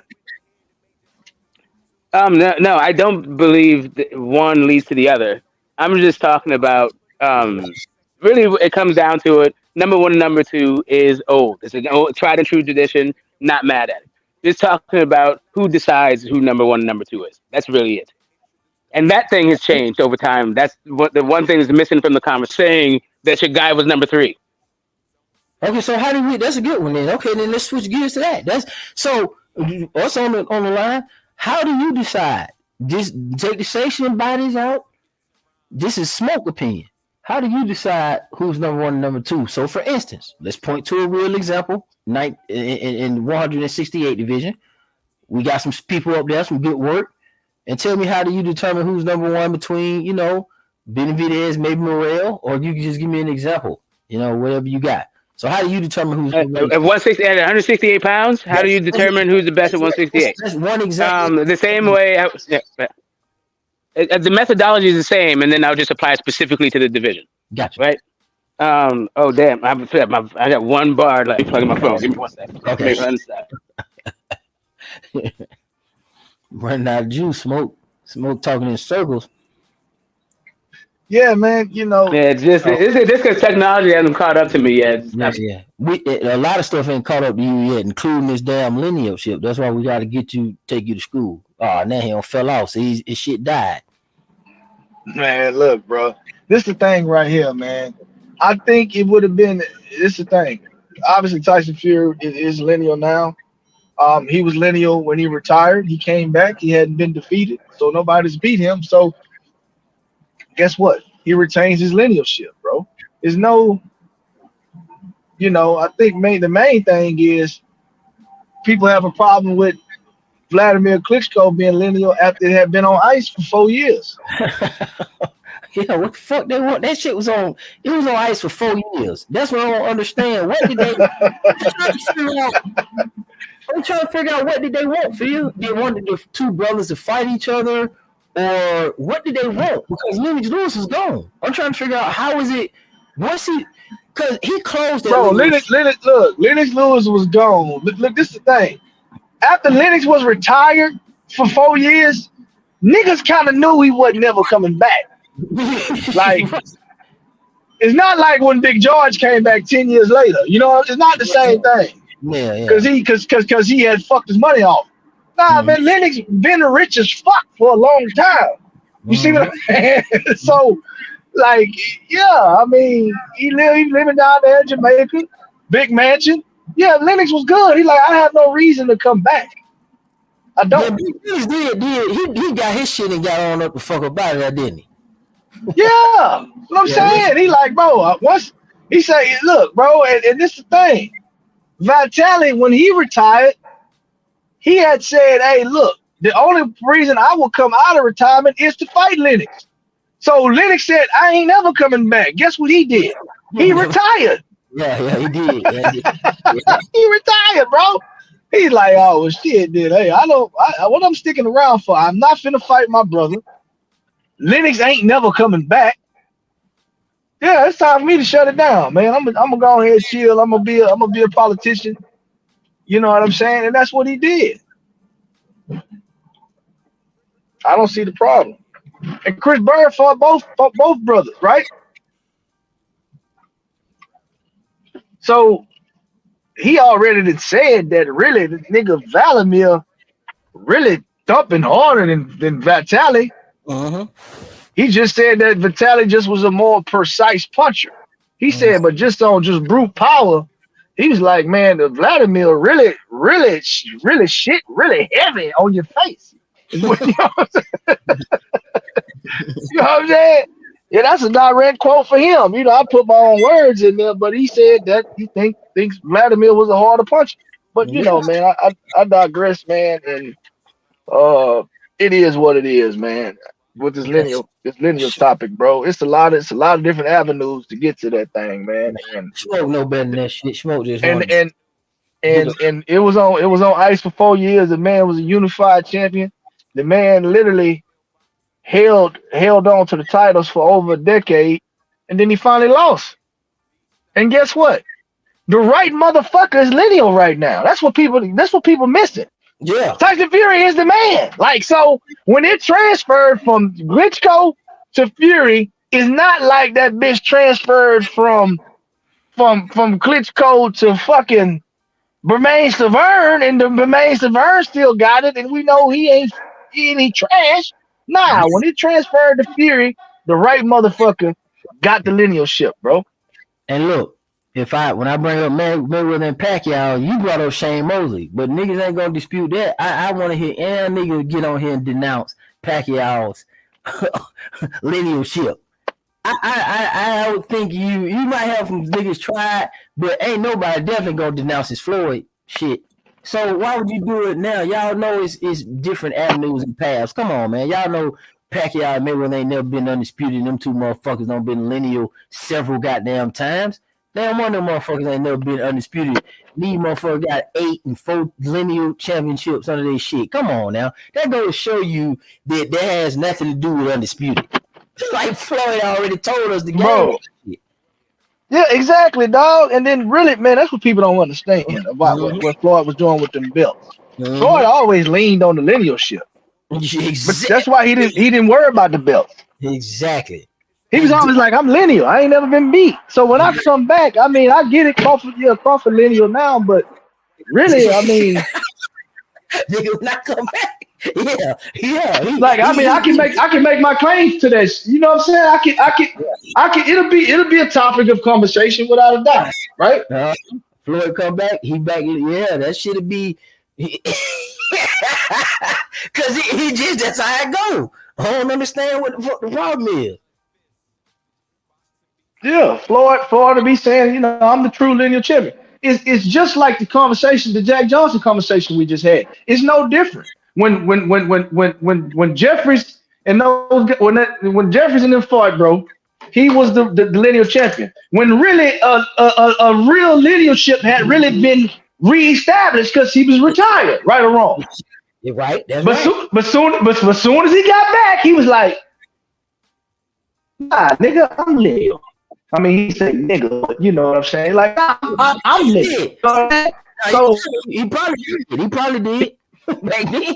He definitely did. No, he definitely did.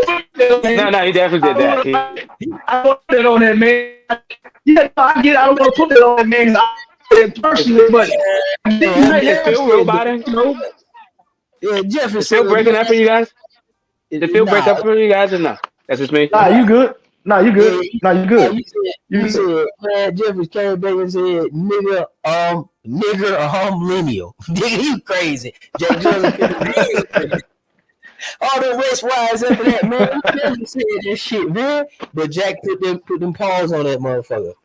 See? But they didn't really have it. But I don't even like. I think I don't know when they started using the term lineal. I don't know when they decided that guy's a lineal, whatever.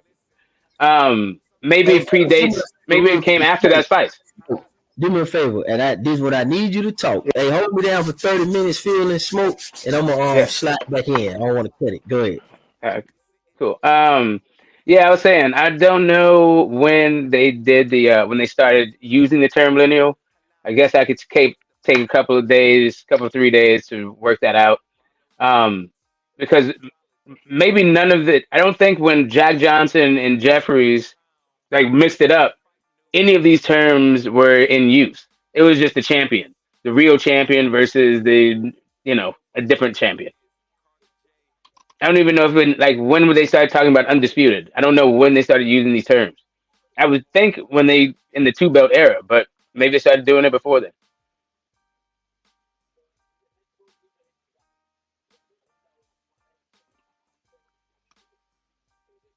No. Okay. So, yeah, it's Phil there. Phil, you there? Yeah. No, I'm here, bro. I'm here. Yeah. Okay, yeah. I'm just listening. Yeah. I'm listening to what you're saying. I'm as you saying that, I'm looking up the origins of the lineal champion. Yeah. When did the term lineal championship? So the lineal championship dates back to the history of it. Dates back to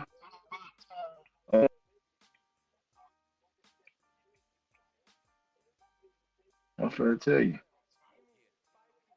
Were established by acclamation between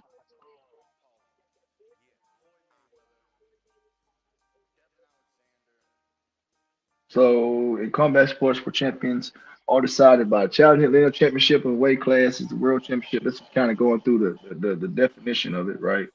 Um, they're going through the definition of it, right? And then literally right on the side of the definition, they got Big Jack Johnson on that motherfucker. And I'm then thinking it might be the first one. I mean, they say the title that stretches back to the one from John 18 O'Sullivan, is right? But when they yeah, they started say doing, but 18, I know that's 18, when they. 18, 1880. 1880 is what I'm getting Uh-huh. right here. That's the first time they started using the term lineal. Yeah, 1880. Yeah. And what was it? And who was that person? All right, Does it give me say? 1 second. We can jump in there right here. Hold up. First lineal champion. That's all it really could have should have did. Just looked up the first lineal champion.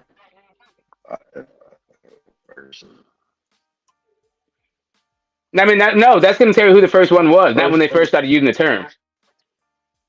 When they first started calling no, that I person got the you. I'm lineal finna tell champion, you because you were right not now. going to say it. Yeah.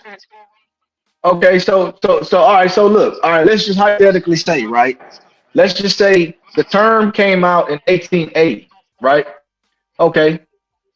With that being said, John L. Sullivan in 1892 is the first documented actual lineal champion in They're his first 1892. champion. So we can say, yeah, so we can say 12. We can say 12 years later is when it was first documented. 1880 is when they first started using the term. Okay, so John L. Sullivan was the lineal champion. I just said that. Shit, damn. No, I mean, I'm saying that was the first. So, damn, he is. I mean, we know he is the first champion, and I guess he was the first. And I was thinking he was the first champion, and the line came from him, but no The champion line, himself. yeah, but the term lineal dates back to 1880, and it says here John L. Sullivan was the first documented lineal champion He's in the first Boston. documented. So they had him. So there was no way to document who the lineal champion was before, but he himself was a lineal champion. Got it. Yes, yes. And then obviously, James Colbert and Bob Fitzsimmons, then Jeffries, Marvin Hart, Burns, Jack Johnson. You go on the list throughout like that. So you got to go. You probably have to go by. So we're gonna. I'm assuming we're talking about Queensberry rules.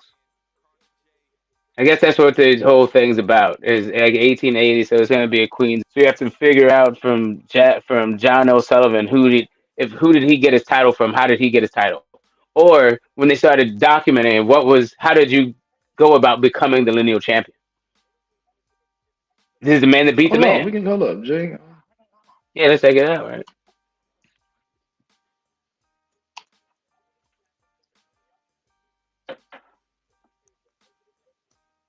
All right.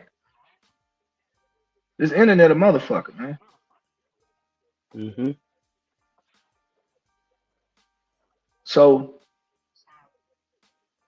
all right. So John L. Sullivan, right? Mm-hmm. 38, 1-1. Right? Obviously, we know he lost his last fight, right? If he's Yeah. we know Okay. some of it. He fought. Gentleman Jam and all that shit. But Yes. But how did he get his? How did he get his? How did he get his? How did he get his championship though? Like who did he beat to become champion? Okay, so all right. So this is what we going right here. So we can go all the way back to what I said, 1880. So Right. So I think he had. I think he was might when have he to first. beat. Yeah. Go ahead. I'm finna tell you. 1880. They say the term stretched back all the way to 1880. Right. So his first fight was 1879. Jack Curley. Okay. And then 1880. All right. All right, hold on. Let's go. Let's go to it.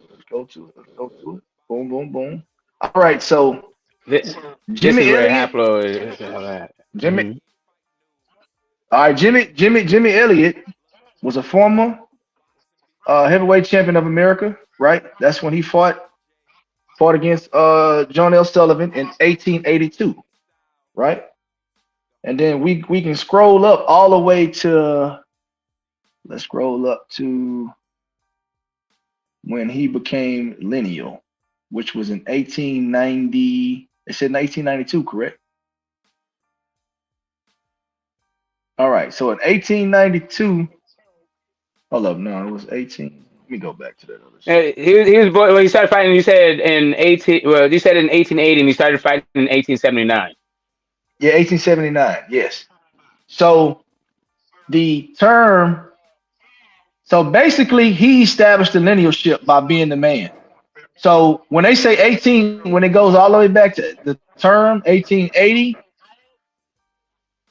his They're talking about body he. of He's work talking about yeah. being Yeah, that's what undefeated. it is. Yeah, that's what it is. Okay, I got Yes, yes, his body, yeah, his body of work, him being undefeated is how the linealship got established, and they acclaimed him to be the lineal champion by definition in 1892.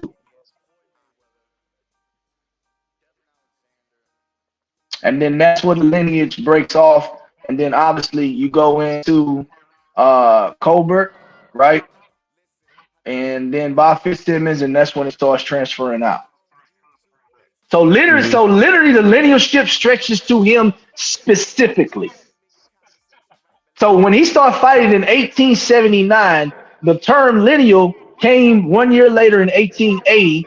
Through that term, he established himself as a lineal champion, and when he lost it to your boy in 1892. That's literally what they got in the history books right here. James Colbert.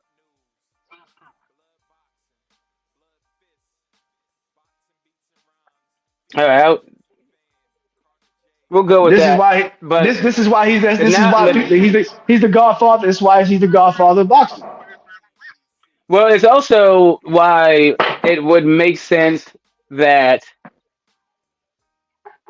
until you beat Tyson Fury, even if it came back, who's lineal champion? If he has to fight for lineal champion again? I don't know. Okay, 2-time lineal champion, even though he's undefeated. Whatever. Yeah, I mean, shit, right there. I mean, he retired. So on the list I have right here, they have when other guys retired and everything. So, like prime example, right? Gene Tunney retired in 1928, and then Max Schmeling ended up becoming lineal in 1930. So, who did Gene Tunney fight on to become lineal?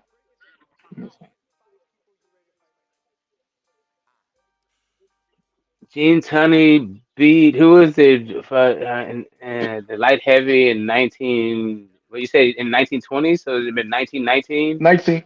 So when So Jack came back 1930, he in became 1920. like 1930. Let's see who he fought in 1930 to become lineal. 1922, 1927. Hold on, let me go back to this. Go back to the lineal list. Excuse me, he retired in so hold on. Let me go to 1930. I need to be looking at Max Schmeling actually, not Gene Tunney. Because his shit was Gene Tunney shit was he got it from Jack Dempsey, obviously. So I need to look at Max Schmeling shit.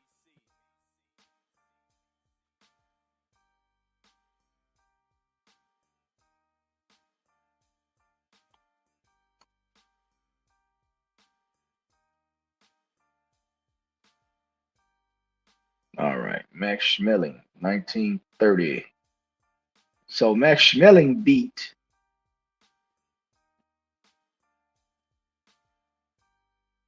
Jack Sharkey.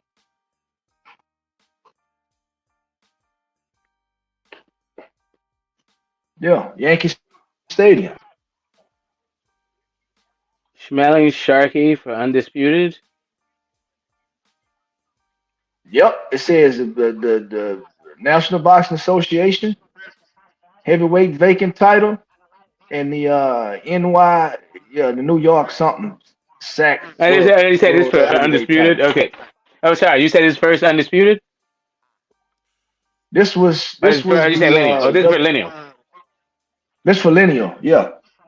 Jack Sharkey is who he fought in 1930 for the National Boxing Association heavyweight vacant title, and he fought him for the New York SA SAC world title. I don't know what that is. I'm not familiar with that world title, but Mm-hmm. that's what he fought him for.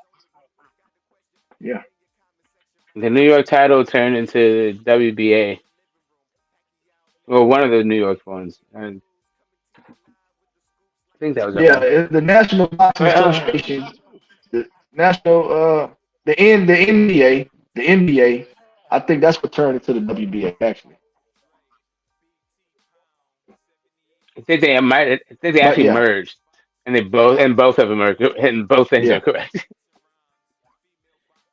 yeah. So, but yeah, that's how he ended up becoming lineal against versus Jack Sharkey. I don't know who else was around in 1930 who could have made that claim. That might have been number two. But truth of the matter is, Jack Sharkey later on down the line ended up becoming lineal because Max Schmeling had it for 2 years, and then Jack Sharkey ended up relinquishing it. I think Right, in a and it rematch, if I'm seems to not be mistaken. so. It seems to be established by beating everybody, and then passing it on became how was it passed it on? Was it passed it on by Oh, beating there, everybody? there it goes again. Jack Sharkey ended up beating Max Schmeling 2 years later. That's how he became lineal. So it's only documented that one time in history.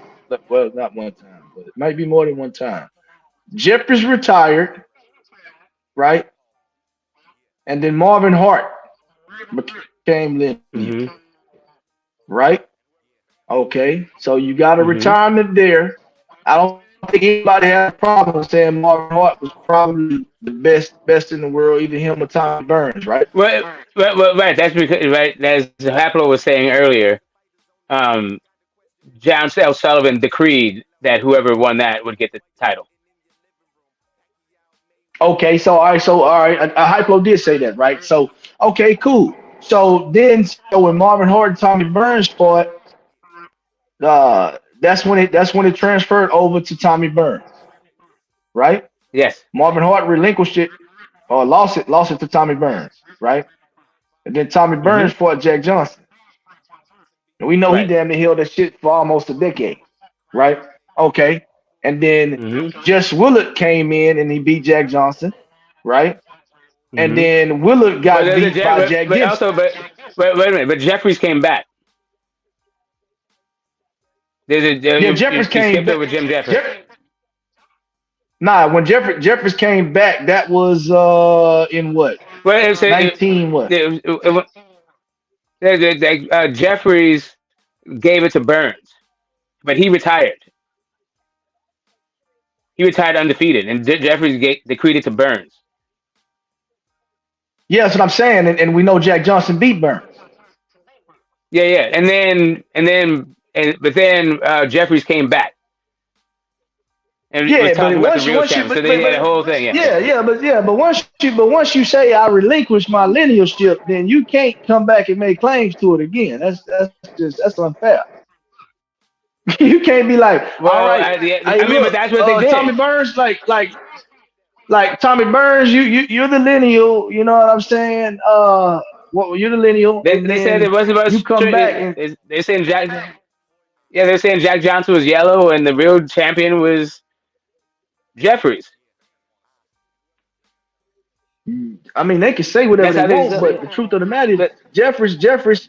I mean, look, it's wordplay and semantics, but the truth is, Jeffries relinquished it, okay, when he retired, and he even said himself that Tommy Burns was the real lineal champion, right? So With that being said, Okay. Jack Johnson beat Tommy Burns, so it went to Jack Johnson. Okay. All right. If So yeah, it makes sense. that's fine. That's fine. So we're still in Yeah, the yeah, yeah. embryonic stages of the lineal. So we're still doing that. All right. Okay, that's cool. So back then, you could pass your linealship on to another person. No, he did. No. That's See, the evolution of that's lineage. what. Nah. You No, can't that's what Jeffrey you did can't to pass Tommy. it on. No, I'm saying that's what Tommy Burns. I'm saying that's what he did to Tommy Burns. He just gave Tommy Burns. He said Tommy Burns is But the guy. he didn't. That was just him saying that. Marvin Hart was the actual lineal champion, and Tommy Burns said the Marvin, winner. Hold up, Smoke. He said the winner out no, of John Marvin Hart Nelson. and no, he said the winner out of Marvin Hart and Tommy Burns would be the true lineal champion, is what he's saying. Because he said that those were the two best fighters in the world. And he had claimed that Tommy Burns was going to beat Marvin Hart, which he did. This is where all these quotes are coming from. He said the true lineal champion. He never felt like Marvin Hart was the true lineal champion because he didn't fight Tommy Burns. That's what he said. He said he needs to fight Tommy Burns, and he said I think Tommy Burns is going to beat Marvin Hart, and that's actually what happened. He didn't hand it down though. Right, but that's what I'm saying. But that's what I'm saying. He was the one who decided that was going to be the case. Yeah, that's just him giving his opinion. No, bro, smoke. You're mixing up his opinion with actually what actually really happened. Whether he said that he felt like the winner between those two guys would be the lineal, even if Marvin Hart wouldn't have fought Tommy Burns, it don't take away Marvin Hart's linealship. I got you. So I got you. He was all right, cool. So really, sorry, I misunderstood the point you were trying to make. So we're still on the fact of the matter is Marvin Hart was a lineal champion. Marvin Hart was the true lineal champion. And Jeffries was what? Retired. He was also a champion. No, Jeffries. Yeah, Jeffries but how did his say? No, but I'm his linealship. You say what? How did Jeffries pass his title? I thought Jeffries bequeathed it to somebody. Jeffries just said. No, he didn't. Jeffries retired, and once Jeffries retired, Marvin Hart picked up the lineal title.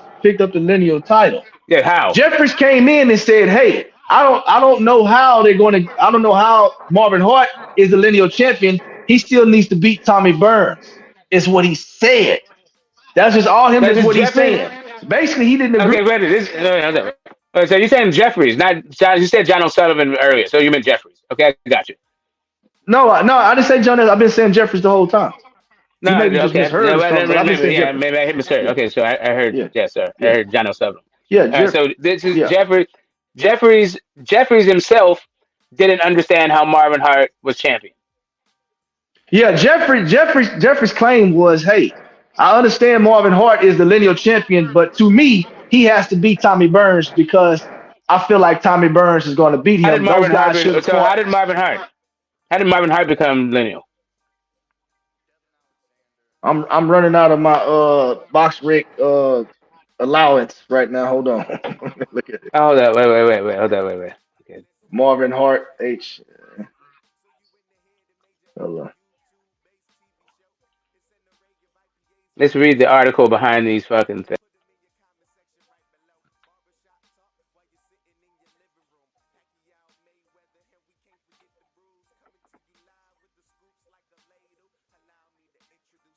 Let me see if BoxRec gonna let me get on here again.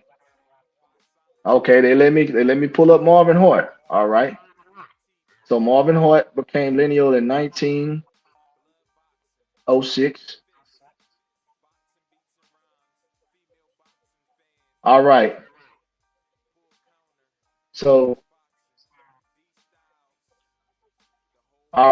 scheduled fight as finished fight, Hart down in the 7th, Rutan round 12. James Jeffries awarded the title to Hart, although the later years did not Jack Root. done that. So it's Hold up. So James Jeffries in 1905, right? It says Mm-hmm. as a fight finish, Hart went down in the seventh, Root in round 12. James Jeffries awarded the title to Hart, although this was denied, having done so. So Jeffries never awarded, and that's probably what you're thinking, that Jeffries awarded the title to Hart. When Jeffries is saying that he never done that. What Jeffries said was he needs to fight Bob Fitzsimmons in order to become the Mm-hmm. lineal champion. But that's the Jack Root fight. Yeah, that Jack Root fight, I don't even know That's it. who that That's the is. yeah. That's it. And that's when Jeffries was the ref in that fight. Yes.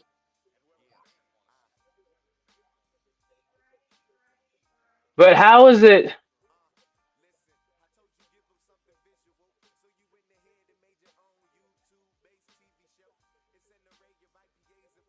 I know he had a win over Jack Johnson. I don't know how in the hell this dude became the dude.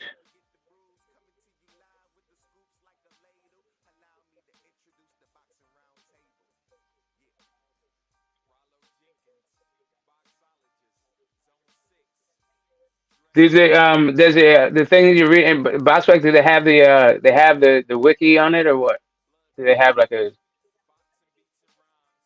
do they have the link Let me see. where they They find do this got a shit at? wiki. They got a wiki on it. They got a wiki on it. All right. So Marvin Hart beat Jack Root, 171 pounds, KO 12th round. Referee was James Jeffries. Mm-hmm. Mm-hmm. So what people are trying to say is when Marvin Hart beat Jack Root, they're trying to say that Jeffries said that Marvin Hart is now the new lineal champion. But Yeah, Jeffries that's what I'm saying, saying. nah, Like he just yeah, said that but shit. but he never. But that's what I'm saying. Jeffries never said that. Jeffries said that you got to beat Tommy Burns to be lineal.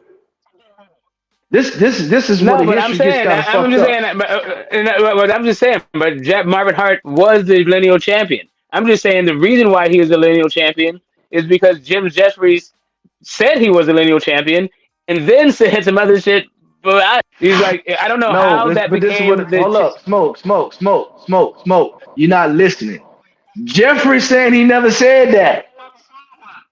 That's fine that Jeffries never said that, but I'm saying at the time, that's how Marvin Hart became lineal. It was based on some that shit. No, they said he He did. became lineal because he beat Jack Root. Yeah, but the reason, but Jack Root, it was a vacant time. Jeffries had retired. Jeffries was the one who decided who this his whole Jack Root versus there's no like how they became like who decided that that was for the vacant title. There was no sanctioning Because body. There Jack was Root. a All right, so fucking let me. So hold on. Let's read the notes in it, right? Jim Jeffries, who had recently retired as the heavyweight champion of the world, was the referee. Before the fight, he stated that the winner of Jack Root and Hart was entitled to the title of heavyweight champion of the world. He did not say they would be the lineal champion. This is what yeah, but I think that this is what. Hold on, and Smoke. that's He but said okay, go that. ahead. Yeah, go ahead. He stated before the fight that the winner of Hart and Root would be entitled the heavyweight champion of the world. He did not say anything about linealship or anything like that. He then came back and said, no, the linealship will be determined by Marvin Hart and fucking and my boy Stone Burns. Tommy Tommy Burns. Burns. He said Yeah. that's the real lineal title. But this is what's going on right here.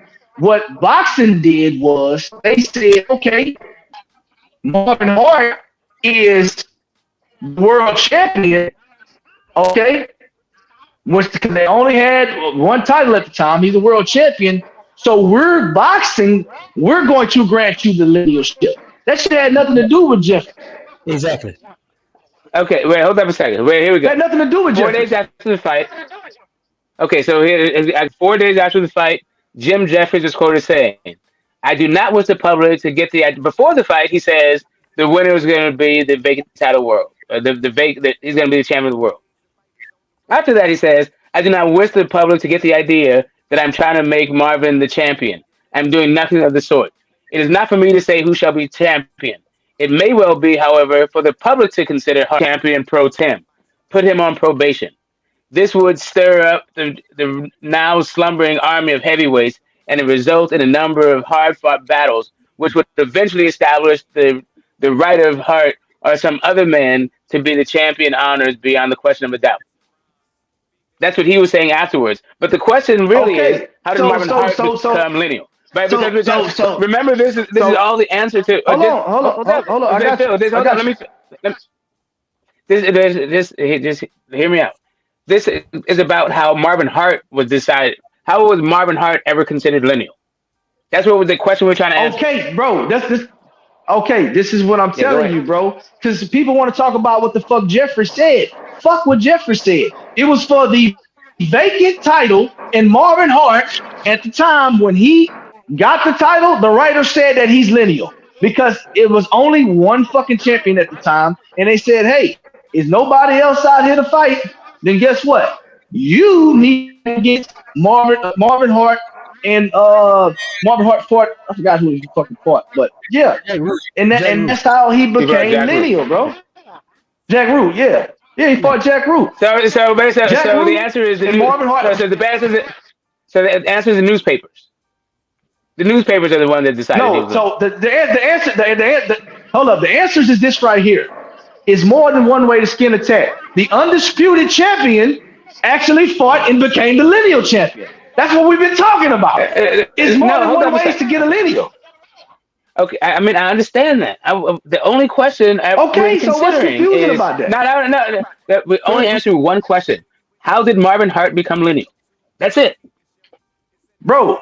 The undisputed champion became lineal champion. Hold on, what you? No, Marvin Hart fought for a vacant. He fought for a vacant. No, hold on for a second. Yeah, he fought for a vacant title, right? Okay, and then he was placed in a match with Tommy Burns for lineal. No, he became lineal before that. Okay, so he beat once he became when he beat Jack Jack Root. So this beat Jack Root, correct? Yeah, so let me say this right here. So hold on 1 second. All right, so we don't have no discrepancies right here. The vacant undisputed title was on the line, right? Neither one of these guys had a strap going into this fight. Once Marvin Hart became the undisputed champion is when they claimed him to be the lineal champion as well. Okay, gotcha. So yeah, they said, "Hey, you're the undisputed champion, lineal, and we're granting you the linealship." Okay, boom. So then, when him and Burns fought, Burns lifted the linealship up off of him, right? Yes, the linealship and the undisputed title. Yes, undisputed. So the undisputed, was kind of really locked in with the linealship, which undisputed was questionable for me, and so is that linealship because we already know what was sitting on the other side. There was always a whole bunch of titles, but this is where the linealship starts from, though, because even when you dudes try to say that shit, right? For real, John L. Sullivan did merge that shit together, right? Because he did merge that bare knuckle boxing shit, and he whooped on the niggas over there, like the nigga really went over there and whooped them niggas on the bare knuckle shit, and was like, all right, cool, now I'm finna do the Queensberry rules and kind of really get the boxing the way we know. So he kind of did, like you read at the beginning, because I heard you reading it. He established that from there. So we are on the right path, even though the color line is drawn. We still really is on the right path. And it ain't like, the other thing people don't understand too, it ain't like John L. Sullivan did fight some black guys back then. You know what I'm saying? In the bare knuckle side. It's just that a lot of people get it confused. Motherfuckers just didn't want the linealship or the title to go to nobody black, but they'll fight some of them black niggas like for non-title matches. So people can't, that shit always get thrown around like that. It was really like they drew the color line by and large for like the title. You know what I'm saying? Well, they really wasn't fighting black guys, really, but you know, they just weren't doing the title thing. So the linealship ends up with Barnes, rightfully so. And then the chickens come home to roost because they had Molyneux. I was gonna say they had Molyneux back in the day. Right, because right, exactly. You got an engine Mace, so that's a bare knuckle champion guy too. All right, so we get that, right? So now, at the end of the day, the linealship before titles, because really what we say when we say undisputed is we're talking about a collection of titles, whether it be 1, 2, 3, or 4. That's what we're talking about. That already has been established. That really kind of forms around linealship, and it's separate. Well, go ahead. Yeah, it seems to be that the way that the line was established back then, and the question I was trying to answer is Jack Sharkey. I think the answer is not Jim Jeffries, but the answer is the newspapers. It's the newspapers that crowned these guys champion that fight. Well, yeah, just spectators. I mean, it could be print, it could be video. It's the same thing we're doing here. It's always been established. It's always been established. Yeah, that's it. That's what I'm. Yeah, that's it. There it is. There it is. It's always been established. It's already been established by print, and that's what me and Phil been trying to tell y'all. So print is an interpretation of what's written. I mean, we all got our own interpretations of what's written, but what's written is still out there. It says Tyson Fury is the lineal champion. Just an example. Your interpretation on how it works is what we've been talking about all day today, and your sources that you've been citing to give credibility to your claim. But we clearly can see now that it's more aligned with undisputed plays a part, but it ain't really the original situation. It ain't the original situation. Right. So, and that's I think where all the synthesis, where the final other shoe drops. There is a group of concerned individuals that claim to know, and then they establish whatever it is they're saying. So that's what I was talking about when it comes to Ring Magazine. Have these discussions, and when people talk about lineal, they seem to be talking about the Ring Magazine people. That's about as far as But see, that's the thing. I don't see. Because I've known you two for quite a while, and that's one thing we kind of like. If you're new to boxing, we gonna have that conversation with you off the top, bro. I don't know too many people. I mean, there's just a lot of new niggas on here that I don't know about. Y'all know them all. I respect it because I don't know them niggas who don't know that shit. But we know that the Ring Magazine is Oscar De La Hoya and his sweet ass. Yes. Publication. We know that the Ring ain't got nothing to do with lineal. I don't know why people keep trying to make it like those two things are the same. The people who know what lineal is know that ain't got nothing to do with Ring. We know that. It's because Ring Magazine started calling this shit the lineal, but and it just confused everybody, and it started confusing everybody. So now because that shit ain't never confused me though. No, it never confused us. Yeah, no, but no, I'm sorry. When I say everybody, I mean it confused the new people who wasn't around for before. We got you. Okay, I got you. On this line, they got a brain that's here to address that. Not whatever motherfuckers that's not on here right now. Yeah. Us three have a clear understanding on what it is and what it ain't. You know, nobody never thought De La Hoya publication, Ring Magazine, from even when the magazine was hot in the early 2000s, because I was subscribed. And I knew it was a clear, distinct difference between Ring Magazine with them niggas, them Fires Magazine, because that shit was fire as fuck back in the day, and who the fuck the lineal guy was. Like, come on, man. We know this. I ain't talking about real deep. I'm talking about us on the line. We know that. So to have a conversation for the advocate for the what ifs out there is ridiculous. I'm trying to have a conversation with us. And what we look at is publications and sources, and we knock off the bullshit. Okay? This conversation, we know that Undisputed plays a role in it. Okay? But we also know that Undisputed don't have to be involved in it all, because lineal is following the man and the lineage of the belt. It really is not that hard. We're just making it harder because somebody want to fly with the interpretation on the reading and play word games. No, the lineal is exactly what it says. The man who beat the man. And of course, how do you establish a man? He has to do what? It don't have to be through undisputed. He just got to be universally acclaimed to be that guy. Yeah, and that's the thing, bro. When you go back and you check the history of the linealship, bro, they describe exactly what we're saying. It is a public opinion about who the man is, right? I mean, obviously, public opinion can be swayed by obviously now it's YouTube, but back then you had publications of newspapers. Obviously, you had radio. You understand what I'm saying? So it is. Yeah, exactly. So I mean, it's always been a situation where it's people giving their opinions. You understand what I'm saying? But I can tell you one thing right now in 2023. This is what I can tell you.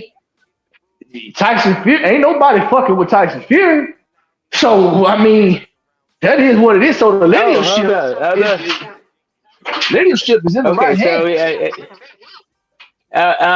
The linealship to me that's fine. We can all talk about it. But like, in the purist in me, the purist in me says that there hasn't been a lineal since Leonard Lewis. Sorry to interrupt. And won't dudes become undisputed. You'll be next, Hap. Let the man get it out. Okay, all right. Yeah, you're next. You got to rush? You got to go somewhere? I just don't want the subject to change because hold it. Just write it down and hold it in your brain. Smoke it to remind you of the question. Yeah, go ahead, Smoke. Yeah. I was done anyway. Go ahead. You got it. Go ahead. Yeah, before Phil brings it back to like modern day, since we were I was listening the whole time. You guys were on the subject of stuff, man. What's that? I just I'd love to talk about what's happening right now, but before we get off the historical subject, I just wanted to make a finer point that was you guys were talking about who established the first line of succession in boxing. I don't like lineal. I think it's bullshit. Personally, that's my opinion. If you like it, fine. I don't give a shit. Okay, so what do you like?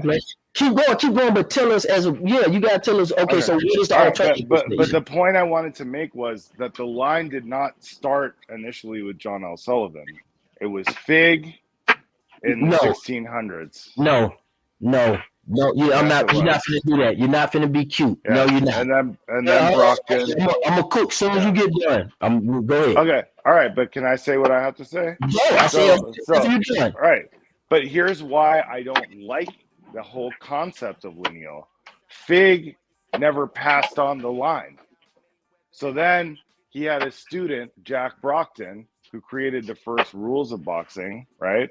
So he became the man. But there was no direct, they never fought each other and they never fought a common opponent. So the whole concept of lineal is flawed to me. Then the next big guy in boxing history was Mendoza, right?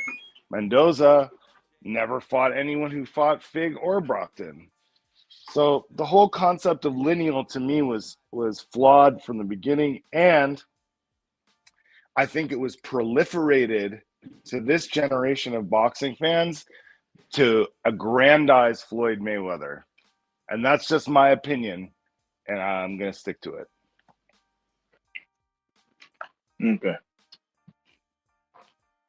Okay, what you got, Long?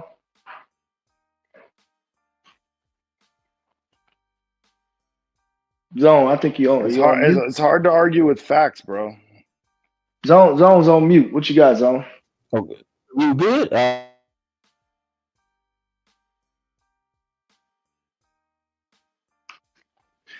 We can't I mean, I know. you, but if you're gonna argue a point with me, make sure you heard what I had to say. Because I was very specific. Who, me? Yeah, what you got, Zone? You. You were. Did you hear me though? Yeah, I heard you claim who you thought established lineal, and that's completely false. We all know that we can cite people from 1688, 7. No, that's ridiculous. No, it is exactly what Phil read, because John L. Sullivan put the bare knuckle game in his proper place by beating the champion and becoming the bare knuckle champion and switching Right. He over connected to everything. He switching connected it all together. exactly. Yeah. He connected everything because But there was there was a lineage before him, bro. He wasn't the first ever. No. There was an American bare knuckle side and there was a European bare knuckle side. You know that, and I know that. So I know that, and there was a fight between Molyneux and fucking. I let you and talk, Chris. and I even waited 30 So more they minutes. unified that. Okay, so first of all, I let you. Look, I let you say what you had to say, man. They and I did even unify said, it, though. Go listen, ahead. bro. I let you say what you had to say, and then I even gave you additional 10 minutes, and you had nothing to say. You guys had a dead silence. So are you done or not? I think you didn't hear what I was saying, bro. No, I'm telling you where the lineage was established at. Okay, so one quick point of order. Quick point of order. Listen, this is what I'm doing. You already had a chance to talk, right? Man, it already was established because he beat Patty Ryan, bro. That was the last person that was the bare knuckle champion, and John L. Sullivan took that claim from him, switched over into the Queensberry rules, okay, and then started fighting, and then like Phil read the rest of the definition and the trajectory of what happened. That's when John L. Sullivan established himself as the true champion. So all these other guys that before that, they were just bare knuckle boxing. It was outlawed. It wasn't really anything put together until, like you said, the Broughton rules, and it got some type of established credibility. But that shit was illegal, bro. That shit didn't get really on the map until Whitfield read, and that was John L. Sullivan. Because you had colored people fighting, you had black people fighting on the other side. So it was like three different entities, bro. So no, it was John L. Sullivan. We're not trying to find somebody that somebody don't read in the history books and try to put them in the forefront. No, fuck that. It was John L. Sullivan.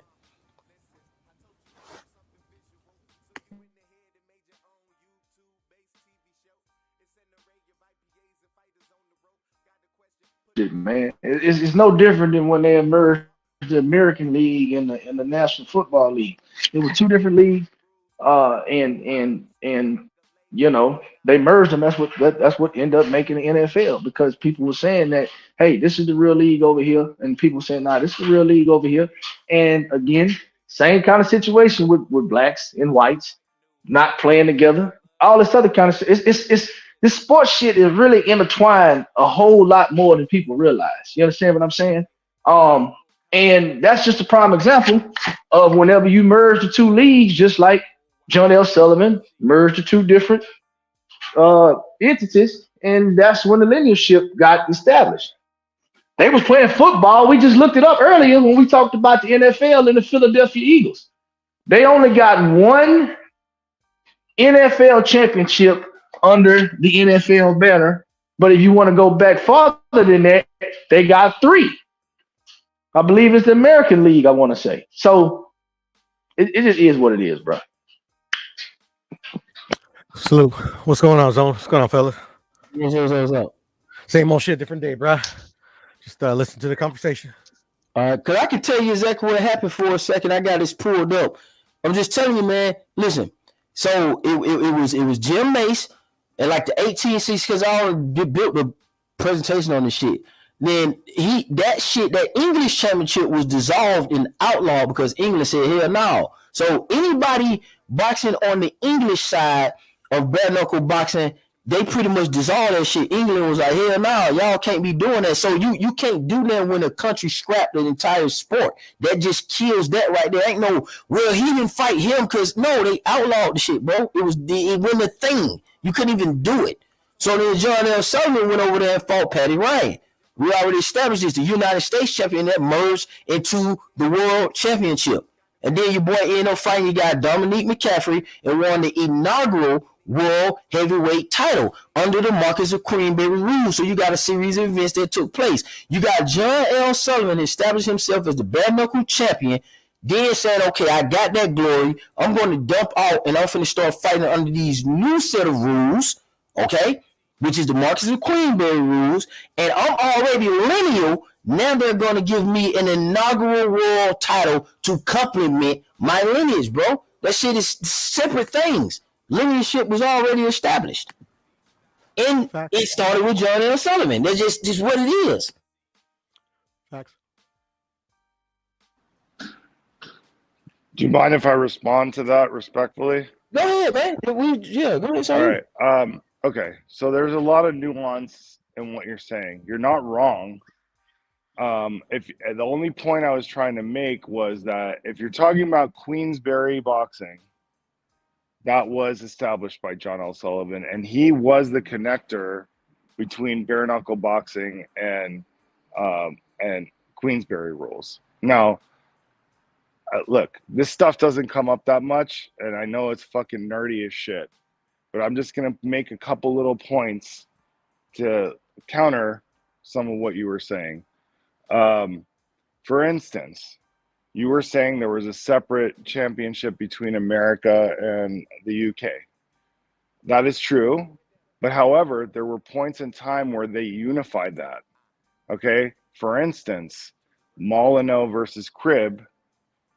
Maybe, you know, you can argue, was Molyneux really the American champion or not? You could argue that, but it was billed that way. That's the way it's written down in history.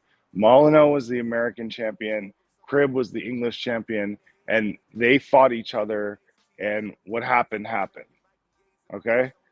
Then later, there was another fight between Ambrose and the English guy. I forget his name right off the top of my head right now.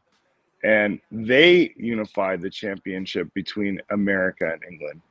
Okay, so it's not as if there wasn't, you know, unification happening back then. It's just, you know, not that many people know about this kind of shit. So yes, you're right, but you know, there's also some nuance to it. That's all I gotta say. No nuances. And I'm gonna tell you why there's no nuances. You're talking about, you gave us a timeline and you're not giving these guys the dates like I'm telling you. Phil read a definition that supported without a shadow of a doubt by publication that John L. Sullivan established linealship. There's no disputing that. In Queensberry. But for those who want to go back, we got to get in Queensberry rules. You're absolutely right. And see, here is the thing.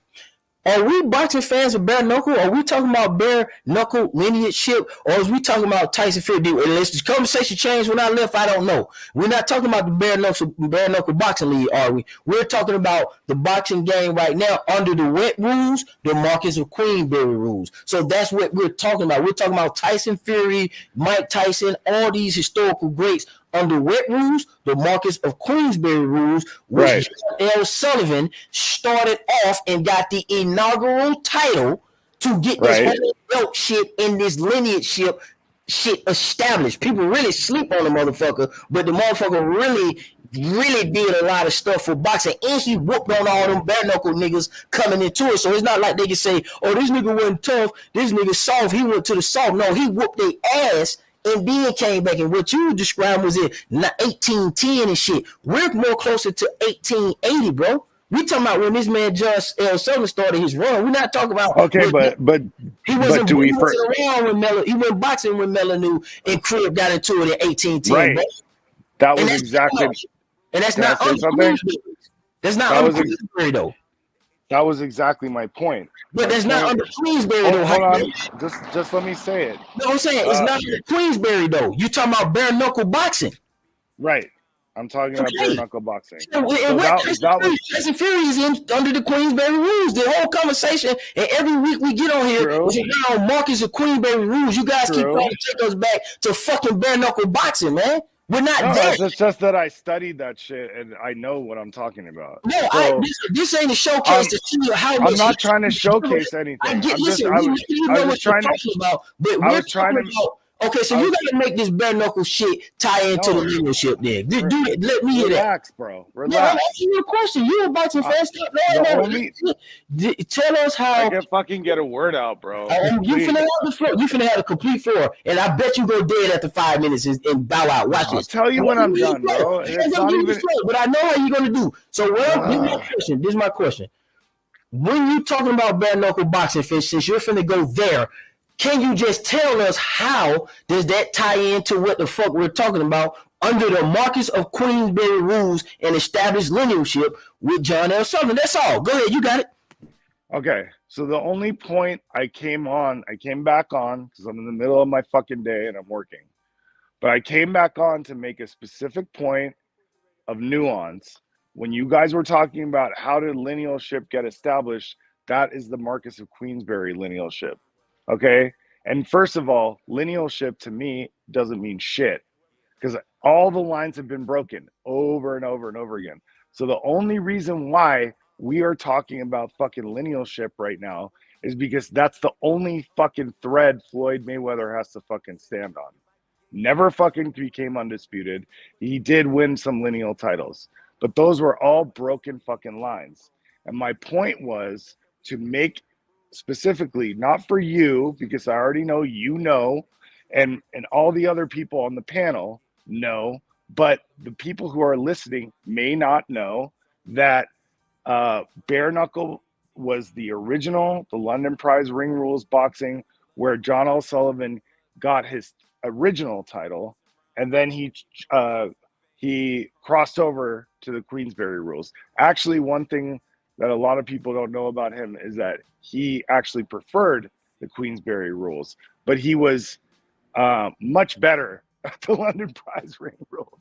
So anyway, it's just a slight point of difference that I wanted to bring out. There's no argument, no contentiousness needed.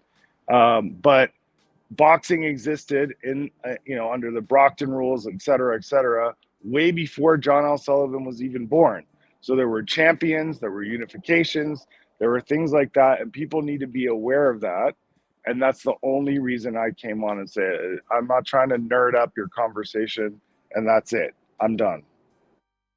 Yeah, but the shit was illegal. Like we're talking about a sport that wasn't really, man. Like, okay, we get it and we understand the history. Sometimes it was illegal and sometimes it wasn't. So it was very inconsistent. So to even get on here, which you can, and suggest that there was some type of established true champion, that's kind of like misinformation a little bit because it's not entirely accurate. Like, we know people fought all the time. Shit, you look at Cornelius Vanderbilt history, and he'll tell you he had a couple of fights. We saw Will Smith slap a guy on stage. He's an actor. We wouldn't plug that in and say, well, that was a fucking fight. Okay, but we're making the exact same point. We're talking around each other, bro. No, we're not talking around each other. I'm just talking about lineage and it being established. My point is lineage is bullshit. That's and I'm telling you, I understand that.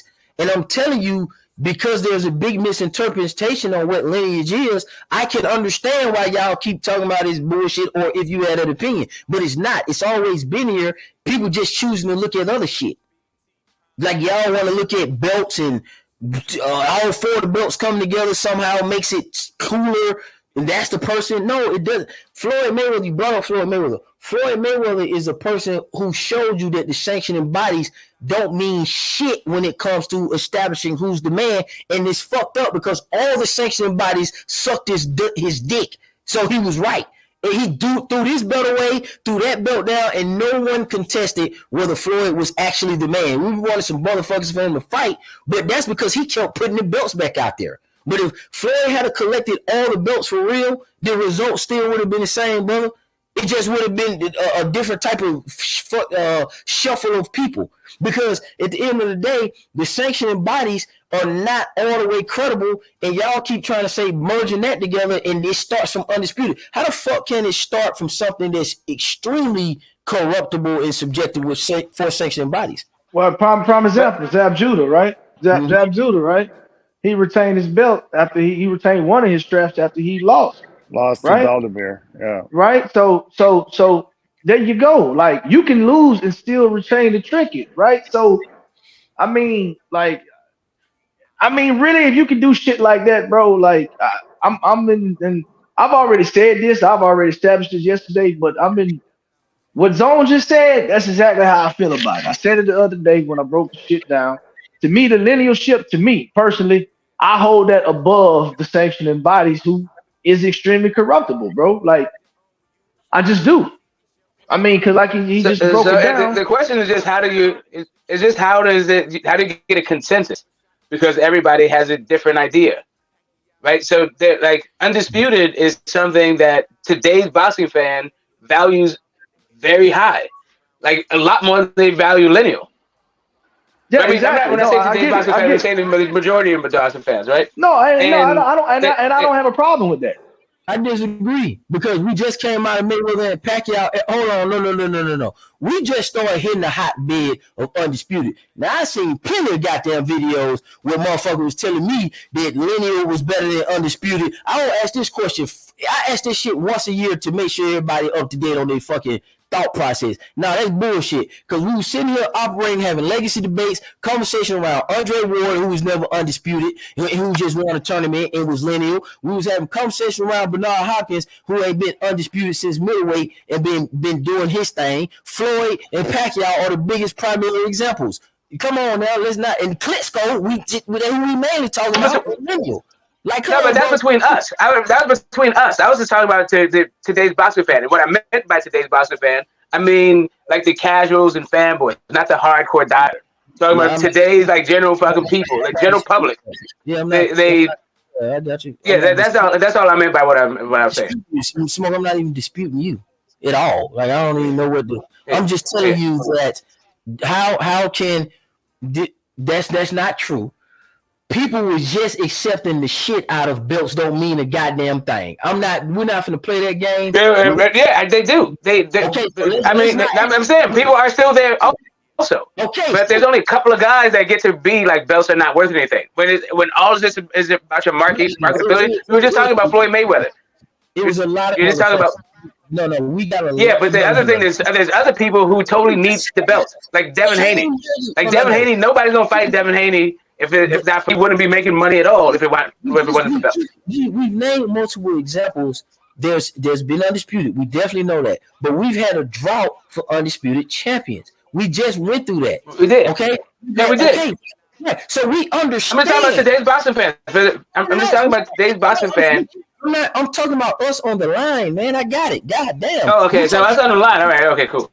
So I was making because I'm not going to build an argument around motherfuckers who not here. I'm not going to jump in tonight and debate you with that. Well, I mean, that's what I mean. Part of this whole thing is about lineal, right? It's about like how do you take lineal? Like for me, it's all just for me. All of it is to me. None of this stuff is what matters. I don't care about the trinkets or the titles or the stakes or any of that shit. What I like is the actual matchup, and I like undefeated fighters with great style matchups that are supremely incentivized to win the fight. They're up for the fight. They're trying to win the fight. They're prepared for it. That's what I like to see. Two guys who are really prepared at the top of their powers, whatever style they have, with it meshes nice with their opponent. That's what I like. That's 100%. I can watch bullshit. I can watch Honduras that level. I don't need it to be titles. I don't need any of that shit. I just need a good fucking scrap between people who know what the fuck they're doing. Yeah, we understand that, but we still talking about lineal. We know we want to get scrapped. Yeah, that's right. So now when you start talking about lineal, now you have to start listening to what other people are saying. And so when it comes to the other people who are on this conversation, it's a whole bunch of people who don't know what the fuck. Like they don't, like their eyes glazed over when we started talking about how it is established. We say it's something like John L. Sullivan and fucking Marvin Hart, like all this shit, man. They would have fucking been, they cut the fuck out. But here, so the hardcore diehards, they care about these fucking nuances. Right, amongst us, there's not even a consensus amongst us. No, there is a consensus. Just the ones that got the sense got to get you egghead straight. You know, lineal baby. Okay, well, wait. So that would be consensus, right? So if you get the egghead straight, once that mystical magical happens, then you'd have the consensus that I was speaking of. But go ahead.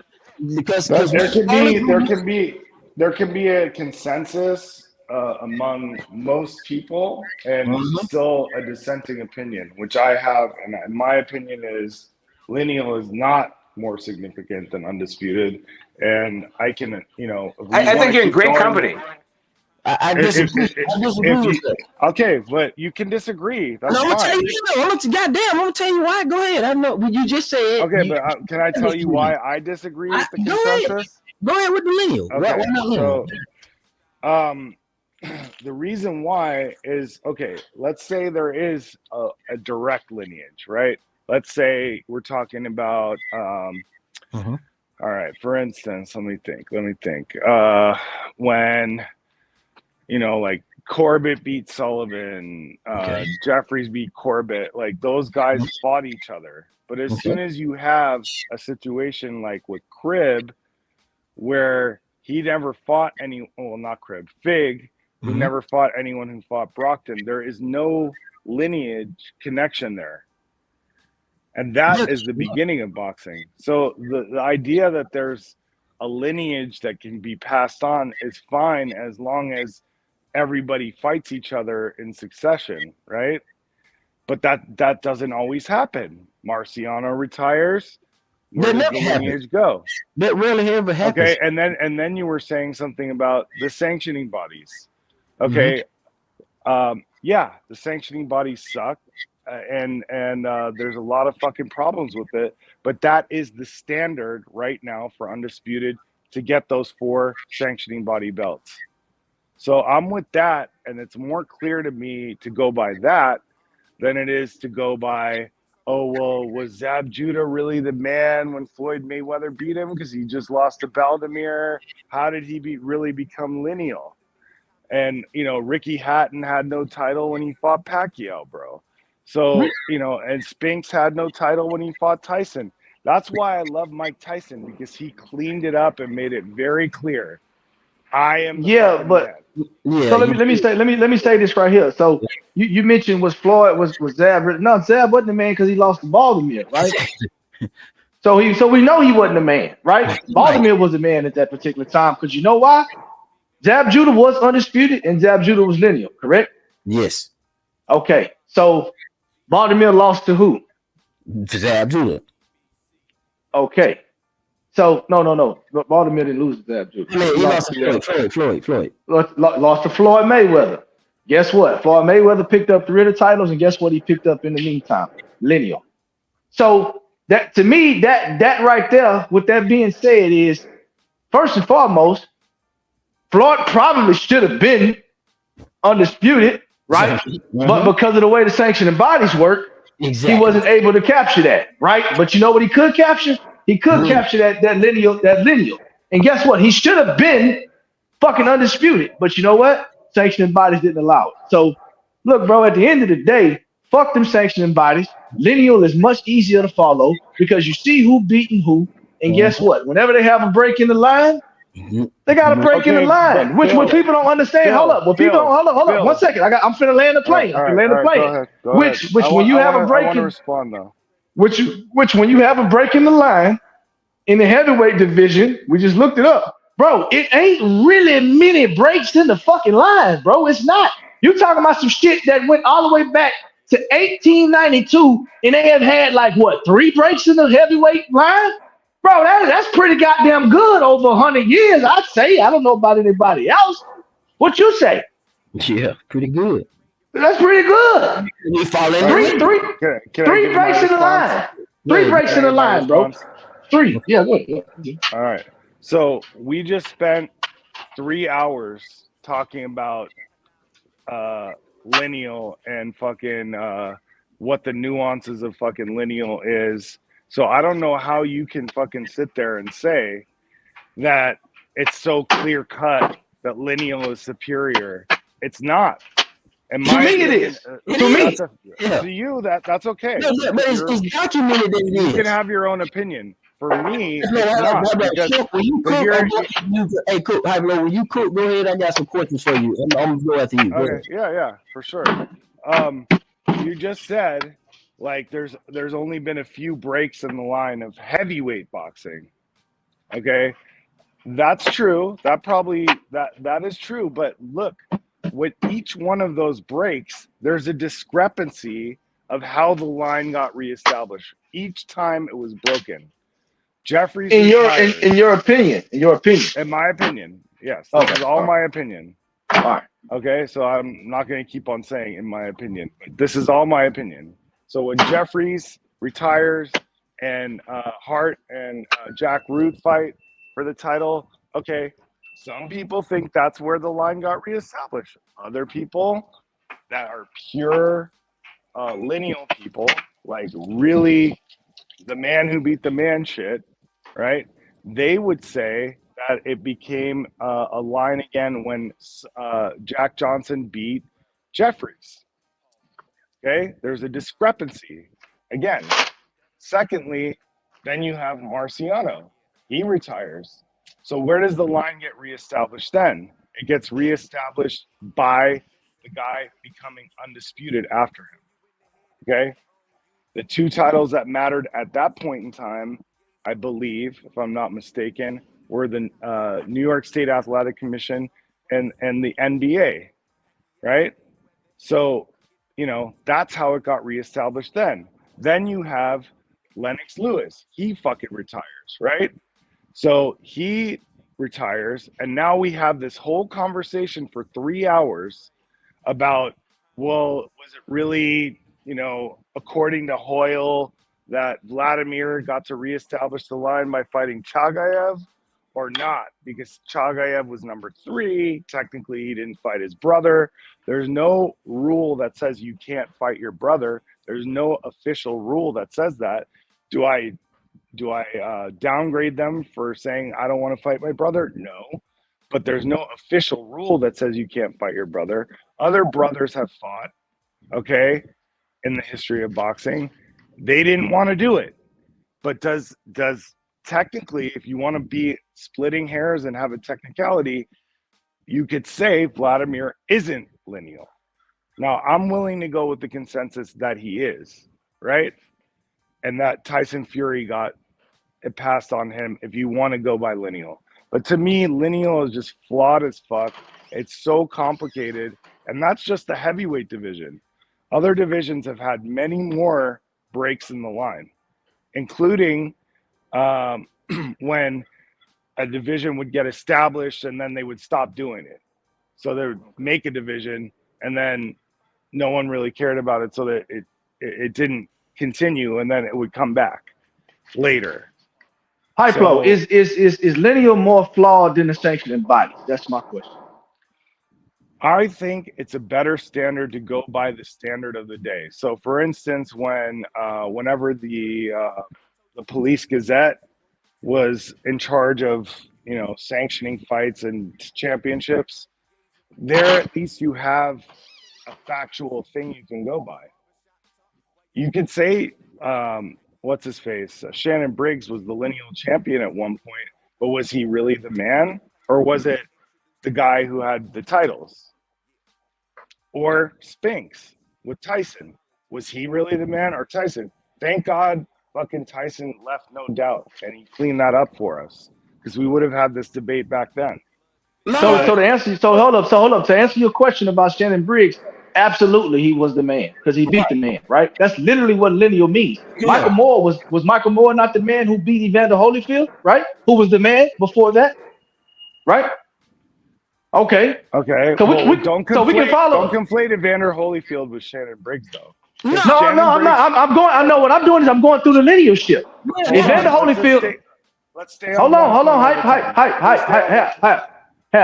All right. So look. Let me. I'm gonna slow it down. Would you agree that Evander Holyfield, when he was undisputed, was he the man?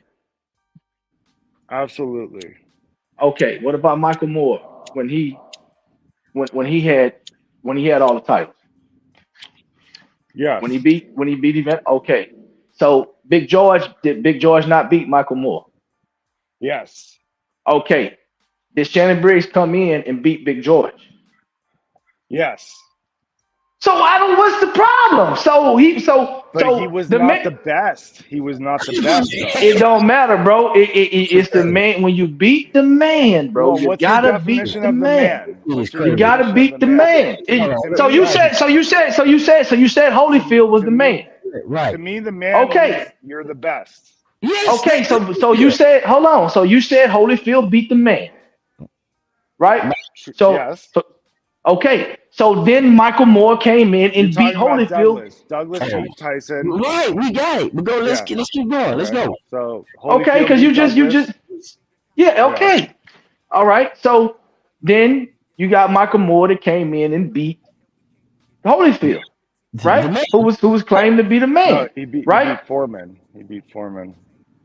What? Michael Moore got beat by Foreman. Go ahead. That's what I'm saying. I'm saying. He on Michael Moore. He said Michael Moore He beat got Holyfield. beat by Foreman.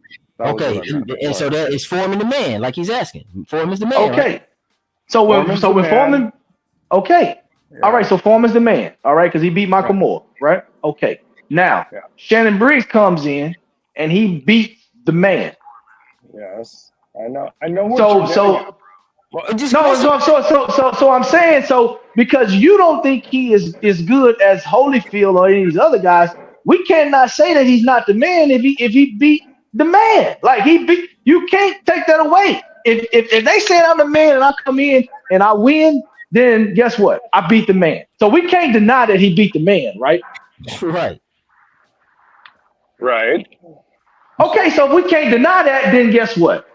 He does have a claim to say, hey, I'm the man now. I beat, quote unquote, the best fighter in the division.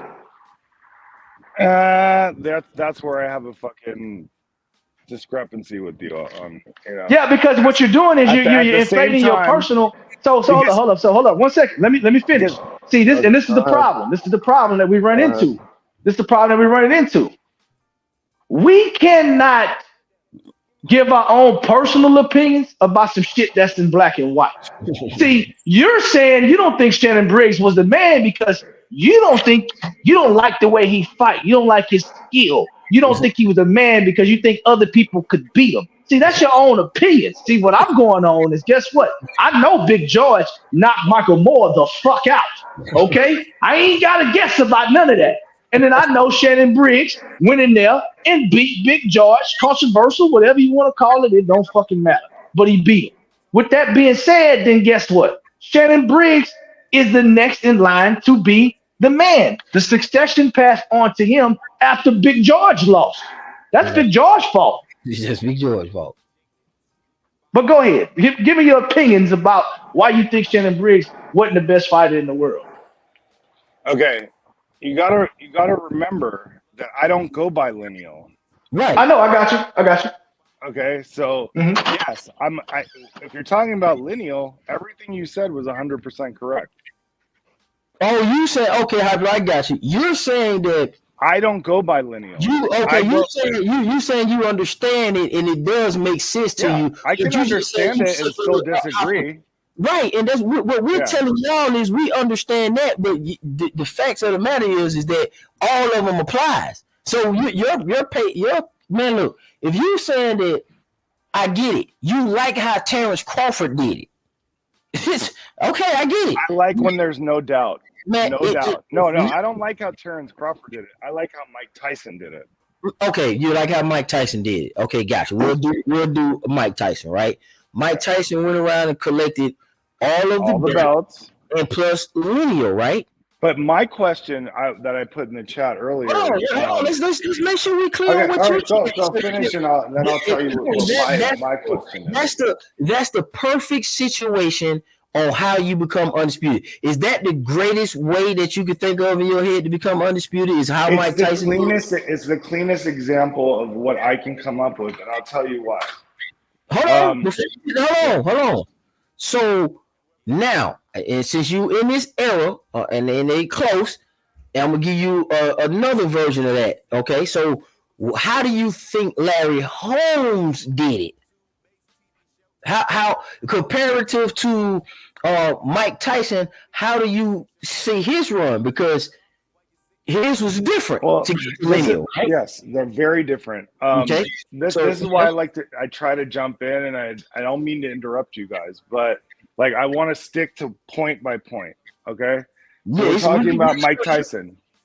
And this is what listen, I gotta give you both thoughts so you can keep going instead of disrupt. Like, just know that there's.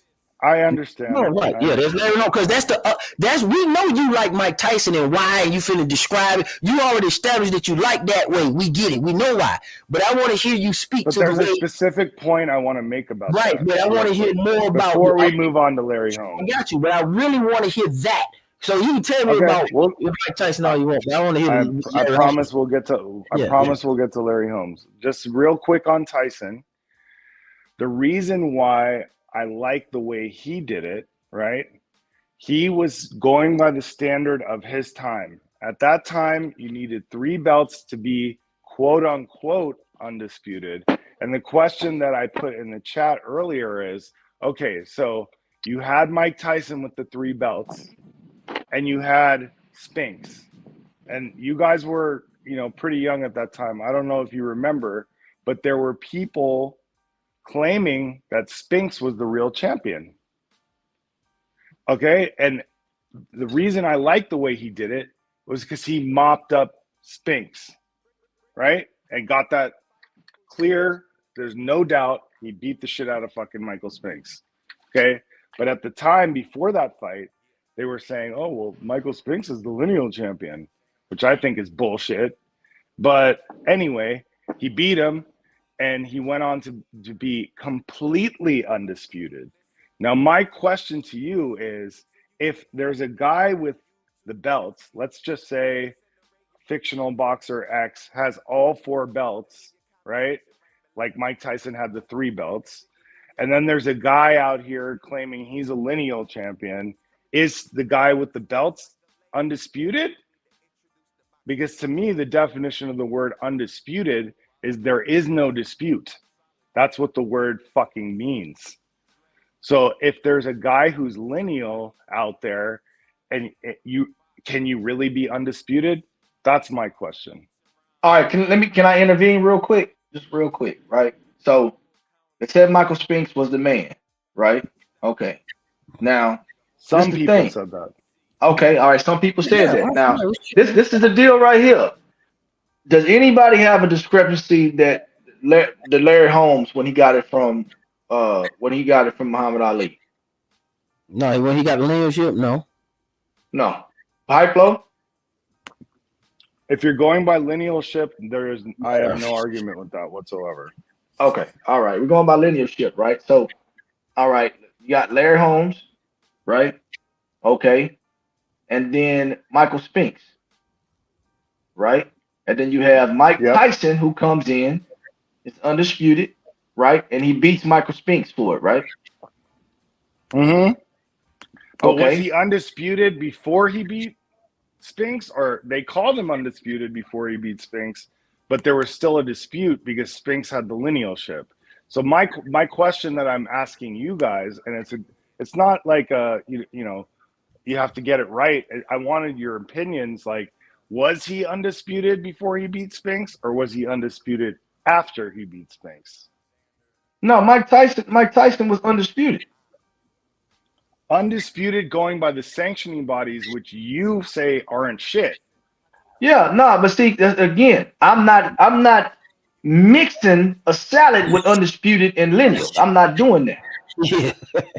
I'm not doing that. I think it is definitely an argument. It's definitely an argument that Mike Tyson, you really got to go beat Michael Spinks. Like, I think that's a conversation that needs to be had. Right. Like, you got all the. Now you see what I'm saying. No, hold on. I'm saying. This is why I'm telling you, fuck the sanctioning bodies. This is what I'm saying, fuck the sanctioning bodies, because I feel like Spinks and Tyson should have fought. For supremacy. Exactly. That's what I'm saying. For supremacy, though. So when somebody comes in and says, nah, Spinks is really the man, they got a legitimate argument because he's lineal, who he took from Larry Holmes. Okay, but did it look legitimate in that fight though? Was that claim really legitimate? Yeah, that's why they got to get in the ring. Right. This is the point. This is the point of the matter. This is the point of the matter. The lineal, to me, this is my opinion, always ends up in the hands that it's supposed to end up in. Yeah. Wrong. You go to. Now hold on. I'm going to tell you because right now, Tyson. Okay, is Tyson Fury not the best in the division? Is he not the number 1 guy in the heavyweight division? Don't switch it up. I'm telling you, bro. I'm not switching it up, bro. I'm asking you a simple question. No, does Tyson Fury? Oh my God. Does it not end up? So hold on, time out. When Mike Tyson became lineal, did it not fucking belong in his hands after he beat Spinks? Yeah, man, come on. Okay, can I respond? What's the answer? The idea that this Oh, is my the fucking thing. God. You guys like lineal, and I like undisputed, right? Man, god damn. I just want to know why can't we get an The point answer? I'm trying to make to you is What point? What's the answer? Hold on, let me say it. One point I'm trying to make to you is whenever there's been in the situation with Tyson, right? And there's Spinks out there and he's lineal, right? Name me a time where the fucking fake ass lineal guy ever beat the guy with the fucking belts. Okay. I got what happened to Briggs? What fucking happened to Briggs? Tell me that. You got a good point. Bro, High Flow, you're not gonna answer my question, then, right? Because Briggs was not the best, and he got his the lineal. Hold on, man. The lineal ship ended up in the right hands of Mike Tyson when he beat Spinks. Do you not? Do you agree or disagree with that? No, that was in that case. In that case, it was lineal as well as undisputed, right? True. That's why I like. Okay. Oh, okay. All right. Okay. All right. So it ended up in the right hands, right? Yes. In Mike Tyson. The best man won. The best. Okay. Man won. All right. It ended up in the right hands. All right. So let's get. Oh, whoa. Let me, bro. I asked you a question. You didn't answer me, though. I'm speaking. You didn't answer my question. I'm speaking, bro. I'm speaking. I said, in what case did the lineal guy ever beat the guy with the belts? What do you mean? I don't understand what you're saying. Let me repeat it. Tyson Fury didn't beat Deontay Wilder? Who had a belt? That's what you're asking, right? Okay, that's one example. That is. I can give you several examples, bro. Legitimately, I couldn't think of it. But usually, like the guy who has all the belts and who collected all the belts is better than the guy who's just sitting around with the fucking fake lineal title. Like, but see, this is what I'm telling you. Hold on, High Flow. This is why I went to. Oh Lord, one more second. Like Spinks. Now you made me forget what I was fucking gonna say. And there's another example. Briggs, who you were talking about, got his ass fucking whooped by the guy who had all the belts, right? So there you go. Okay, so. This is why you asked me that question, but I answered it for you earlier. This is why I went directly to Tyson Fury, because he's an example of being lineal without any titles. And guess what? He beat Deontay Wilder, who had been the WBC champion for I don't know how many years. That's a fallacy because he dropped his titles. They stripped him. It don't matter. He you know what? He retired. He had all the titles though. He retired.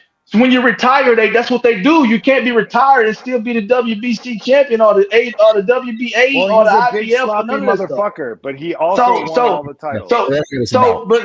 So that's what I'm saying. When you retire, you that's what you do. You relinquish the title. But you can't hold on to the title. You also relinquish lineage. No, you don't. No, you don't. You don't relinquish. Okay, so this is crazy. So hold on. So I don't want to get. Marciano didn't relinquish lineage when he retired? Lennox Lewis didn't relinquish lineage when he retired? If he would have came back, he would have maintained it. He had 4 years. He would have come back. He had 4 years. He had 4 years to. I still get the question because they did. Because they stayed retired. Excuse me.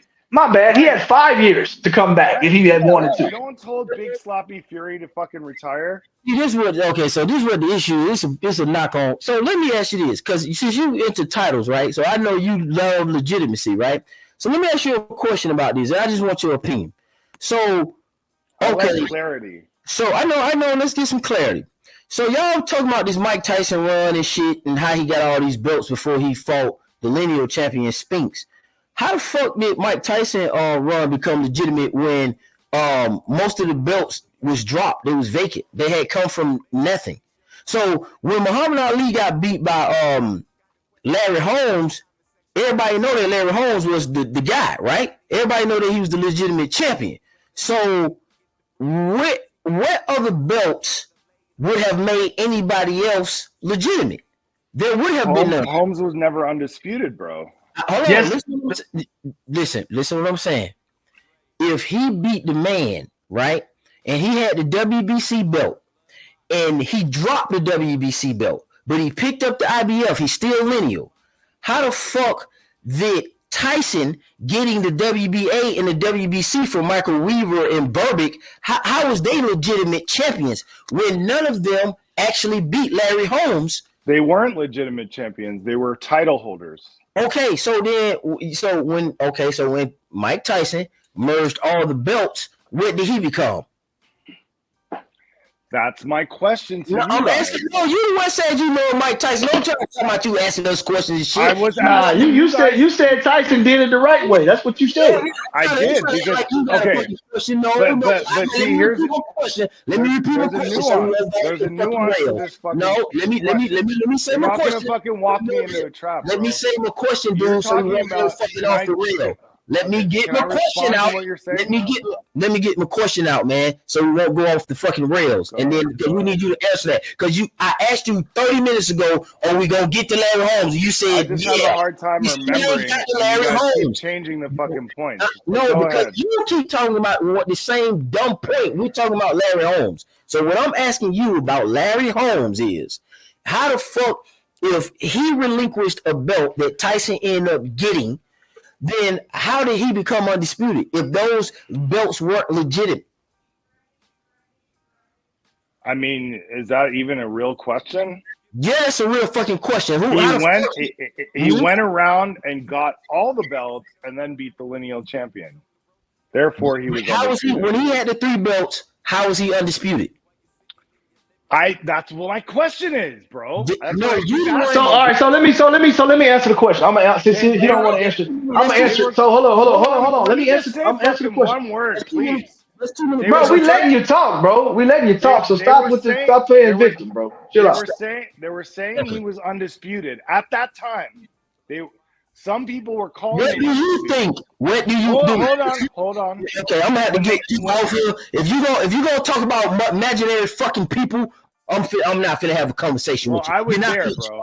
You're not finna jump in and out of the fuck nigga shit. I'm asking you because you made a claim. We talking about the people on the panel. I'm asking you if I'm asking you, bro. You the one said. All right, so let me answer. If you asking me, I answer. Clarify. Make sure you let somebody else answer. Let somebody else answer. You answer the right question. Somebody else answering it, man. Question is. Go ahead, Phil. Look. Can I tell you what the question is first? Man, he'll answer the question, man. He said he'll answer. He said he's gonna answer the question. You don't want to answer the question. Go ahead, Phil. So this is what I'm saying right here, right? So when you talk about Larry Holmes, okay, and you talk about the transferring of the titles, when Larry Holmes drops the WBC title and somebody else picks it up, this is the problem I have with the titles. Just because you pick up a title don't mean that automatically places you in a realm of being one of the best in the division. That just means you have a title that you didn't beat because somebody just said, I don't want the motherfucker no more. Right? So my problem is this right here. Mike Tyson, to me, don't get it fucked up. He beat the lineal champion and he collected all 3 titles. Yes, now that is a clear-cut picture on how the shit's supposed to look. I get it, but that's the ending result. Now, to get to that particular point, in the meantime, to me, Tyson was undisputed, but you know why they were saying Spinks was the man? Because he was fucking lineal. Because you know why? He had beat Spinks, Larry Holmes. Yeah, he beat Holmes. Excuse me, he had beat Holmes, who had relinquished titles that other motherfuckers picked up. Exactly. So fuck the titles. So and guess what? It passes on to Spinks. It's a discrepancy when Mike Tyson picks up all the titles because you know why? Spinks beat Larry Holmes, who everybody knows was the fucking man, and then we can go on down to the leadership line after that, bro. So I'm saying fuck the titles because they can be manipulated and picked up by any fucking body. Exactly. That's what I've been telling you. Paulie Maldonado is a world champion. Okay. Davis just got a belt at fucking 140 when we had an undisputed champion. That show you how shitty and flimsy your undisputed claims are. Can I give a response, please? I'm sorry to interrupt, but the reason why I sometimes try to jump in is because I don't want to move on to another point before we finish the point. So the thing with lineal and undisputed is something that I've looked at for many years and really studied it. And I have come to my own conclusions. Do I hate on you guys for having your opinion that lineal is better? We know all that shit, man. We just want to talk boxing. We know all that. We know all right. That cool. All right. Yeah, Hypo, you our friend, bro. You ain't gotta. No. But I have my own opinion on this. And my opinion doesn't come from nowhere. Okay, cool. We don't know about this boxing shit. With this boxing work, y'all like boxing? Okay. We want to talk boxing. I don't want to talk about friendship. We know we friends. And I didn't say we were friends. We know we friends. I'm just trying to get to. We are friends, but I didn't say that. That was Phil. I'm trying to get to your opinion about this Larry Holmes shit because you keep ducking that. We know you think Tyson did it the greatest way possible, but you said it was very flawed. Larry Holmes was the man. I'm not disputing that. I'm not disputing that. I got you. I'm not saying what you're saying. I'm telling you what's on deck, and we got to comb through the information on deck. Now, I'm not disputing you. What I'm saying is, Tyson has the most beautiful run in history, right? But it's the cleanest one in my lifetime. How is it fucking the cleanest when he's one of his belts that he got? Let me explain. It's the cleanest when you look at it at the end when he beat Spinks. But you said it's the cleanest run ever. The cleanest run ever is I said it was the cleanest one in my lifetime. Okay, I wasn't alive when Joe Louis. All right, I think Terrence Crawford run is the cleanest one. Okay, well, now you're changing it. Just let's stay on this. If I'm gonna look at an undisputed run, I'm definitely finna pick Terrence Crawford too. He cleaned this shit up. What we talking about? We can get to that, but can we finish this first? I'm just giving you an example. I ain't saying we got to change the subject. I'm giving you a reference point, man. Like, now, can you multitask? I'm saying if you're going to say that's the cleanest one you've ever seen, I'm giving you one so you can. In my lifetime. And in my lifetime, Terrence Crawford was cleaner. Okay. We can debate that. Yeah, we can definitely debate that. Because right now, can I finish on? God damn, bro. Good. Can we just finish on the this one point on Mike Tyson, please? Man, go ahead, man. You don't want to answer no Larry Holmes questions. You don't know shit. It won't take long. It won't take long. Yeah, go ahead. My honest question to you guys. I was actually trying to get your opinion on go ahead. this. What's the question, man? Okay. So when Mike Tyson had the 3 belts, right? And he went into the ring, they announced him as undisputed champion Mike Tyson. Was he really undisputed or was he not? Because there were people, especially at the time, people in the UK that go by lineal, like you guys, were saying that it's really Spinks. But then Tyson has the 3 belts. So was he undisputed going in because he had the 3 belts, or was he undisputed after when he beat the lineal champion? That was my honest question, just to get your opinion on it. I thought the undisputed counted when he beat Larry Holmes, and that to me he was just unified. To me, so he was undisputed to you before he fought Spinks. No, he was unified. Right. That's how I look at it.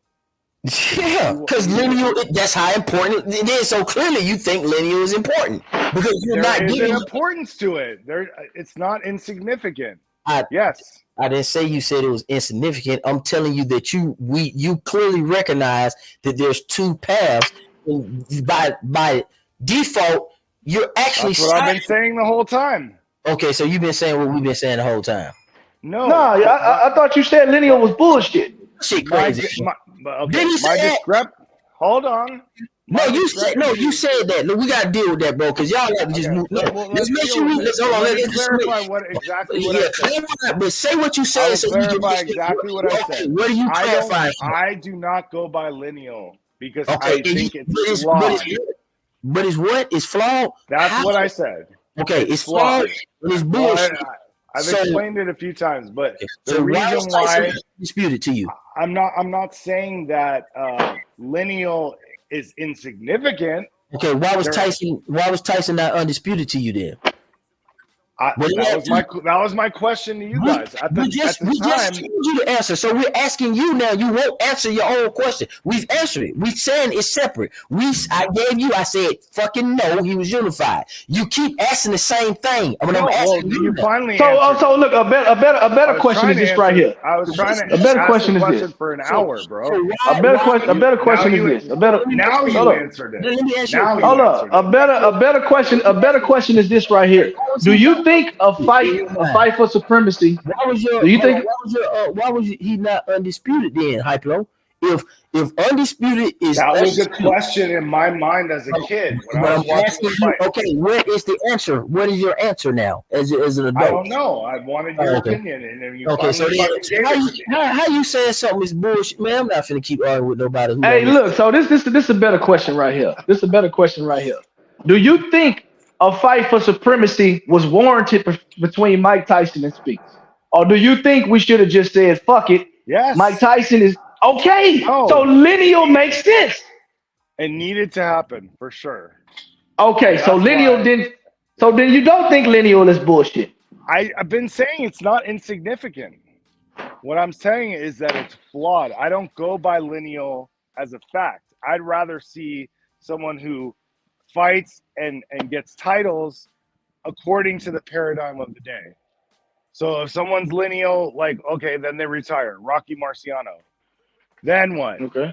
Then you have someone who has to come in and get the major titles, unify them, and become undisputed. Then that's the new line after that, right? So that's how I go. But, I'm not trying to convince you guys to think like me. I actually had a question when I was thinking as a kid, and I'm watching Mike Tyson go into the ring against Spinks, and they're calling him undisputed. But I know for a fact, because I read the magazines, that over in the UK, they were saying that that Spinks was the lineal champ. He was the real champ because they went by that fucking lineal shit. But then again, Mike Tyson fucking cleaned up 3 belts. So I'm like, I was thinking as a kid, is he undisputed? Because they called him undisputed when they announced his name. They said, Mike Tyson, the undisputed champion. You can watch it right now if you go on the video. Yeah, we all seen the fight. So that was my question. It was just to get your guys' opinions. Yeah, so my point is this right here. Mike Tyson to me just was, and obviously when he fought, I was born in '86, so I didn't see the fight. But what I'm saying is, when I go back and I look at it, if I would be there, I would say, well, man, he really do need to fight Spinks because Spinks is lineal. Like, so he may have all the belts. In your opinion, he wasn't undisputed until he beat Spinks.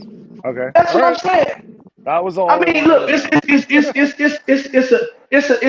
a difference in being undisputed when it comes to trinkets versus being undisputed when it comes to actually being lineal and undisputed, right? I actually agree with you. That's what I was thinking. I was like, how is he undisputed until he beats this guy? So there you go. Yeah. So we got Buster Douglas, who was lineal, right? Short-lived. And undisputed, right? Short-lived, because we know what Evander Holyfield did to him. You understand what I'm saying? Mm-hmm. So my point still remains: the linealship always ends up in the right hands, because guess what? Don't say always. Not always. I mean, as a foregone conclusion, as a foregone conclusion. And then what do you mean by the right hands? So this is what I'm saying. If you don't deserve to be undisputed or lineal, it's going to get taken from you very soon. Yeah, you can have a bad night against somebody, like prime example, right? Evander Holyfield got it twice. Right? He lost to Bo, and then he came back and beat him. Right? But he beat Buster Douglas for it. Yeah. Right. So that's what I'm saying. It always ends up in the right hands. Buster Douglas had it. When you say always, listen, as an older guy, I'll tell you something. Whenever you say always or never, you're fucking up. It's not always. No, I'm gonna tell you why. Because Buster Douglas he fought 2 times in 1990, right? One time against Mike Tyson, the other time was against Evander Holyfield. Exactly. Guess what? It ended up in the right hands when Evander Holyfield took it from Buster Douglas. You know why? Because he wasn't the best. Now, if you go on a lineal run where you hold that motherfucker for hold up. Let me finish. When you go on a lineal run or undisputed run where you hold them titles for multiple years, then it's safe to say that it's in the right fucking hands. When Buster Douglas beat Mike Tyson, yeah, he became lineal and he became undisputed. But guess what, though? The real motherfucker fought him next. And guess what? That definitely was the right hands because he went on a fucking run with it. And then, obviously, Big Daddy Bo came through and he beat him. And Big Daddy Bo held it for 1 year after Holyfield had it for 2 years, bro. The nigga held the lineal for 2 years. Okay. And then whenever you're done, let me know. I'll respond. Yeah, and then this is what people sleeping on. Big George held it for 3 years after he beat Michael Moore. It ain't like this, nigga. Man, come on, man. Let's stop playing. It ends up in the right hands eventually, bro. Always. And right now. Eventually. No, That's the key. Because that's the key bro, word right there. Listen to me. We can go through all the lineal champions, right? And when I say it ends up in the right hands, I'm talking about when you look at the lineal champions currently. Hold up, bro. Hold up. When you look at the lineal champions currently, we can go through the lineal champions right now in each division, and we can see if it's in the right hands or not. So that's what I'm talking about. Let's do that. Okay, but before you do that, real quick, I just want to respond to what Phil just said. He can do that at the same time while you talking, bro. We got it. It ends up in the right hands eventually. Hey, that's why I keep saying the conclusion.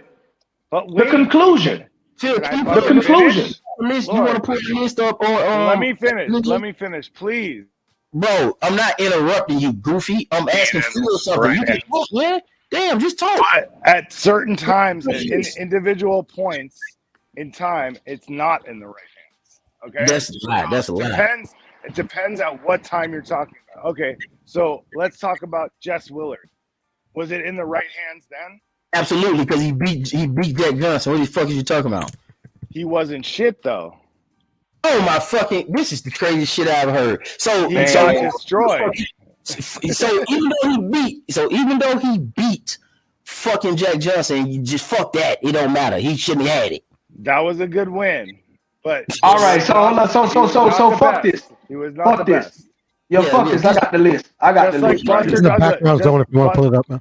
Buster Douglas was not the best. Okay. I got. You just said that. All right, so hold on. So hold on. Let me finish. You're interrupting me. At given points, there are points in time when the championship is not in the hands of the best fighter, and therefore you fucked yourself up, bro. Bro, this is what I'm saying, bro. Leadership is something that's going to transfer from fight to fight.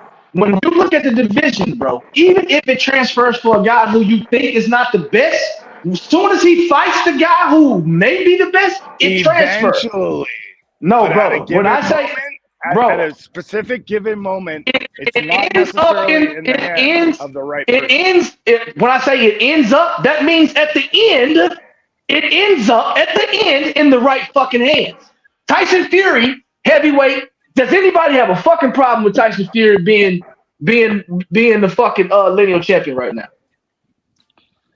I don't want to split hairs on that. I think we've been over that a few times. Is he okay? Do you think he's the best in the division? Yes. Okay, so all right, so boom. So it'd be safe to say that he's number one and he's lineal because he has the linealship, right? Boom. That's the right hand. So we all agree it's in the right hand. I wouldn't agree that it's because he has the linealship. I agree that he is the best. Oh my fucking bro. He has the linealship though. Right? Right? You can argue that. I agree with you. No, I'm not arguing that. Does he have the linealship or not? Yes, he I'm does. saying there's Right? an arguable point there that some people would argue with you. I wouldn't. No, I'm asking you, bro. I'm asking you, bro. Do you think Tyson Fury is? I told you 3 fucking hours ago, bro. Okay, so all right, so I don't have a problem with Tyson Fury. I don't have a problem with Tyson. Okay, I'm moving on. I'm moving on. You said yes. Real quick, just so you remember. Oh my fucking God, bro. Let's just get through the fucking list, bro. Just so you remember. I agree that Tyson Fury is lineal because he's considered lineal by a consensus. But you could, if you want to split hairs on it and talk about it, then we're going back to Klitschko versus Chagayev and the fact that it was number 3, not number 2. Somebody could make that point, but I agree with you that he is lineal, in my opinion. Okay, all right. So you got Tyson Fury who's lineal. All right, light heavyweight, Arthur Beterbiev. Does anybody have a problem with him being lineal? That's a good question. Nope. Well, next. Okay. I'd have to like really, if I wanted to fucking argue with that, I probably could, but I'm not. You want to? Yeah, I mean, look, bro. We can. That's not the point. What I'm saying is we can argue about all of this shit. But if a motherfucker tell me Arthur Beterbiev is lineal, the point of the matter is I can make an argument means that, he could be, maybe he couldn't. It just depends on who got the best argument. So, yeah, he's lineal. If it could be an argument made for somebody else, is the point that right now he is the lineal champion. And the consensus is not like, it's somebody way out of the fucking realm. It's 2 fucking guys that's going to fight for undisputed eventually. Bro, so no, I don't have a fucking problem with Arthur Beterbiev. All right? Okay, does anybody got a fucking problem with Jamel Charlo being lineal?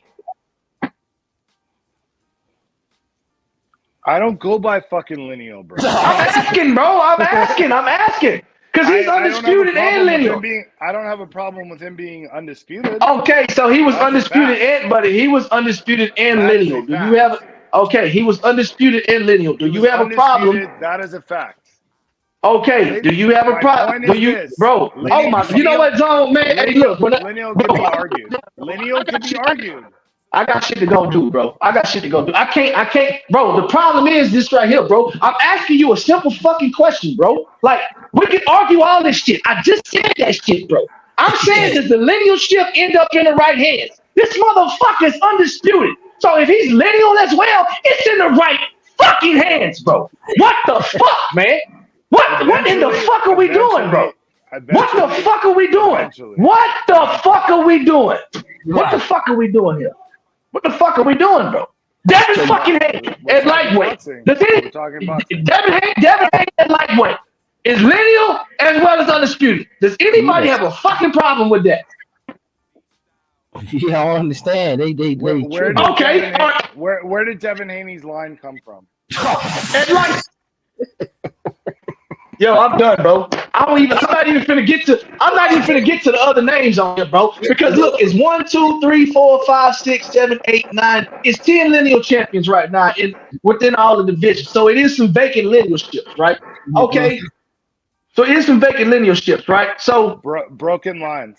And if you go back far enough in Devin Haney's line, you're gonna find a break in that line too. Yeah, but he cleaned out the division though. Yeah, right. So he's undisputed. And lineal. Yeah. Lineal which brings me my point that lineal is in the right hands. Devin Haney. Just tell me his line. Tell me Devin Haney's line. It don't matter what the line is. What matters is he's lineal and undisputed. He's lineal and undisputed. If you can't tell me the line, then what the fuck? Can you tell me the line? Can you tell me the line? I don't go by Look, I don't have to tell you the line. You know why? Because it says that he's lineal. I know that he's undisputed, and I know that lineal and undisputed is in the right hands. And saw that he's lineal, and that you're just gonna. It's in the right hands, bro. This is my point. This is my point. Does anybody have a problem with Devin Haney being fucking lineal? That's the question. Okay, so tell me the fucking line. I got you. So I'm gonna give you. Let's do this. Okay, so we know Lomachenko got beat by Lopez, right? Okay, Lopez got beat by Kambosos, right? And Kambosos got beat by Devin Haney. And if there was a question between those few guys that I named, Devin Haney went and beat Kambosos again twice to double down on it. Then he fought a third person, which was another guy who was in the line, named Lomachenko, and he closed the gap on that. The only person he just didn't technically touch through that whole lineage was Lopez, because Lopez had removed himself from the equation. So he beat Kambosos twice, and then he beat Lomachenko. I think he's. So I have a question. Is that good enough? Or everything you said, 100% accurate. Okay. Where did Lomachenko get it from? Lomachenko got what? What did he get? You're talking about lineage. Lineage traces back. Yeah, but what I'm saying is, you're asking me where did Lomachenko get it from? Lomachenko and Tio got it when they fought each other, right? Ain't that's when it was when Lopez and Lomachenko came together like two top dogs supposed to do? Because we keep telling y'all about this ranking shit, and y'all just saying fuck that too. But two top dogs came together, Lopez and Lomachenko. Right. Okay. Boom. We had a result. Oh shit. Okay. All right. Can I say something real quick? All right. So. In your opinion, was Lopez, when he beat Lomachenko at 135, was he the man, or it was some other shit you wanted to say? Yes, he was the man because he was a unified champion. Gotcha. Then when Kambosos beat him. But what I want to know is where did you asked for the line now, man. Let's get it. No, where did Lomachenko get it from? Oh my fucking God. So when Lomachenko and Tio came together, what did they establish? A unified championship. Okay, when Lopez fought Kambosos and lost, what was established? When Lopez fought Kambosos and lost, a unified champion was and transferred from Lopez to Kambosos. Okay, so he was the man, right? He was the man in the division, correct? But what I want to know is where did Lomachenko get the fucking hold on, when you keep trying to hold on, we gonna get to that. You keep trying to this is what you guys want to do. No, what I want to do is are we talking about question? You always want questions answered, but you keep talking. I'm finna answer. Are we talking about lineal or are we talking about championships? I'm talking about fucking lineal. What else I've been talking about? I ain't been talking about belts. You talking about belts, so not tell me the line. Tell me the line. I keep doing it. You keep on staying with it. You keep going back to where Lomachenko got it. I keep telling you that when he and Lomachenko fought, why y'all keep trying to make somebody always come into the fight with the fucking lineal? That's the problem. You guys keep trying to make it like one of these motherfuckers had to be the lineal champion in order for this shit to be legit. No.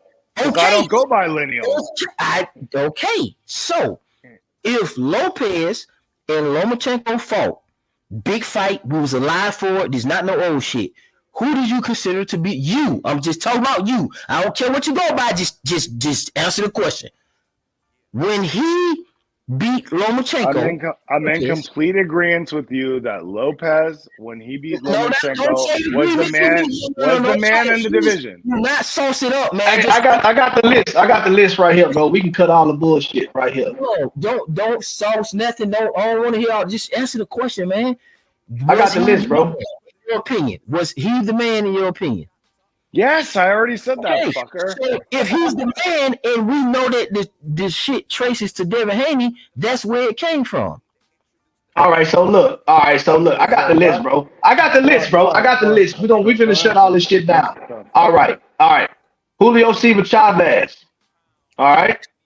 88 to 89. 88 to 89.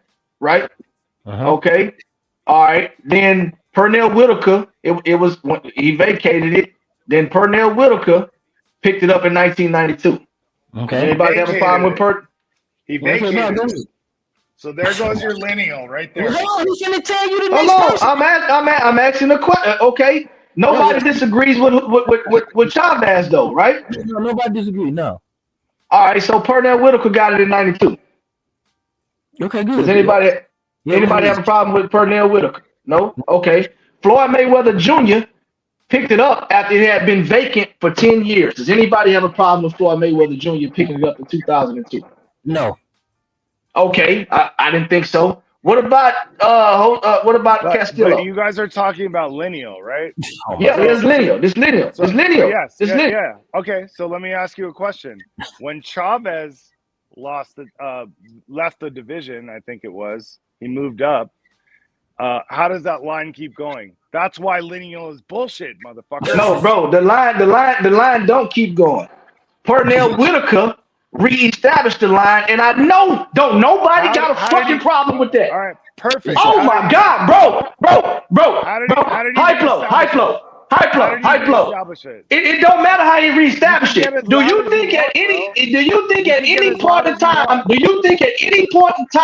that Pernell Whitaker did not deserve to be lineal champion? Bro, do you think answer the question and stop being a fucking dweeb. Stop being a dweeb. Do you think at any point in time, bro, answer my question. Do you think at any point in time Pernell Whitaker does not deserve to be lineal? I asked you a question. How did Oh my fucking God, bro, I can't look up all this shit at once. You asked me to look at the fucking list. I'm looking at the list. I'm giving you the names. And now I gotta go. Now I gotta go into Pernell Whitaker's whole fucking resume. Now I gotta go into okay, so how did it become lineal then? You need to playing semantics then. What the fuck are you doing? Okay, so how did he come on, wise guy, tell us then, bro. Tell us. How did he become? I don't go by fucking lineal. You go by I'm asking you a question. Do you this shit? So I'm asking you a question. Do you have a problem with Pernell? Do you have a problem with Pernell? Do you have a problem with Pernell in 1992 becoming lineal? Yes, until you explain it to me. Why? Exactly. No, you got a problem with it, so you fucking explain it. You got an issue with it. I don't. You go by lineal, and the burden of the story is on you, my friend. Nah, dog. You exactly. You cook his ass. You tell me how he. Conversation over with. He cooked, bro. Take the fuck in. I'm done with it. I'm done with it. Yes. Yeah. Yes, he was undisputed. He's one of the greatest fucking lightweights of all time, motherfucker. I know it. You tell me again. What is the problem with Pernell Whitaker being undisputed? Are you going to ever answer that? Not making your point. You're not making your fucking point. Oh my God! You asked for the list, did you not? Yeah, I asked for the list. Yeah. Yeah, but I want to know specifically, how did Pernell become lineal? Do you have a problem with Pernell being undisputed? That's my question. No, this point don't matter because lineal. The list is out there and they agree with us. They just. The reason why he's lineal is because he got undisputed, motherfucker. Bro, it don't matter if he got undisputed. He's still lineal. So linealship end up in the right hands. Yes or no? I'm sorry. What was the question? The lineal title end up in the right hands of the undisputed champion. I got static. My bad. Let me try to walk to a better spot. Oh my God! Now it's just fucked up. Try it one more time. Okay. My bad. The lineal championship end up in the right hands in the undisputed champion of her. Okay. Just remember that question because I can't fucking hear you. Yeah, Phil, you're breaking up pretty bad, bro. Yeah, Phil, you're breaking up. It's Phil. I'm breaking up. I'm breaking up. Yeah. Go ahead. What'd you say? Bro, did the undisputed... You're clear now. Okay. Did the lineal title end up in the right hands in the undisputed champion of Pernell Whitaker? Did it end up in the right hands, the linealship? It's just a question. Because it was vacant. Man, this shit like. Did it end up in the right hands? Because I think it did. We did. I think we all did, man. This shit like goddamn. But these boy, whew. Boy, did it end up in the right hands? I'm back. Somebody else breaking up now too. You can't hear me? Yeah, we can hear you. Yeah. Too. You on the screen. You good. Oh, hello. Fuck. There you go. There you go. Try it now. This like pulling teeth, man. I can't believe we Yeah, like I've never seen so many people just stubborn about like they opinions, bro. Like it ends, bro. It eventually, bro. At the end, a lineal always ends up in the hands that it's supposed to end up in, bro. It does. I tried to go through the list and list of people that's lineal now. He didn't want to do that. Now I'm going through the list and I'm asking him on the lightweight side, and he don't want to do that. Like I'm done with it, bro. I'm back. Can you hear me? Yeah, we hear you. Okay, so what was the question you were trying to ask? Okay, so my question is this right here. Did the lineal ship end up in the correct hands with Pernell Whitaker being undisputed? And I asked it the way I asked it the first time is because I didn't even include undisputed. Everybody knows he was undisputed. You because you were breaking up. Okay, everybody knows that Pernell was undisputed, but he also was lineal. So was the lineal ship in the correct hands with Pernell? My personal belief, bro, and the way I go by, for me, and you don't have to go by this, is that when a line is broken, the undisputed champion starts the new line. It's not about 1 and 2. It's not about 1 and 2. So yes, the answer is yes. He was lineal because he became unfucking disputed. That's why. Okay. But one can exist without the other. You just don't understand. I agree with Hypno. You're right. That's your opinion. That's your opinion. Hold on. No, neither one is my opinion. Both are true. But sometimes boxers say, "Fuck it, we need a tournament." See, it's a lot of shit that's missing out here. We keep sticking on one way. So when Andre Ward won his linealship, right? Didn't he have a linealship in the ring, right? When he won the what tournament? Tell me the line. You guys are the lineal guys. You tell me the line. Well, I keep telling you line after line, and you keep going back and back. I did it with Lopez, and you kept saying, "How did Lopez get? How did he get?" No, I said, "How did Lomachenko get the line?" That's okay. What I was. And look, he pulled up. Listen, Puro has pulled up the list on multiple occasions. Phil has given a list on multiple occasions. We keep saying the same thing. Listen, what I'm saying is this: you're absolutely right. Okay, in a vacuum, 4 belts is out there. They can determine lineage by saying, "Fuck it, let's have a tournament." And may the best man win. And if the belts are in there, the belts are in there. If one belt is in there, it'll just be one belt. But this is to determine who's lineal. They can have a tournament. Or they can have belt offs, meaning that a motherfucker can fight for all the belts, which we call undisputed, sometimes unified, and sometimes just a single title holder, right? And that person can establish a lineage through there. But it's not just undisputed. It's been lineal champions that have 1 belt. There's been lineal champions that had 2 belts, 3 belts, all 4, and in some cases, no belts. See, all the lineal options are available. Undisputed, to be undisputed, you got to have all the belts, the 4, the 3, or the 2. But with lineage, it goes from the 0 to whatever the max option is for undisputed to be 1. Because I think undisputed is the maximum result, right? Like a motherfucker collect all the belts, right? That's the maximum option. But you can be lineal with 3 of the 4 belts. You can be with 2 of the belts. And what? You can be lineal with no belt. Exactly. Meaning that lineage is more important than undisputed. You just have to follow it because you guys keep getting bro. No, you're messing your own. Can I respond, please? Yes, hold on, wait. Hold on, you gotta wait. You gotta start waiting. This was blocking it up. Let's just rotate it down. I got you. You're next. All right. You guys fucking acting like undisputed. They've been dormant for fucking 40 years at times and shit. Like, it's just fucking undisputed. You niggas acting like you got this clean fucking undisputed lineage where all 4 of the belts keep passing to the right motherfucker. So you got a lot of gaps in your goddamn shit. It ain't been a welterweight undisputed champions from since fucking Zab Judah. The fuck is we talking about? When the last time before that did we have a lightweight undisputed champions? Phil keep trying to read the list, and you keep trying to pick up. What's next? How about this? How about he read the list, and then also, Phil, when you read the next list, tell us how broken the fucking undisputed shit was too in the gap. And I want you to explain to us how the fuck a motherfucker collect all 4 of those belts and how they legitimize.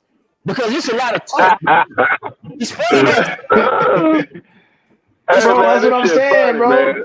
No, hey, bro, explain that. Since y'all, can I go? Since we're talking about let's talk about the undisputed. Let's talk about the undisputed gaps, and I want you to fill in all the bloodlines and how we got to undisputed. Come on, man. Hey man, this shit funny, man. Like y'all keep trying to explain shit to this dude, and he not listening. So I had to come back on, man. And put my 2 cents in. What you got for us, Big Hill? What you got, Big Hill? What you got here? Is that Big Hill? What you got here? I was gonna respond to Zone. Hold on, you got it. All right, but what you got to say here? Because before he go ahead here. Okay, yeah. I mean, hey, nah, man. You want. Hey. Hold on. Oh my God, he's not gonna let me talk. He'll say what you got to say. Hold on, let him. Let's let him. He just go ahead, Hill. You got it. Hey, yeah, man. I just hopped back on, man. I just wanted to come on here, man, and say Tyson Fury took. I know you was trying to get me on here earlier when we first started. I didn't know y'all boys were still going on strong, man. That's what's up. But yeah, man, Tyson Fury sucked, Phil. I just want to say that to you, that Tyson Fury sucked. He got who beat him. And Tyson Fury made boxing look real bad. That's all I got to say. Okay, no doubt. All right, Big Hill. I don't. I got you. Yeah, go ahead, Hyblo. Go on and tell us how undisputed. Yeah, I'm sorry to interrupt, Big Hill. Good to see you, bro.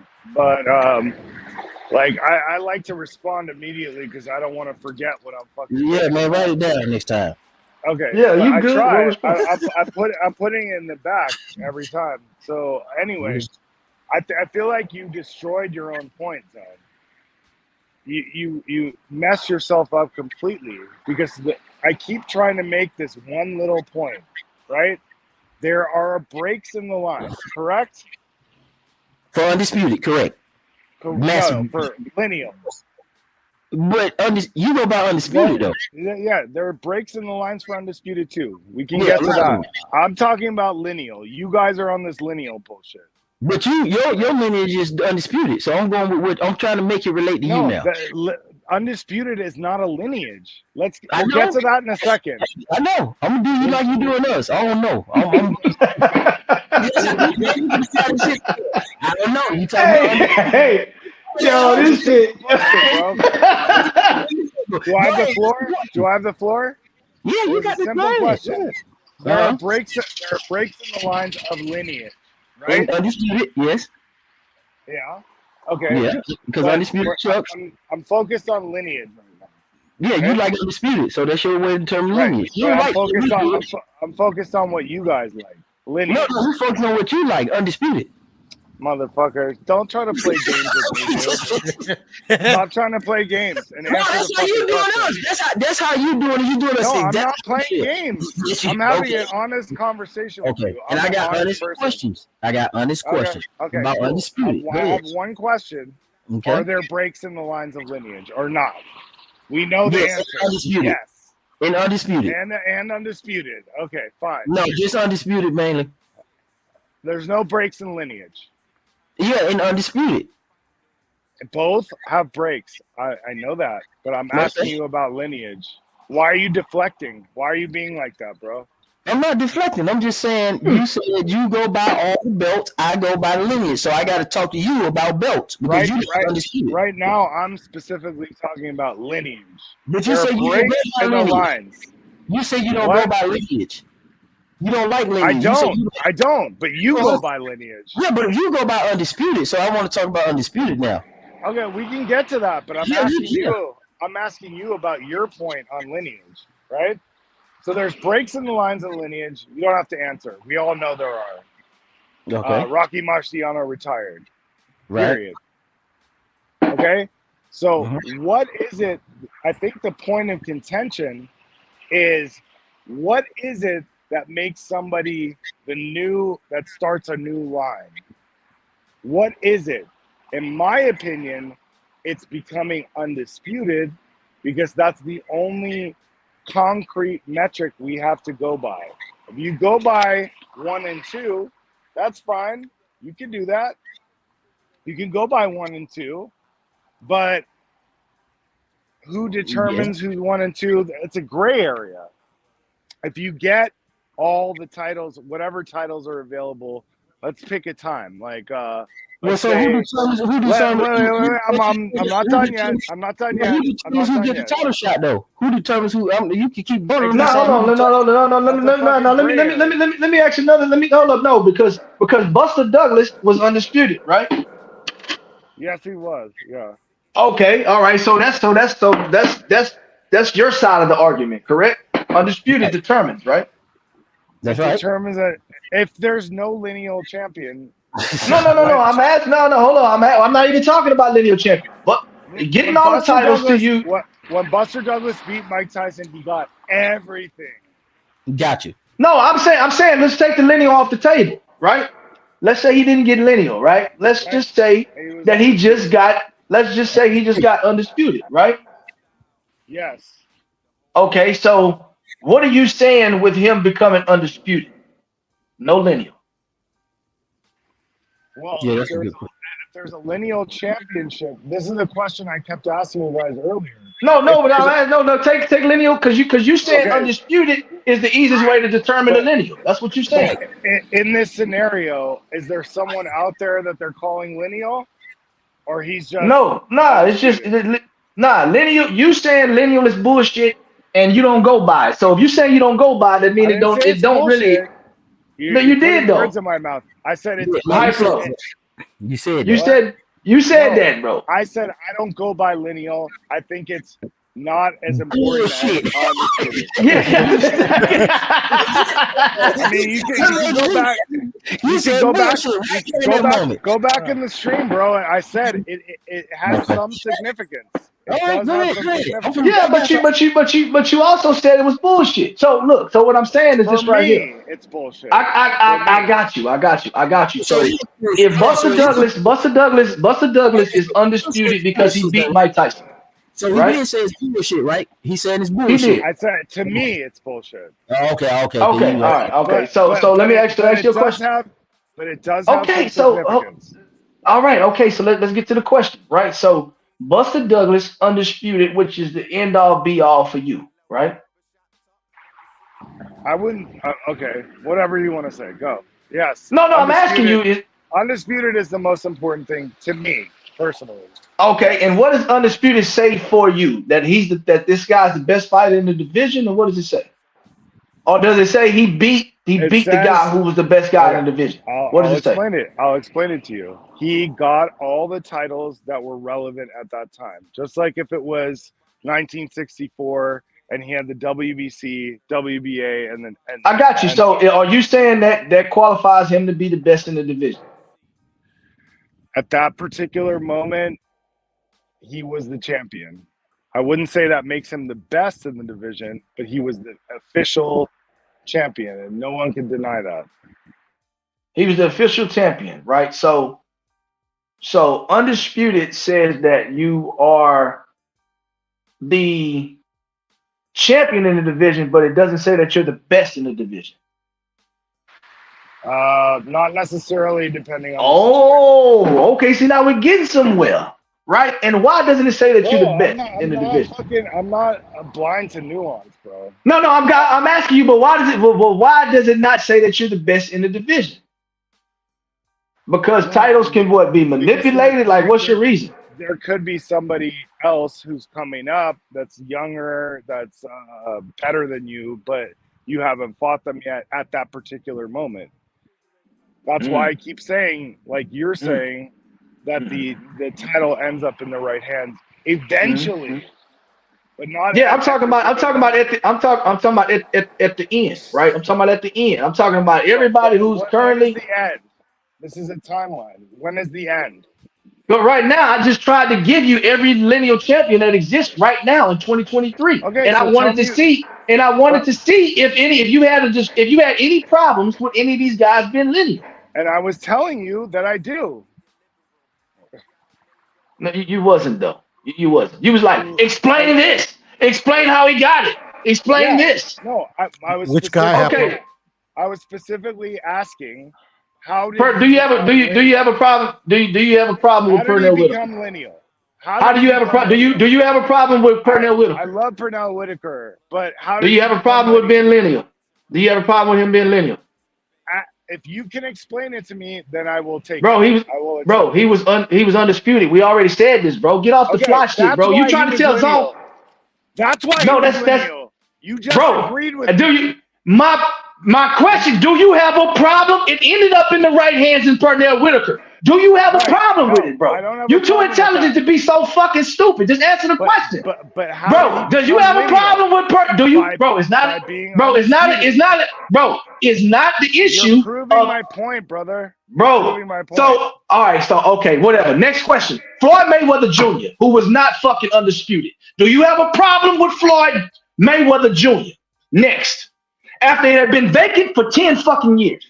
Problem with what about Floyd? Floyd Mayweather Jr. being lineal after 10 years of vacancy. I don't have a problem. I don't have a problem with it if you can explain to me how. Oh my God, I'm done with this, dog. High flow, bro. I'm done talking, bro. I'm never talking to you again, bro. This is ridiculous. Why are you being fucking scary, bro? Bro, because high flow, because you don't want to just answer the question, bro. Do you have a problem with Floyd, bro? I want to know from you. It's easy. Do you have a problem with Floyd, bro? I don't want to have to go through every fucking person's resume to say, do you have a problem with it or not? Okay, so you got. Okay, so let me ask you a question. Do you have a problem with Floyd? Do you have a problem with Floyd? I don't have a problem with Floyd. I don't. Okay, well the next question. So you don't have a problem with Floyd. All right, see how easy that was? But that's different. You asked me two different questions. Oh man. See how easy that was? No, you know what? I don't have a problem with Floyd. I don't have a problem with Floyd being the best fucking lightweight in the fucking world, although he wasn't undisputed. You asked me two different questions. You asked me two different questions. Do you have a problem with Floyd being lineal? I don't know fucking Floyd. My God! See, that's what I'm saying. Yeah, zone. Bro, hit me, bro. Zone. Hit me back, bro. Bro, hit me back. Bro, hit me, zone. Hey, man. You're gonna run away? Zone, hit me back. Bro, because you're not, bro. I'm trying to have an intellectual conversation with you, but what you want to do is you want me to take up so much airtime and go through everybody's resume to explain to you how he fucking became lineal. Like, come on, bro. Like, that's ridiculous, bro. That's ridiculous, High Flow. Specifically, why did Floyd become lineal? You're the lineal guy. You explain it. Bro, this is the point right here. I don't have a problem with him being lineal. Do you? Phil, hold on. Let's do this. We got something. I don't have a problem if you can explain it. No, hold on. No, don't do that. You just okay. Let's work on Floyd. Cause see, this one thing we do know. We're gonna establish a lineage with this guy, and we also are going. We know he wasn't undisputed, so you finna have to explain this shit versus one of the greatest boxers on the fucking planet. So I gotta hear this shit. Yeah, let's dig into it then. So. Puro, you gonna put it up or you I gave you the screen. Puro, let's put up Floyd Mayweather's resume. Specific. Yeah, I got you. Talking about. Okay. Puro, no, we're gonna head down and we're gonna comb through Floyd Mayweather's resume. Specific to the point though. Don't keep changing the No. Okay, let's reiterate the point. First of all, you don't get to change the point because it's Phil's question. Phil asked a simple question. You rebuttal instead of moving on and saying, no, I don't have a problem, although he wasn't undisputed, because that's going to smash your whole claim. You want to say, no, Phil, look it up. Show me. I don't believe that's that same shit. Okay, so now we finna show you, then we finish get to the bottom of this bullshit. All right, so what we got? We got lightweight, right? Lightweight. 2002 to 2004. Then he vacated. Uh-huh. So let's get to Floyd. Let me get his resume up too, because I want to be able to look at it myself. So we can see what Hypo talking about. See, is he full of shit? No, we already know that. Though. How am I full of shit if I ask you, the lineal guys, where is the line? You should be. Yeah. You just don't want to. You just don't want to say that you don't have a problem. No, listen. Well, and well, answer it then. Answer it then. Do you have a problem with it? Do you have a problem with it? Do you have a problem with it? Do you have a problem with it? Do you have a problem with it? Yeah, exactly. You're not gonna answer.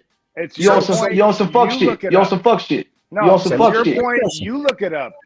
So when you thought, hold on, no, let's say. So do you have a problem with the Castillo versus Mayweather fight? When you say a problem, what do you mean? Castillo and Floyd Mayweather fought twice, back to back. Yes.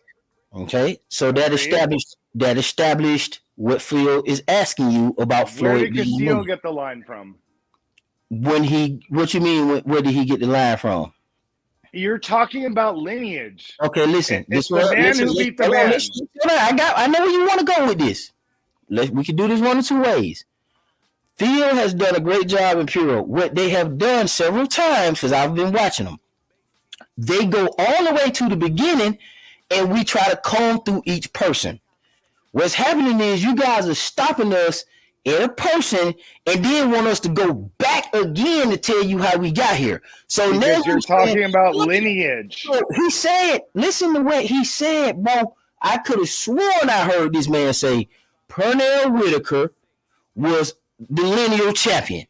There was a 10-year gap, he said, and he said Floyd Mayweather reestablished it. So now I'm telling you who he specifically fighting. How did he reestablish it? I'm telling you, he fought Luis Castillo twice, and I'm trying to figure out where you got the problem at right there. But there's no lineage there. Oh my yeah, it's over. You're breaking my fucking brain, dude. Where's the lineage? Okay, let me where's the undisputed champion between Floyd and Pernell?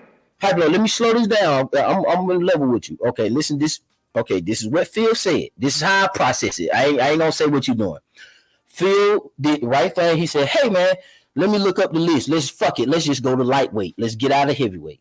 He said, and I heard him. He said Chavez. Then he went to Pernell Whitaker. None of us had a problem with those two because he asked us specifically. You didn't rebuttal by saying no, which is right. Pernell Whitaker was fucking undisputed. Okay, absolutely. Along with started a new line because he was undisputed. Go ahead. Okay, however, he then vacated. Then it was vacant for 10 years. This is what Phil gave us. Floyd Mayweather became lineal by doing what? Reestablishing by fighting Castillo twice. Okay, so now we're splitting hairs again. Here's the thing. You got it. I got 30 minutes. This ain't gonna work. It's okay. I can go. I need to go. You stay.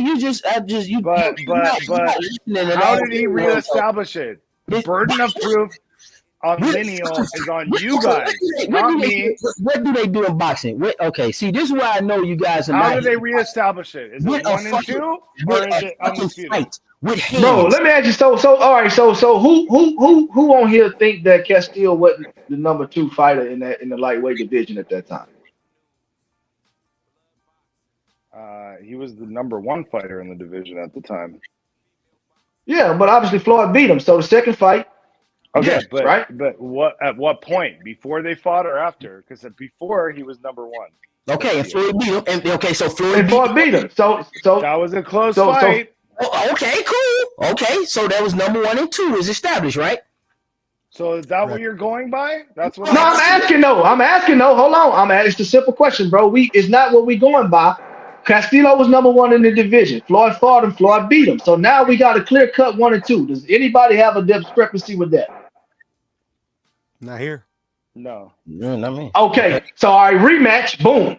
Rematch. Floyd beats him again. A new lineage is established because 1 and 2 fought, which is in literally the definition of linealship. I told y'all that shit won't come back. I keep asking you guys. All right, I'm done. I'm done. I'm done. Body bag. But hey, look. I need to put a close. You've been clothespin on my nose. I'm gone. I'm gone. Fucking box records. Yeah, why you talking to me, bro? Why you mad at me? Why you mad at me? Why you? No, you didn't. Shut up. Shut up. No, you didn't. No, you didn't. Body bag. Body bag. Body bag. Hey, man, somebody close his casket on this clown, man. Fucking dreams, motherfucker. Yeah, close the casket on this clown. Close the casket on this clown. Yeah. Dreams, yep. Why you mad? Why you mad? Why you mad? Why you mad? Why you mad? Why you mad? Why you mad, bro? Why you mad? You shouldn't have stopped at Floyd. You shouldn't have stopped at Floyd. You shouldn't have stopped at Floyd. You shouldn't have stopped at Floyd. It's okay if you guys want to back each other up. No, you shouldn't stop at Floyd. Nah. You the only person that you make an undisputed claim. That's what you making. Morons. Yeah. Okay. Yeah. Hey. Nanny boo boo. I'll tell you why right now. Okay. Yeah. I'll tell you why if you let me talk. Whenever you're done crying and talking about your body bag, you never. Thank you. Thank you. Fucking dream. Hey, that shit's thinking. Listen. Because you guys don't want me to talk, because you know I'm gonna that shit smelling like a chemical plant, man. Kill you with your own shit. Let me hear this shit. Break it down for you real fast. 30 seconds if I get to talk. Oh, I got you. Floyd, we on the subject because you're responding to the Floyd Mayweather Castillo debacle that you're talking about. So we right there. Don't go nowhere else.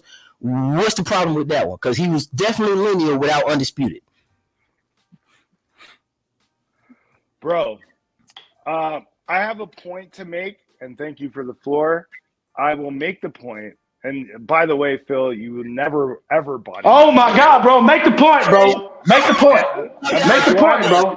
You really heard off this shit, bro. You heard off this shit, bro. Just say what you gotta say, bro. Bro, say what the fuck you gotta say, bro. You say destroyed your own self. Bro, say what the fuck you gotta say, bro. Do I get a fucking chance to speak? Bro, Hypo, you ain't gotta say, bro. You ain't gotta say my name to make your point, bro. Say what the fuck you gotta say. Bro. You addressed me particularly and said that. Bro, I asked you a simple question, bro. Did you have a problem? You body bagged yourself. Okay, all right, man. Make your point. Make your point, casket. Make your point, closed casket. Make your point. Oh my God. You're double talking. Man, can you tell us? Oh, okay. On one hand, all right, fuck. Okay. Everyone keeps interrupting me. Can I just fucking? I promise. Yeah, because you focusing on trying to unzip that body bag, Frankenstein. I promise you it'll be quick if you just let. Okay, all right, man. All right, Frankenstein. Let's go. I'm very good at being. Pithy. Go ahead, man. You got the floor. Okay, Frankenstein. God damn, say your point, man. I got the floor, but you guys keep yelling. Frankenstein, go ahead. You know why you're yelling? Because you know you're fucking Frankenstein. You know you're in trouble. You're in trouble. Bro, we trying to get you to say what you gotta say, bro. Jesus fucking Christ. Stop. Okay, go ahead, Frankenstein. Good. Okay. Here I go. The reason why you body bagged yourself, Phil, is because. All right, now you're interrupting again. No, hey. It's crazy, man. All right, I'm going on mute, man. Because Frankenstein. All right. I'm waiting for Floyd Mayweather, and he keep talking about Phil. I'm gonna preface it with that. I love you guys. But you body bag yourself. Man, can you just body bag yourself? Hypo, can you if you just stop talking, I'll just get it out and then I'll fucking leave. All right, let me mute. All right, go ahead. Please, just a second. I promise it'll be fast. Okay, so on one hand, you're saying that Zab Judah reestablished undisputed by becoming. Sorry, Zab Judah reestablished lineal by becoming undisputed. Shit out of hand, man. Bro, Floyd Mayweather Jr., bro. Floyd Mayweather Jr., bro. Holy shit. Stick to the topic, bro. You want to see I'm not gonna let you, bro. I'm not gonna let you do it, bro. I'm not gonna let you do it, bro. Zone. I'm not gonna let him do it, bro. He went all the way back to Zab Judah. He said lightweight, bro. He said lightweight. He said lightweight. Let me tell you something. Zone. Your boy said lightweight. We said lightweight. We went to lightweight. We went to lightweight. We went to lightweight. Now all of a sudden he want to go back to welterweight. Like, bro, we stopped on Floyd Mayweather Jr. We stopped on lightweight. We stopped.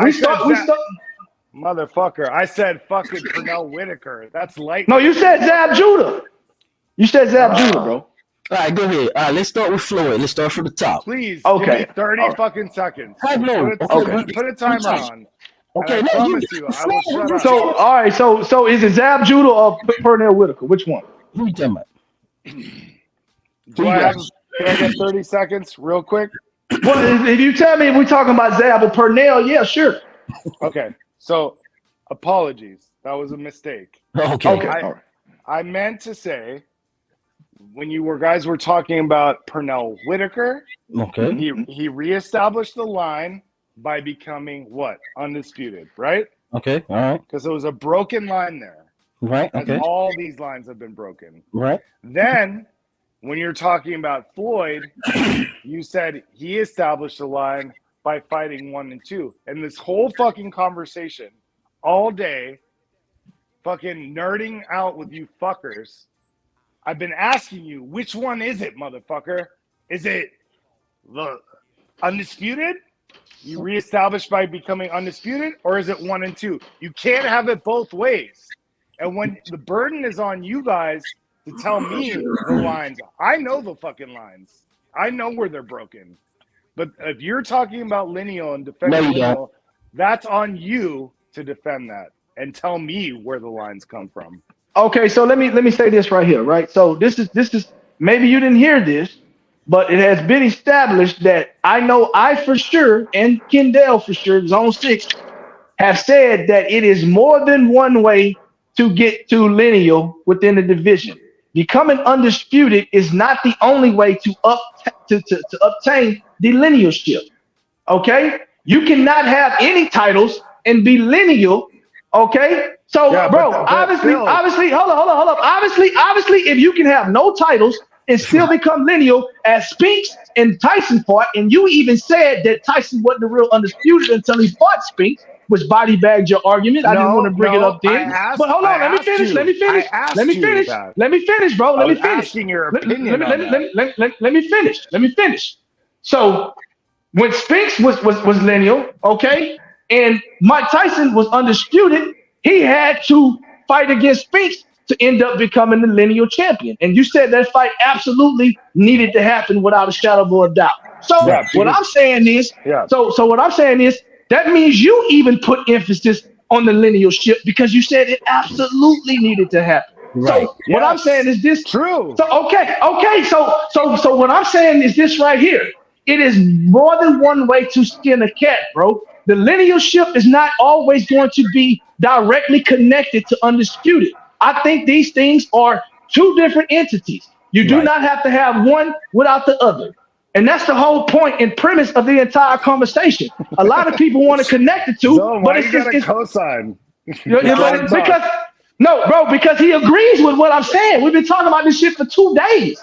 3 weeks. Because Blood them started this crazy shit. I wasn't there for that. I'm here now. So this is what I'm saying, bro. They're not one and the same, dog. Like it can be situations where both of them coexist together.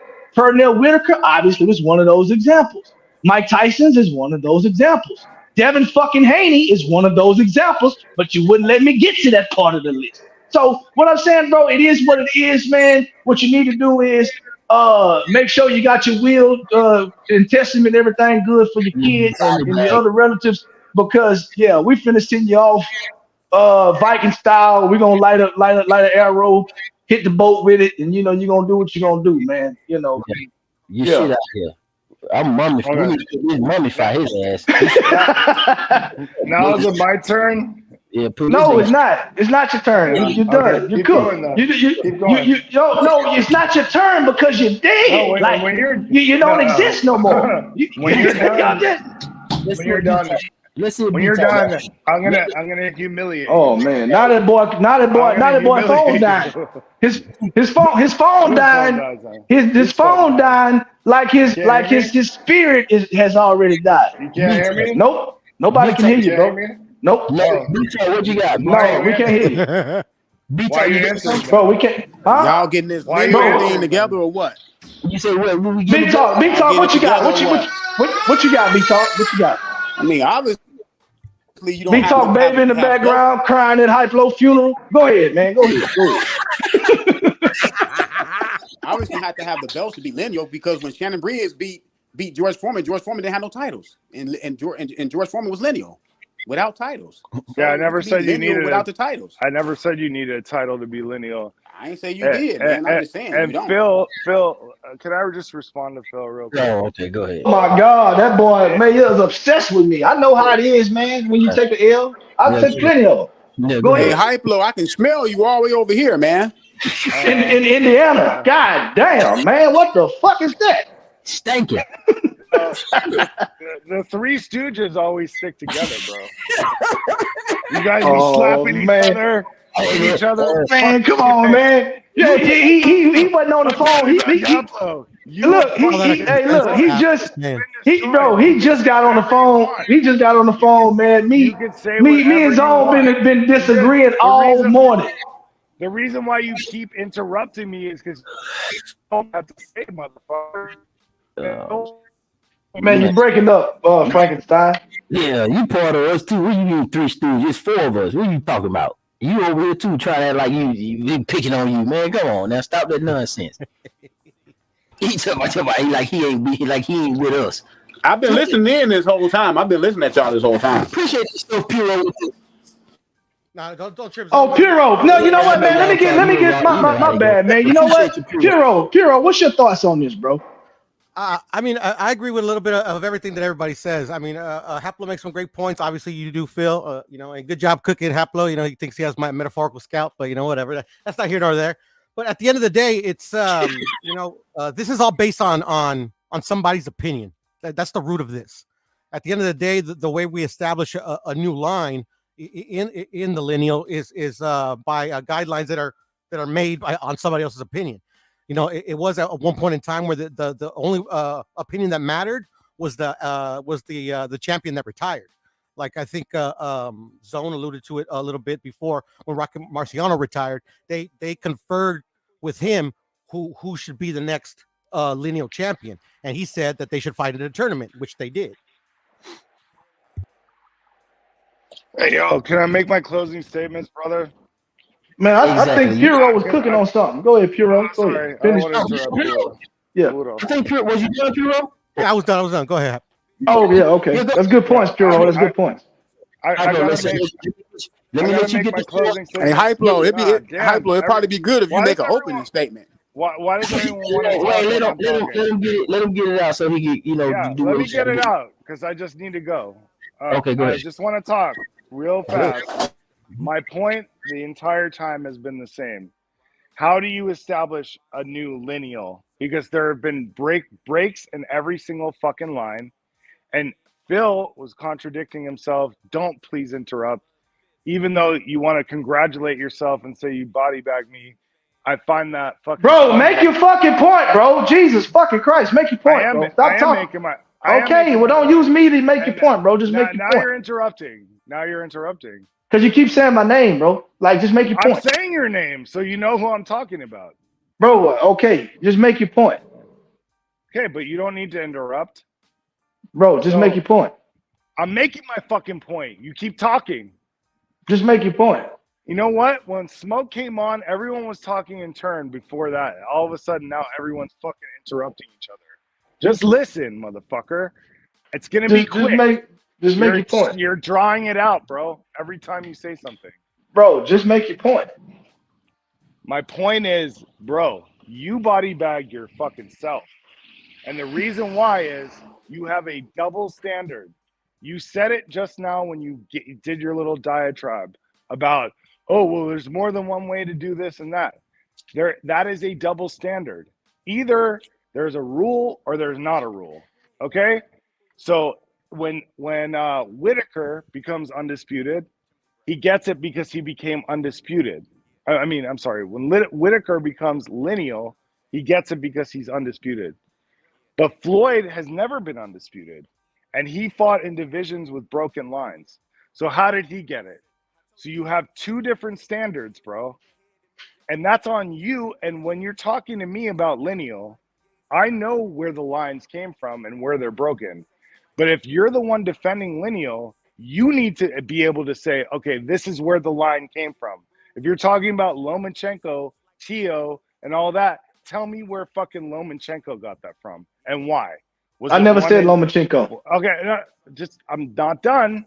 Was it 1 and 2? But you said you're talking to me, though. Okay, you said you're talking to me. Zone said Lomachenko. Zone gave the example of Lomachenko. I don't mean to put that on you. But Lomachenko, Tio, Kambosos, and Haney, right? That's a line, a direct line. But where did it come from? Because that line needs to be established somewhere.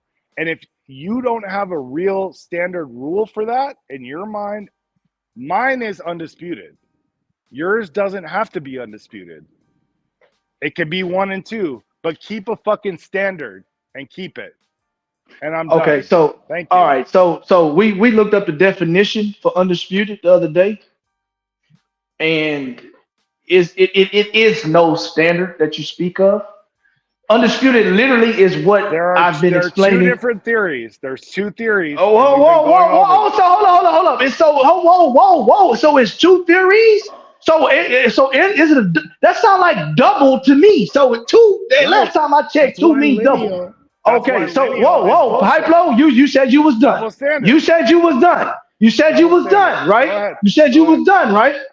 Yes, I'm done. Okay. Go ahead. All right. So from this debate that has been stemming for over a week now, okay, we have looked up the definition of lineal. Okay. Now, with that being said, it is no direct relation of lineal to undisputed. Okay. Now, can undisputed be a way to determine lineal? Sure. Is that the only way to determine lineal? Absolutely not.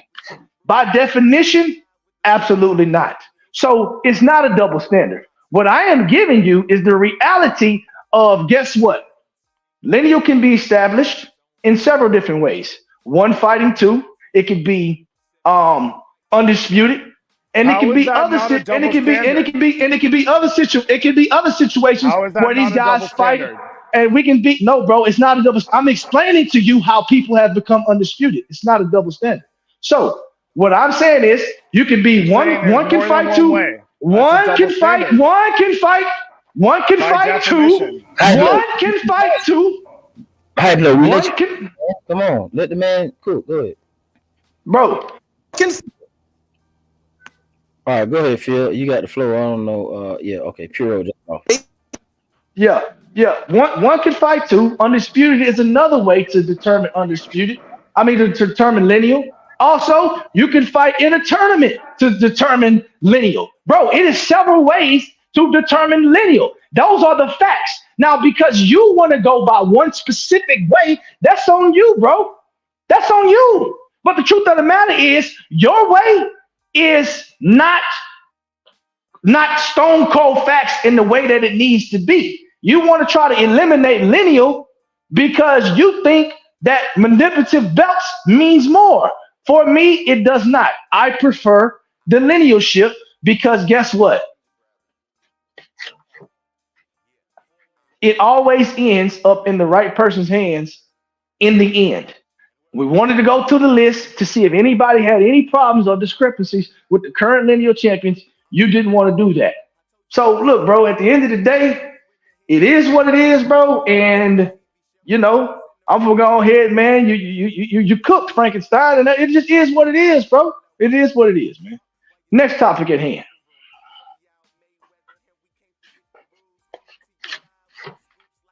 All right, man. I think that's the best way to close it down, man. We don't did That's all right. You can have the last word if you want to. It was always a pleasure. I'll resuscitate him. Somebody bring in debating. the oxygen. Yeah. All right.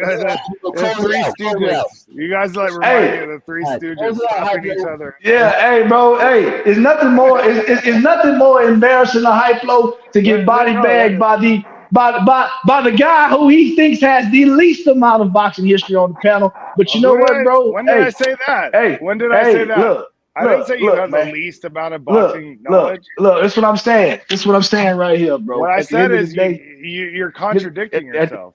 At the end of the day, yourself. What's your closing? Yeah, I'm not though. What's your closing? Yeah. I know what's your closing. You got the flow. We're mute. All right. Quick closing. You're contradicting yourself because you're saying on one hand that you body bag me, and typically like when yeah, okay, but it's my turn. All right. So you can say that and self-congratulate yourself all you want, but you're fucking wrong, dude. And you contradicted yourself badly because you said it's not a double standard, but there's all these different ways to get lineal.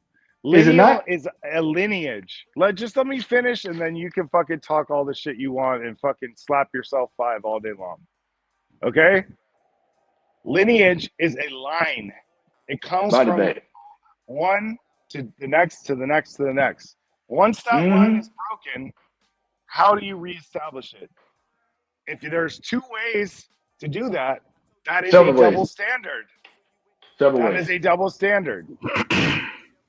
Okay? So lineal isn't the most important thing. And by the way, I said for me, it doesn't mean shit to me, and I think it sucks.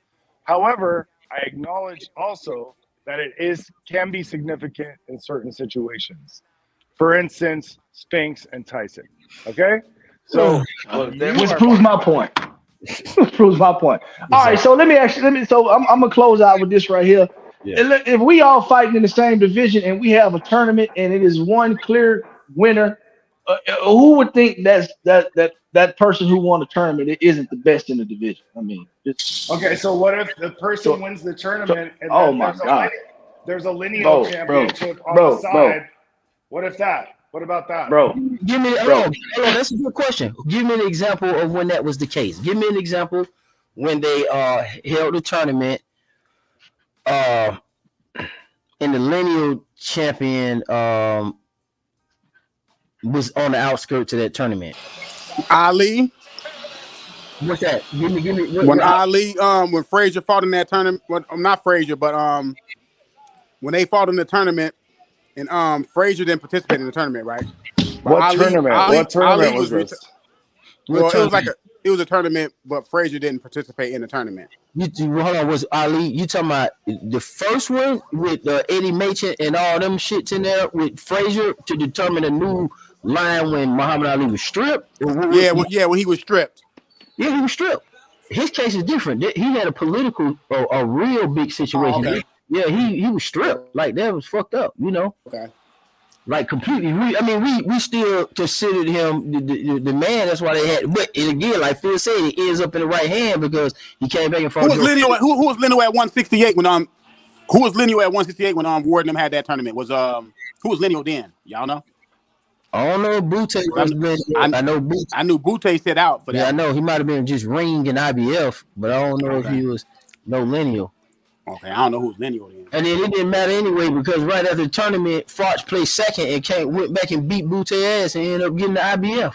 So it was a weird situation right there. But I think Ward was something, maybe lineal or maybe just ring. I'm not sure. Well, Joe Kawasaki retired with the linealship at 68. Yeah. I'm not sure, man. Phil, I had to bring the list back out. I mean, I can bring the list back out. I don't mind bringing out the list because the list is the list. It ain't gonna change. Yeah, it ain't gonna change. It ain't gonna change. Hey, fellas, I gotta jump off. I got something to take care of, but I'll be listening, and if I need to jump back in, I will. All right. All right, bro. You got a lot to take care of. I don't know. He got to bandage his head up, but get some more lungs. Get some new lungs. Yeah. He got. All right. So look. At 168, Joe Kawasaki, Andre Ward, Canelo Alvarez. Okay, so Ward. So see. So what happened was a perfect. Damn, man, this getting worse for these niggas. So Calzaghe was never undisputed. It was No, lineal. it was not. Okay, then he retired. Same bullshit. Never came back, and Ward established lineal through a fucking tournament. Like I said, it's too many ways. And then, that's what I'm saying, bro. And he was the best in the division. Exactly. And then guess what? I do you one even better right here. Canelo Alvarez is undisputed and he's lineal, right? But guess what? They don't even think he the best in the fucking division. What they got? What you got to rank him or something? Like, because it's going to be Benavidez. Or you talking about the hate? No. I'm just saying people hating on him is what I'm saying. Like he's lineal and undisputed, and people still don't think he's the best in the division. Like what kind of shit is that? He beat fucking everybody. Like yeah. You know what? That is what they do. See, then when we bring up Canelo, undisputed ain't important because he ain't fought Benavidez in them. Exactly. You boy crazy. That's my point in saying that undisputed shit. I mean. Because the belts can be manipulated. Well, that's really, you know what they say? Well, that's really Benavidez's belt. That's what they say. That's really Benavidez never got beat inside the ring for it. Mm-hmm. Like that goes to show you, bro. Like them belts, really, they cool. Don't get it fucked up. Yeah. They cool. But I prefer the lineal shit though. That's all I'm saying. The lineal shit you can't really move that shit. It's hard because it ain't corrupt. It's nigga, everybody know who the lineal is. They can't make you believe in a lineal. That's what the ring tried to do, and people was like, nah, that's ring. We know the difference. So hey, look, man, go and close this out, man. We almost at 7 miles. This is one of the longest I think I did. We're gonna go ahead and kill it from here. Go ahead, Phil. What you got? Man, bro, it is what it is, man. I think today was the conclusion of the lineal versus the undisputed, and the line and how it is passed on, bro. I personally value the linealship over the corrupted sanctioning bodies. That's just my own personal opinion, bro. We had good football talk earlier in the discussion when we did the current quarterback rankings of the 2023 NFL football season. We did a good we dissected that pretty well. If you can, man, go back to the beginning and take a listen to that if you jumped on the live late. Look, bro, at the end of the day, you know, YouTube sports community, man, we cover a lot of ground on a lot of different subjects, man. And really, bro, this shit is fun because when we ain't doing it live, we're doing it behind the scenes, bro. We just want to bring y'all this content, let y'all see how we do it, how we talk big shit to one another each and every day. And man, we don't spare each other at all. We ain't no such thing.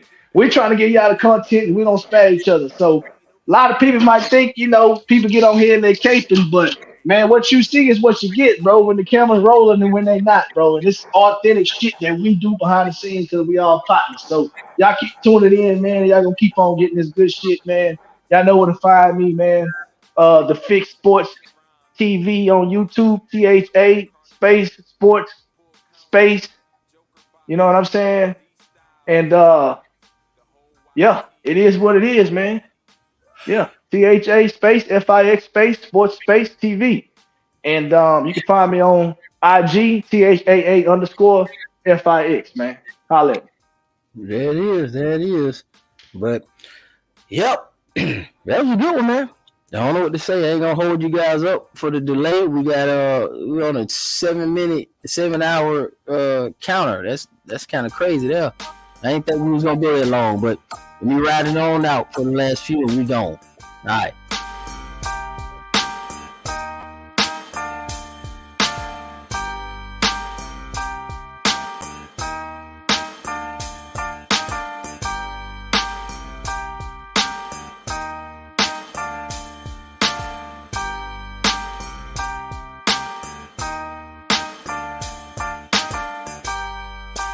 Break it down. Give me 5 people you're ready to fight right now. Timothy Bradley, Paulie, Floyd Mayweather,